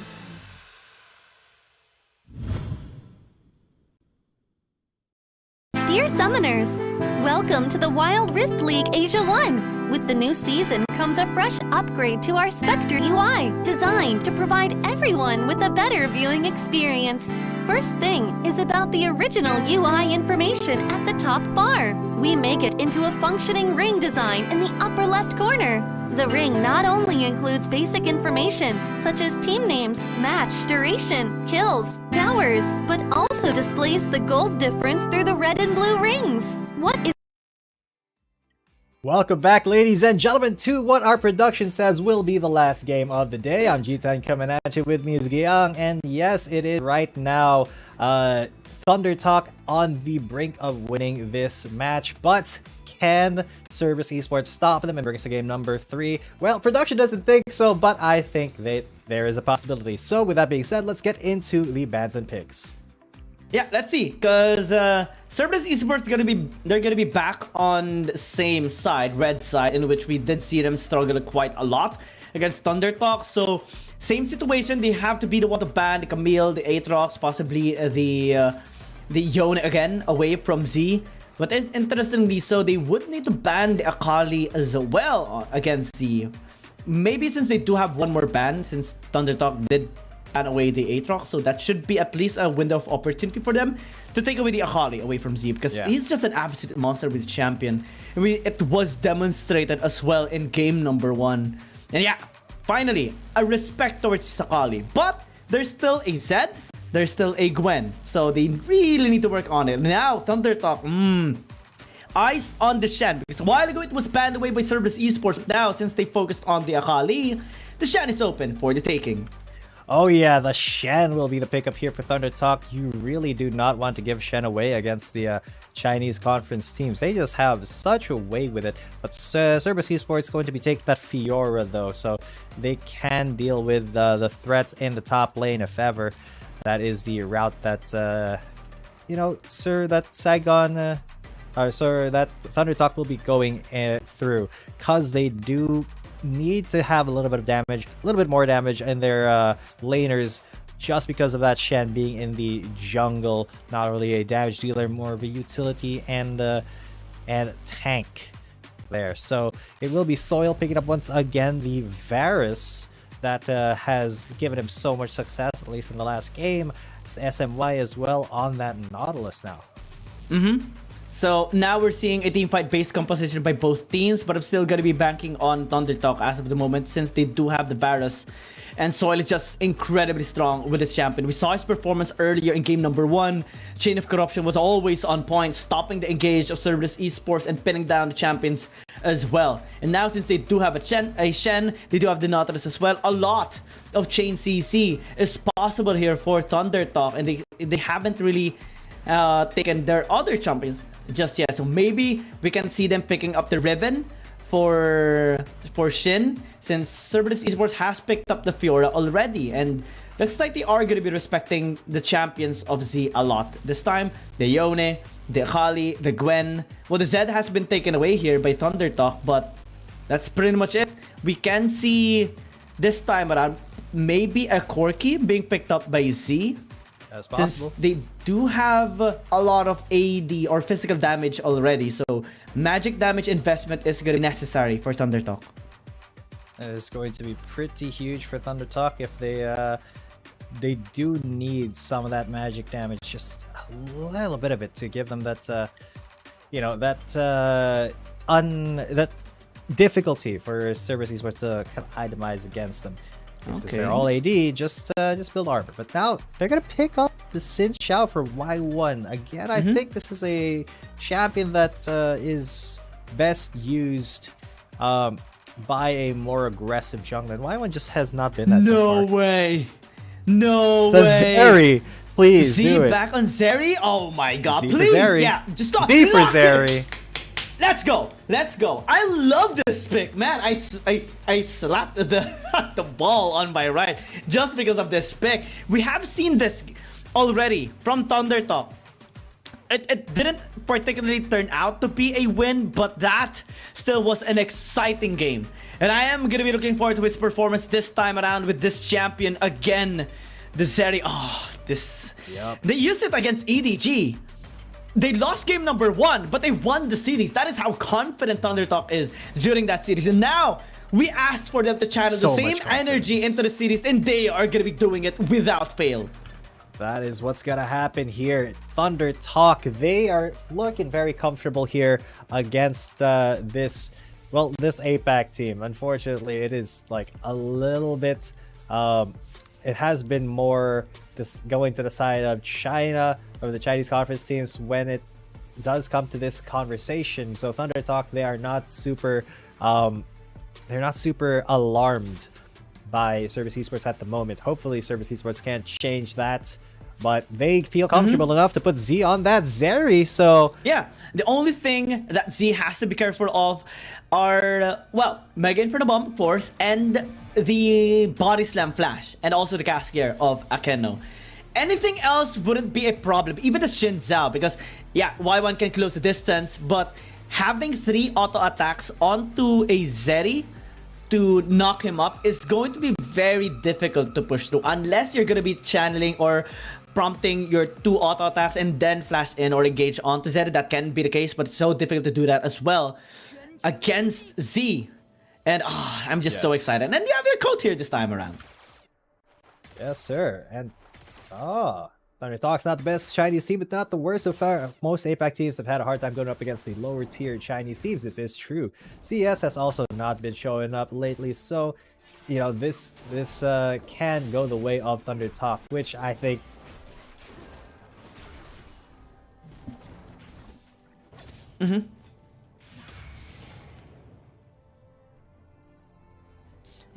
Yeah, I mean, right now, ThunderTalk is sitting at the bottom part of our... This chin is being heightened by a minute. That must be so irritating.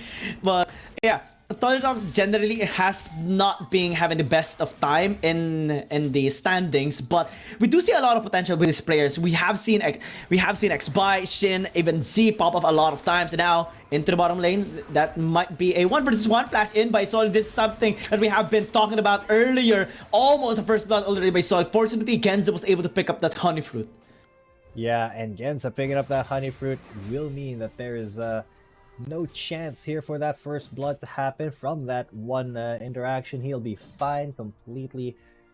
But still, Thundertalk, you know, looking to be the aggressor here, looking to be the one who gives the first moves in this match. So I can really respect that Cerberus Esports have to be so cautious now. But it's such a difficult game for them. Y1. Yeah, Soil doesn't have a flash anymore. That should be first blood. Good job by Y1, rotating, punishing that overextension by the Varus. And that's not punished at all. No answer here for Thundertalk. Yep, no answer. And that is really, really decent for Cerberus Esports. A good start there. The first blood coming to them. And this is what they need if they want to actually get into this game and give Thundertalk a hard time. They need to come up with stuff like that, with that surprising first blood that obviously, you know, TT was not ready for. Oh yeah, yeah. You have to catch him off guard, and Soil, we know him already for being aggressive into the Dragon Lane, almost always looking for some first blood, especially with his Varus pick. So having to punish it should provide some pressure here onto the bot lane this time around as he battles against Genza. Really good punish a while ago by Y1. So what's next? It should be top lane priority, because now we're seeing SMY and Shin working around to try and zone away Taku. And even if you're using Fiora, right, when there's a lot of crowd control present, it's really hard to repose every single one of them. Now Cerberus Esports responding with rotation should be good. They're gonna be catching out. Body slam gonna be used. BMM also following up with the damage, which now Stand United gonna be used by the Shen. Akino has to fall back. They have the flash to work around with Akino. Gonna be trying to survive, but won't be able to do so as Thundertalk just gets one here. Yep, Thundertalk at least are able to find a positive kill for themselves, a positive interaction on the map for them as Cerberus Esports did take that first kill, but now look at how much pressure Thundertalk are leaning on Cerberus Esports with. Almost, well, just 500 gold lead. Let's check out how it happened. Body slam. Yeah, big body slam there into, well, just Akeno being a little bit too greedy there, a little bit too ambitious, and he did not count on, you know, pretty much all of Thundertalk being there. So I get where the confusion comes from. It's just kind of funny that it happened like that. So, getting a tiny bit spicy here once again in the WRLA.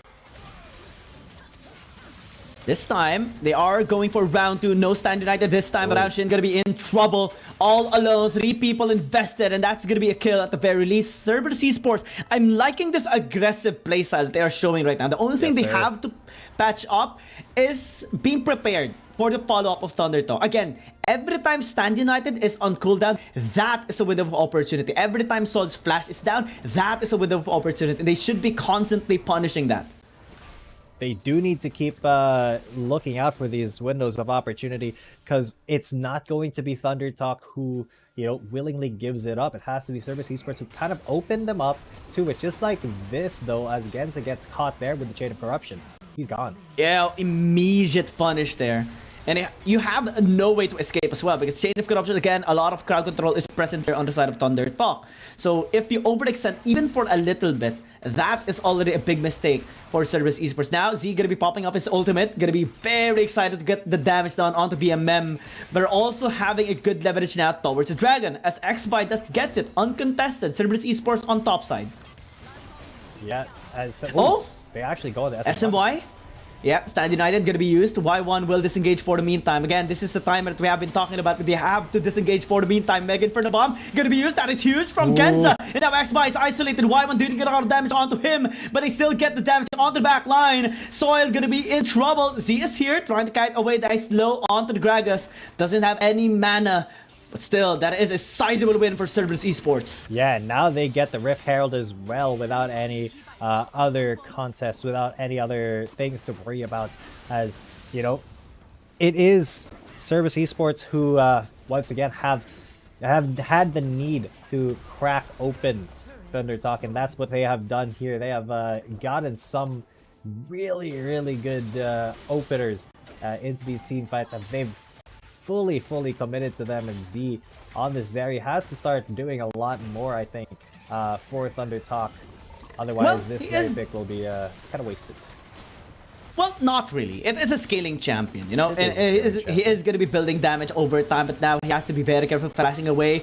That is the grand challenge as well. Going to be invested. SMY just trying to isolate the other members here of Cerberus Esports away from Z, but the damage is coming through. Y1 going to be getting that kill. There's nothing that Z can do as of the moment. Not enough damage, but here comes the X-Buy, and so as well. Chain of Corruption going to be coming through 1-for-1 trade now by Thunder Talk.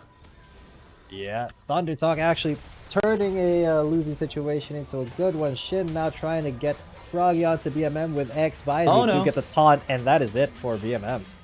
Nothing that he can do. Again, the layering of CC is just so good here for Thunder Talk. Whenever they find the opportunity, whenever that Stand United is on cooldown, we can know for sure that they are going to be engaging onto Cerberus Esports.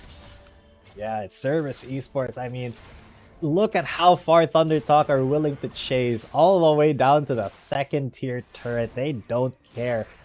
This is part of their game plan, honestly. So no hesitation can be given here by Thunder Talk, or else they will lose that momentum and start to give way to Cerberus Esports. So they really have to be focused here. On the other hand, Cerberus, they have not been able to really lengthen this lead so far. But they should be able to do that with the next objectives coming up.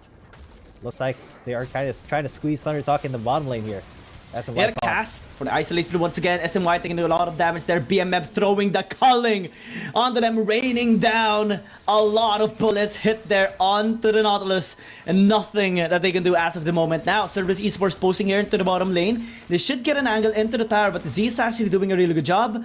X-Buy as well. What can Cerberus take now? Soil is isolated into the mid lane. Top lane as well is a bit isolated, so maybe they can go into that angle. Could be the way here, as Shin is already out Taku. Oh no. As well. X-Buy he's not being allowed to play the game. Yeah, the Stand United is just absolutely insane. He's so good at it. He keeps it body slam. The most aggressive purposes. Y1 and Akeno not able to actually get revenge here. Oh man. Every time the Stand United is on cooldown, we see a kill onto the top lane. Taku not allowed to play this game at all. Not allowed to have fun, and now it enables the other sides of the map as well. Thunder Talk getting the tower into the bottom lane should give them some gold, especially for Z right now. Yeah, and that should be some big monies for that Zeri. Oh god, he'll get aggressed on by the Fiora, but he gets away at the very least. You saw that on the mini-map there. A little bit of an attempt, but Cerberus Esports, their lead has all but evaporated. At least they got a turret in the top lane, making it a lead once again. But so far, man, it does not seem like this is going to be the cleanest game here for either side. It is a bloodbath. Especially by both teams. I mean, Cerberus Esports is still doing a really good job getting a couple of kills here and there, especially for their jungler, right? But Thunder Talk is a scaling composition. Later on, since they do have double ADCs, it's going to be very difficult to kill both of them, especially if you only have one tool to enable a team fight, the cast, the body slam here for Akeno. So when they use it, they have to use it simultaneously onto Soil and onto Z. Now, Akeno does have a really good position. Gonna be spotted out here by Thunder Talk. RH gonna be started. They start the RH, but there you go. That was a steal. Body slam. Yeah, nice steal actually, but begging for the bomb again. So now props to him, but now team fight gonna be initiated. Damage gonna be coming through. Akeno gonna be falling down. Y1 taking a bit of damage there, but still able to push through onto the members here of Thunder Talk. But the fight is isolated. Taku is all alone, gonna get taken down as well. 1-for-1, 2-for-2. X-Buy trying to get a kill onto Genza and won't be able to escape. Never mind against the flash, but now Y1 actually goes in. Xby tanking a lot of damage, but Z is actually trying to pop up, desperately flashing in, but still gonna get taken down. And that's Cerberus Esports now with a team fight win. Yeah, Cerberus Esports, they have to leverage this win. This is a good team fight for them to have gotten, and they will leverage it to get that dragon up next. What a turnaround of events. They have gotten themselves a pretty decent lead now, 3,000 gold and the Drake up. Let's take a look at that again and see how it all went down, because as Thunder Talk, they all kind of stayed in there. Begging for the Bob hit a couple, but then a Keno, the CC, my god. It did give them that little bit of an in that they needed, as Y1 did enter in late. But then that was it. Cerberus Esports were able to kind of pile in because they were late. Thunder Talk were already spent, and then they just came in and cleaned up. Xby and Z did get a 1 kill for themselves on the back of that, but you know, they were just punished there. Taku once again the target here for Z and Xby. All the way with Z. Definitely showing how lightning works whenever you do come across him. Now, Gen's gonna be in trouble. That charge gonna be onto him as well, but nice delay here by Akeno infiltrating that engage, and that allowed Genza to fall back successfully. Now chain is overextended. Now they're gonna be throwing the chain of corruption. Y1 not gonna be hitting with the second proc, but still able to disengage. Now Thunder Talk gonna be engaging once again. This is very questionable. They should be disengaging as of the moment. Cerberus Esports still has a lot of tools to work around with. Finally, they do pay the good respect, and they will back away. Yeah, and they are out of there. My lord, that was a little bit touch and go there. At least Thunder Talk were able to disengage, but looking at the state of the game, it is still Cerberus Esports who maintain a pretty decent lead right now. It is just a tiny bit. 2.6k at this point in the game is not a lot, but it's still a lead, a positive thing for Cerberus Esports' favor. Now all they need to do is focus on not throwing a team fight the way of Thunder Talk, and they could be good. They could be taking this to game 3, because Thunder Talk, you know, they do thrive in these team fights if they're managed to get everybody in there at the same time. It's just the timing has not been the best for them at the moment. Y1 is doing a really good job serving in the front line. Also has Warmugs completed as well, so Genza just have so much security in the back line. Nobody can penetrate them as of the moment and reach Genza. A lot of times Taku is just the one, and we are just recently talking about him, and then he died once more. Just so bad here for Taku, always getting bullied, even in game number 1. That is the angle that Thunder wants to have in this game. As long as there's a weakness, they will keep punching at it. Yeah. Every single thing that they can exploit, they will do, because there's really no other thing that that is really possible for them at this point. Thunder Talk, they do need to eliminate this lead on the side of Cerberus Esports, but how do you do that in this situation? By being aggressive, by taking risks, and no matter what risks you take, you have to be ready to, you know, pay the piper when the time comes. Well, we have our match of the week, J-Team versus EDG. That is something to look forward to on the weekend. And definitely our top teams performing at the highest peak is something to look forward to. And get back into Thunder Talk and Cerberus Esports. It's actually really good that Cerberus Esports now is taking control of this game, because that allows them to get more objectives. Maybe this Baron can be really good. Try to bait Thunder Talk into checking the area and then engaging onto them, because Y1 has been very, very clean in his movements. Now trying to steal this blue buff. Will he be able to? Yeah, he does. So yes. Props to him as well. Pretty good steal there, but it is just a tiny, tiny drop in the bucket here when you do think about it. Still, it is at least a little bit of a positive thing for CES. Still, they need every single positive that they can get, and they do have a small lead. BMM may be finding Xby here, but Y1 will be coming in there as well. Culling will be taking out a little bit of his health, but Z will come in to protect him, so Xby will be getting out of there scot-free. Good disengage. Cerberus Esports just trying to get an angle into this game against Thunder Talk, since Thunder Talk is actually doing a really good job defending all 3 lanes. They're sending out Shin into the bottom lane to deal with Taku consistently, since they do have this Stand United. Whenever it's on cooldown, they can just work around and punishing his overextension. But SMY might actually be in trouble right now. Bottom time gonna be collecting SMY, just trying to disengage, but gets cancelled with a knockoff by Y1. And now Mega Inferno Bomb gonna be used for the disengage as well. SMY holding up for so long. Y1 second engaging into the Crescent Guard X-Spy. Gonna be flashing away. Service Esports still pushing into the front. Now, maybe they have to fall back. Has to give some respect here to Thundertalk. That kill is already good. Yeah, and that was a really decent pick from Service Esports, but they did need to pull back immediately. So Thundertalk, they will at least have a little bit of space to fight for this dragon. Shin is already there, though I don't think he will be face checking like all the members of Thundertalk at the moment. So just need a little bit of adjustment here. Oh, Cyclone, Stand United, gonna be used. Gens might need to be very careful. This satchel charge is not gonna be working. Now over the wall, that's gonna get him taken down. Thundertalk now fighting back. Chain of Corruption gonna be used here onto Y1. But still, Thundertalk disengaged. They want to turn onto the Dragon. Service Esports, they have a push onto the top lane. They're sending out SMY, but it's not going to be good for them. Wukong, Shin has to go there as well. Now Service Esports, they're posting 3 versus 3. X-Spy is very low. What can they do? Akino doesn't have any mana to work around, has only a few. But Thundertalk will back away as well.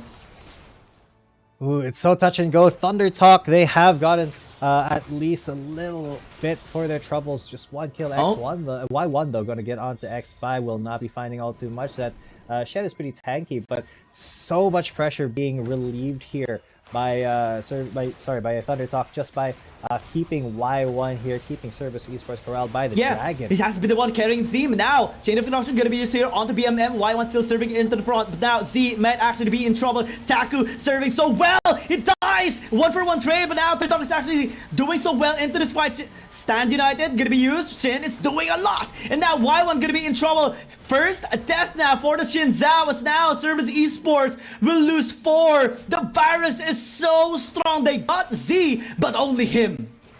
Yeah, and Z at least was, you know, at least one casualty that may not have been the best, but it's still enough. It's 4 for 1. What else could you want? Soil tries to go for another Chain of Corruption, but now just going to duel Genza straight up. Genza barely makes it out alive. And that Chain of Corruption, like, if it hit, Thundertalk would have gotten everything. But let's see here, because Thundertalk was the one who initiated that Soil. Beautiful flash. Chains of Corruption there, and then Taku just went really hard onto Z. Sure, they were able to shut him down, but he was able to live for so long and do damage at free hitting like that. Now look at how Shin was able to turn the rest of this fight around. Just the backline axis on this man, on this monkey, was really clean. Genza was not able to finish him off as well. So lots of good stuff there for Thundertalk. They have not swung the lead completely in their favor, but they have pretty much eliminated it from Service Esports. Only 1,000 gold left in the lead.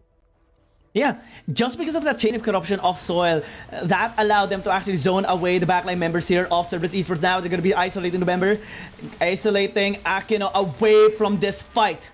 Thundertalk gets that one pick off. That cast is not going to be available anymore for Service Esports, and they want this Baron. They want this Baron really badly, and will they get it is the question, as Taku is in the bot lane, just pushing in, splitting. As a free aura, that's what you want to do. He's going to be there along with Shin. They're going to try to take Taku down. Can the two of them do it? Shin is level 15. Taku's already really low, and he will not even be able to use the riposte there. Won't be able to do anything. Takes him out. There's the Saigon United as well. Soil there. Mega Inferno Bomb. Yeah, Thundertalk is just trying to serve right now into the front line as Service Esports lack members. Y1 taking a lot. Gargoyle is tanking so much. Can they actually get one? SMY still survives. And now Z is online. Genza trying to flee. But Service Esports, they will lose 2 people. Still, bottom lane and top lane is being pushed. So Thundertalk needs to still respect the side lane control. Of course, Thundertalk, they do need to keep their eyes on those lanes. They are pigeonholed into their base, but that is completely fine for them. They don't care, because all they need is one good team fight and they win. Look at this, level 15 already on X-Spy. He will be looking for that Elder Drake now. It's already started it a little bit, but Service Esports will be wise to his tricks, wise to where he is right now. They do see him full infragrante delicto. There you go. What's that? Aladdin 4 getting caught red-handed here, as Xby does take quite a lot of damage. He is going to back away off of the Elder Drake right now. Thunder Talk, what is their engage plan here? Well, they don't want that one to happen. They don't want the damage being thrown out onto Shin, also onto Xby, since he was into that Dragon Pit a while ago. But now they have to answer topside as well. Tak doing a lot into the split push. They have to send out Shin. But a while ago, they were investing the Stand United as well. So now, where did they go with it? Thunder Talk, they are posting here into this Elder Dragon. Cerberus Esports is being engaged, at least being zoned away from this Elder Dragon. They just want this objective to reset, and they're happy with it. Yeah, they'll be fine with that reset. They do not want it to be fully started here. It's a game of chicken here. Who commits to the dragon first and hardest, because that Elder Drake does a lot. It's basically a 6-member in the team fight. So if you're not careful, you can just get pincered by the Elder Drake and the enemy team, and then you just lose. So they have to be very, very delicate, very surgical with the precision that this Elder Drake fight requires. But so far, Thunder Talk, they are risking a lot more by being out of their base. SMY needs to be extra careful. A lot of times we have seen him getting caught here by the members of Cerberus Esports, especially with the cask play of Akeno. But now Thunder Talk, they are forcing here into the mid lane. They have to take this tower down. Cask gonna be used a little bit off, only hitting soil. But now they will have access into the tower. They are breaking in. Nice flank as well by Shin onto the back line. That might be Kenza in trouble, but now Akeno is actually isolated from the fight. Split between two people. Chain of Command is going to be doing a lot here on the back line as well. BMM trying to free hit, but now Shin taking a bit of damage as well. Thunder Talk going to be disengaging. Top side as well. Push continues. Taku wants to draw attention from Thunder Talk, but Thunder Talk wants to start this dragon. That is actually huge for Taku. If he can just make his way into the base, get into the Nexus. They have to respond to this. Nobody is backing Thunder Talk. Yep. Okay, Z is there at the very least. And they did so that's going to be a battle between the mid laner. They are going to be turning onto X-Bike. Cask going to be used here onto SMY. They don't have the damage to work around with in this bottom river fight. Y1 completely zoned away for the moment. They want to draw them into this Elder Dragon fight. Tak as well, split pushing into the top lane. Oh my god, this is such a high pressure situation. Yeah, and this is so touch and go here. SMY now on the brink. Cerberus Esports, they keep trying to start this dragon. They try to commit on it. But look at this. The Fiora Grand challenge. Almost outplayed there. Yeah, Z is there as well, but now Cerberus Esports has information. Can they actually get the kill onto the Fiora? They do. And now Cerberus Esports starting this Elder Dragon. Thunder Talk is trying to collapse onto this part of the map as well. Cerberus Esports, they only have a few seconds left. Genzi is completely zoned away. Doesn't have any mana as well to work around. And this fight is going to be used here. Y1 as well following up onto X-Buy, but they don't have the damage just now. BMM, they have to fall back. That's going to be engaged. That's going to be the Dreadshine as well. Z freezing into this fight. BMM has to flee, but he is being chased away here by Z. Elder Dragon now being started with the rest of Thunder Talk. Y1 has to go back. They don't have the mana. So low. They don't have the damage. No HP as well by SMY. Can he actually stall this out? SMY wants to continue. They actually might need to reset this. Y1 has to leave with anger. If they get the steal, it's going to be here to get the kill onto the Nautilus. But still, X-Spy gets the Elder Dragon for Thunder Talk. That's so huge! What a Giga Chad! He just came in and he waited inside the pit. He was getting attacked by the dragon, by the enemies. He did not flinch at all. He got that smite. He stared death in the eyes and won. And let's take a look at that. And X-Buy over Y1. Apparently, he forced that flash early from the Xin Xiao. And look, he just ran into the pit, not afraid of Y1. And you can see the moment that his smite hit that. Boom, shakalaka. Thunder Talk will have the advantage coming into these team fights. And now Taku's getting ganked by Z. Oh and that's Z with an Elder Drake buff. Look at that damage. Yeah, completely blown him up. And now, it's a nightmare for Cerberus Esports. And now it's the time for Thunder Talk to strike back without hesitation. Yes, this is absolutely huge for Thunder Talk. This is the one mistake that they need. Oh, Crescent God. Guard into the Saturn shot as well, but Shin gonna be committing on with a second Cyclone. Cask gonna be used for the isolation, but I think that should be enough. Cerberus Esports used a lot already, but Thunder Talk, they want to bait them into this Baron. Yes, and Thunder Talk is gonna try to do it. They're trying to go for the Baron bait here. Shade of Corruption, that's a slow. Z dealing a lot of damage here into the front line already. Y1 is completely separated from the team, but now Keno just desperately trying to fall back. Z going once again, blows up the Gragas, and everyone is completely zoned away. BMM might be in trouble, standing right in the flash in, and the kill. Guys are gonna be in trouble. Cerberus Esports is just gonna get aced, and that should be it. Thunder Talk gets the team fight win.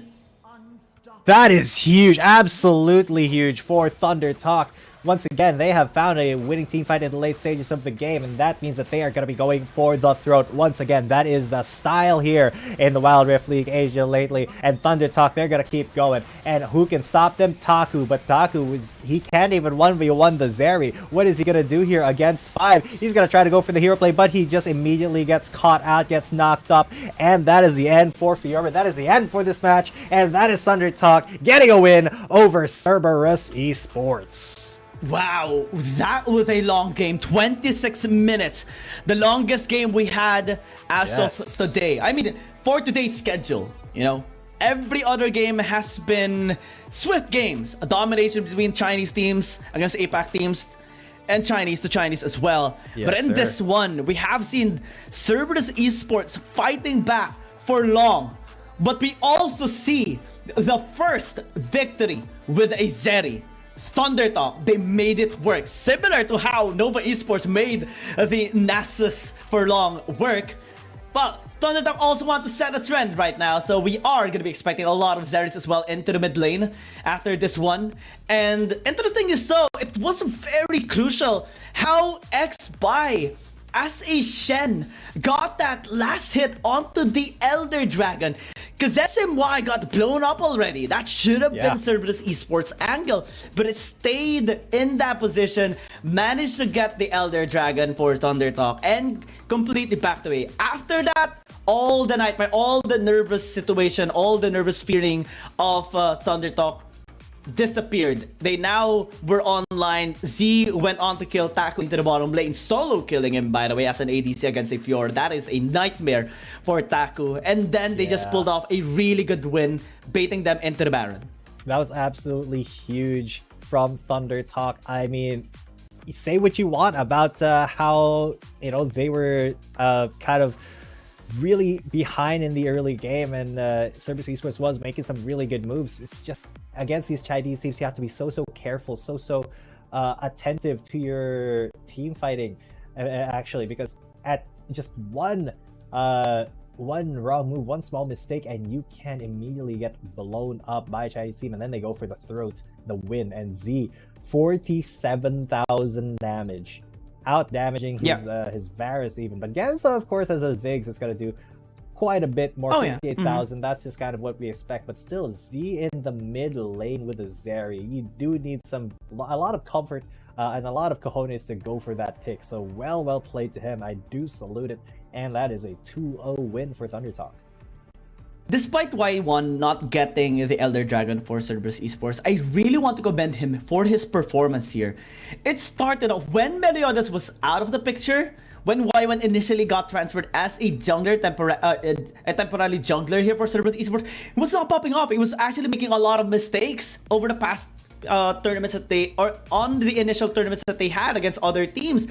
But slowly but surely, he became that stable jungler here of Cerberus Esports. He had a big impact in this game. One of the reasons why Thunder Talk was having such a hard time was because of Taku. It was because of Y1. They were focusing on Taku, but Y1 always had an angle into the game that allowed Cerberus Esports to get a couple of wins, a couple of kills, and a couple of objectives as well. But despite all that, it's still not enough. Cerberus Esports are going to be back onto the drawing board once again to try and secure another win for them. I think this is their 4th consecutive game loss as of the moment. But still, they put up a really good fight. I want to commend Cerberus Esports for this performance. Yeah. And I mean, I even though Cerberus Esports didn't win, they still showed us that they had some good moments, some good understanding of the game. But unfortunately, you know, it is just kind of the curse here so far for the APAC teams versus the Chinese conference team. So it's 3-24 right now, I think, is a score. 23. So 20 more games than what we in the APAC region have won against them. is the lead of the Chinese conference. And man, it just does not feel good, does it, when a whole region is much obviously better than your entire region. So a lot of the APAC teams, they will have to step up in the coming weeks, coming days. Oh yeah. We are seeing some growth on our APAC teams nonetheless. We have seen Cater Roser Y beat EDG at one point, right? So there is still some chance for our APAC teams. And as long as they do qualify for the playoffs, then that's going to be good for them already. Set up to go with a big stage. Again, top 4 for our APAC to qualify for the playoffs, and top 8 for our Chinese conference teams to qualify for the playoffs. And then at the end of it, on the grand finals, or at least on the semifinals, we'll have top 2 for Chinese teams and top 2 for our APAC teams. The next buy actually is going to be the MVP of this match, but I also want to commend Z with his incredible performance with the Zeri. But X Buy actually had a really good performance with this, enabling Shin so much into the game, disabling Taku as well. Yeah, and X Buy really did a number there for you know, Thunder Talk, and it really showed that Y1 was not able to match him. And man, it was just so difficult for Cerberus Esports to maintain that lead. And you know, at the end of it, at the crux of it all, they were not able to actually defend against Thunder Talk in the final team fight. So that will be a day of 2-0s, all 2-0s on the left side of the screen here, ladies and gentlemen, and that is how the day shakes out. That's kind of been the trend for the last few days here at the Wild Rift League Asia. Just dominant games from teams who are sure of their power levels. And we are seeing a couple of teams rising up right now. Nova Esports securing the 3rd spot in the China standings. Also, we do see Thunder Talk rising up a little from 10th spot now to 9th spot. Here, slowly climbing their way towards the 8th spot. Only has to be better than WHG. It will take a lot since they have 2 more losses compared to WHG, but with this performance, it is going to be very, very possible. They just have to secure a couple more wins, and they should be fine. And now, for our APAC teams, well, we do see Cerberus Esports going down, just below Burrito United Esports after that loss, but still they did a really good job in the game itself. And also we do see Fennel still going a little lower this time around, 7th spot, just above Team Flash. So not really the best standing right now for this Philippine team. Very not great here for the APAC teams. Only it is just Naos and KD Rolster who have had more than 1 win. So we'll see if they can continue that, or if Naos can find the key here to win against KBG, because that is going to be a gut-wrenching match tomorrow. As our first match, Naos Esports versus KBG, followed by OMG versus FPX. That's going to be pretty close. And finally, Weibo Gaming and Bangkok's Invade Esports, which I think is going to be very Weibo Gaming sided. Well, during the 30-second SEA Games watch party, I actually talked to Mirmo and Mitsura at the time, and I was asking them how they are going to be facing off against Keepest Gaming. They told me that just stay tuned for what they are going to be bringing onto our top team right now in the world, Keepest Gaming. And Naos Esports is going to be battling in our first match tomorrow. Make sure to stay tuned and also watch that, of course. It is always an exciting moment seeing our APAC teams, especially our PH teams, battling against the best of the best in the world. Yes, sir. And with the best of the best in the world being mostly the Chinese conference teams, you can bet that it is going to be a very bloody fight here in the WRLA as the days go on. But yeah, that is it for the show today, ladies and gentlemen. I hope you guys have had a good time. I hope you had fun watching your favorite teams and listening to Giyang and I commentate. It's been a pleasure. I'm G10 once again. Coming at you with me is Giyang. We have been your shoutcasters for today, and we will see you tomorrow for another day here at the Wild Rift League Asia 2023. We'll see you then.